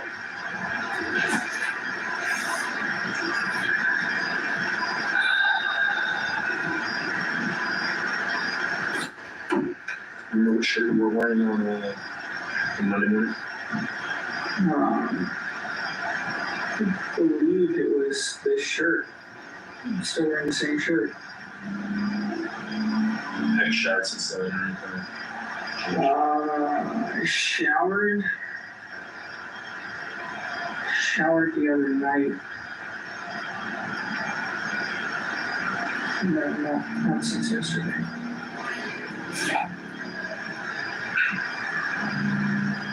Sorry, the hair is even still greasy.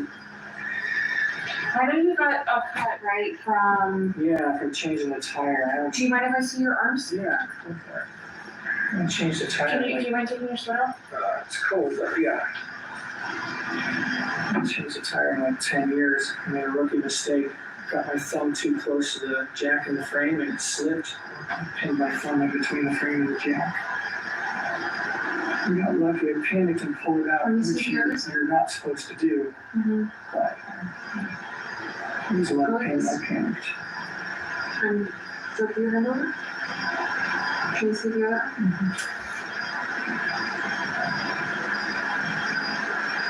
My parents used for tire ironing. Do you want to take a picture of the Yeah, you got? go for it. He steady trying to explain his wounds from messing up his thumb, changing the tire. He may have changed, he may have messed up his thumb because he hadn't, changed the tire in a while. I don't know what he did or didn't do. But they're checking him because they want to see if there are defensive marks on him from the victim, of course. Imagine that. And he's steady talking, while she's trying to check him out. They're asking about the color shirt, if it's a shirt he wore 2 days before. Very interesting. Mm-hmm. And then see if the flash works. Okay, can you go right this way?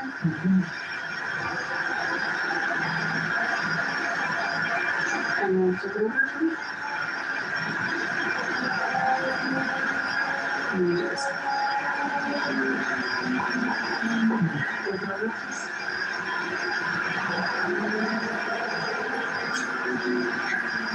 She good?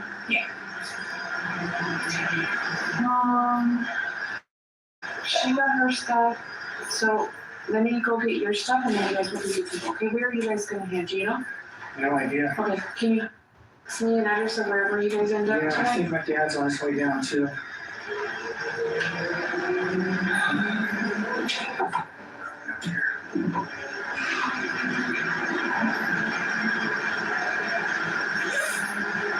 Okay. Let me just wrap up her pills and that's it. Okay? And then your phone, they're gonna work on it overnight, so you'll probably get it in the morning. Is that okay? Okay. Okay.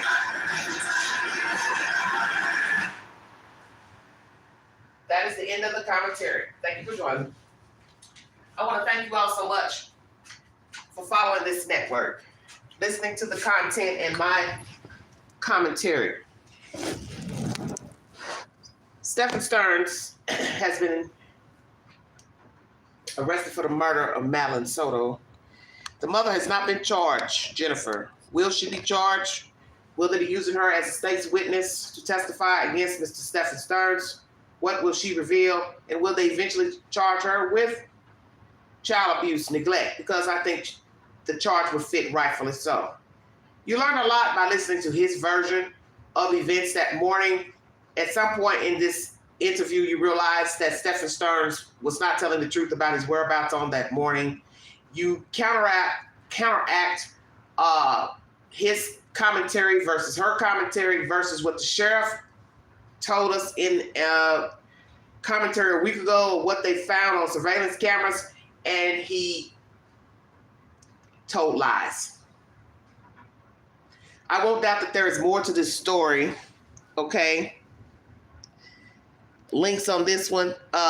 No, I can't. I'm streaming live from my phone right now, sweetheart. I did the link yesterday. Nobody wanted to come up to speak. But I will be doing the parents' interview tomorrow. I may drop the link tomorrow. The sick part of the story is the obvious. This lady parlayed her child. And she won't be the first, she won't be the last. This won't be the last time you'll hear of abuse of a child, sex assault of a child, deviant acts by a child molester. We have sick people out here. We have people who desire children for some sick reason. Why you can look at a child and see them as a sexual being, I don't understand it. But it's obvious this man was tainted as a child himself. So I won't doubt that he had some type of abuse as a child by his parents and or relatives, associates, neighbors. Somebody abused Stephen STERNS. Somebody probably abused Jennifer Soto. But when you become an adult, nobody gives a fuck because you have to navigate on your own and you have to stand account for what you do as an adult. So it doesn't matter that somebody beat you up, hurt you, physically abusive. Nobody's going to care once you become an adult. You decide to reenact those deviances out here on the public, then you're going to be handled accordingly, hopefully. Madeline didn't stand a chance. She didn't stand a chance with her mother. And that's a sad thing to say. But she's like so many stories. Obvious abuse, eyewitness to the abuse by others, and nobody did anything. And I've told you all 1,000 times on this live stream and content, stop watching people abuse children. Call 911. Do not waste your time with a DHS report and all that bullshit. Just call 911. You see a child out in the middle of the parking lot in a diaper, why are you calling DHS? Call 911. You know that somebody's taking care of a child that don't belong to them. You believe there's some hanky-panky. You believe there's hanky-panky going on between an adult and a child? You know somebody's beating a child, hurting a child, physically, mentally, call 911. Fuck it. What you got to lose? Nothing. I'm tired of hearing these stories. I'm tired of hearing people testify about these stories. I'm tired of people talking to the news about what they heard and what they saw, and they didn't do a damn thing. I'm tired of people telling me, or telling the news they call DHS. You got to bypass DHS because you got to wait for DHS to decide if they want to even open a case. Then they got to go out and reach the people, contact the people. Then if nobody open the door, they leave a card. Well, the child is still being abused while all this is transpiring. Call 911. Because if they're living in an apartment, a trailer, whatever, those cops are going to then go to the landlord and start asking questions. Hey, you know these people? Hey, any problems with them? Hey, we got a call about this. And then it'll get the ball rolling. Because that's the one thing the landlord don't want is the police to start showing up asking questions. That's why you call them, to get the ball rolling.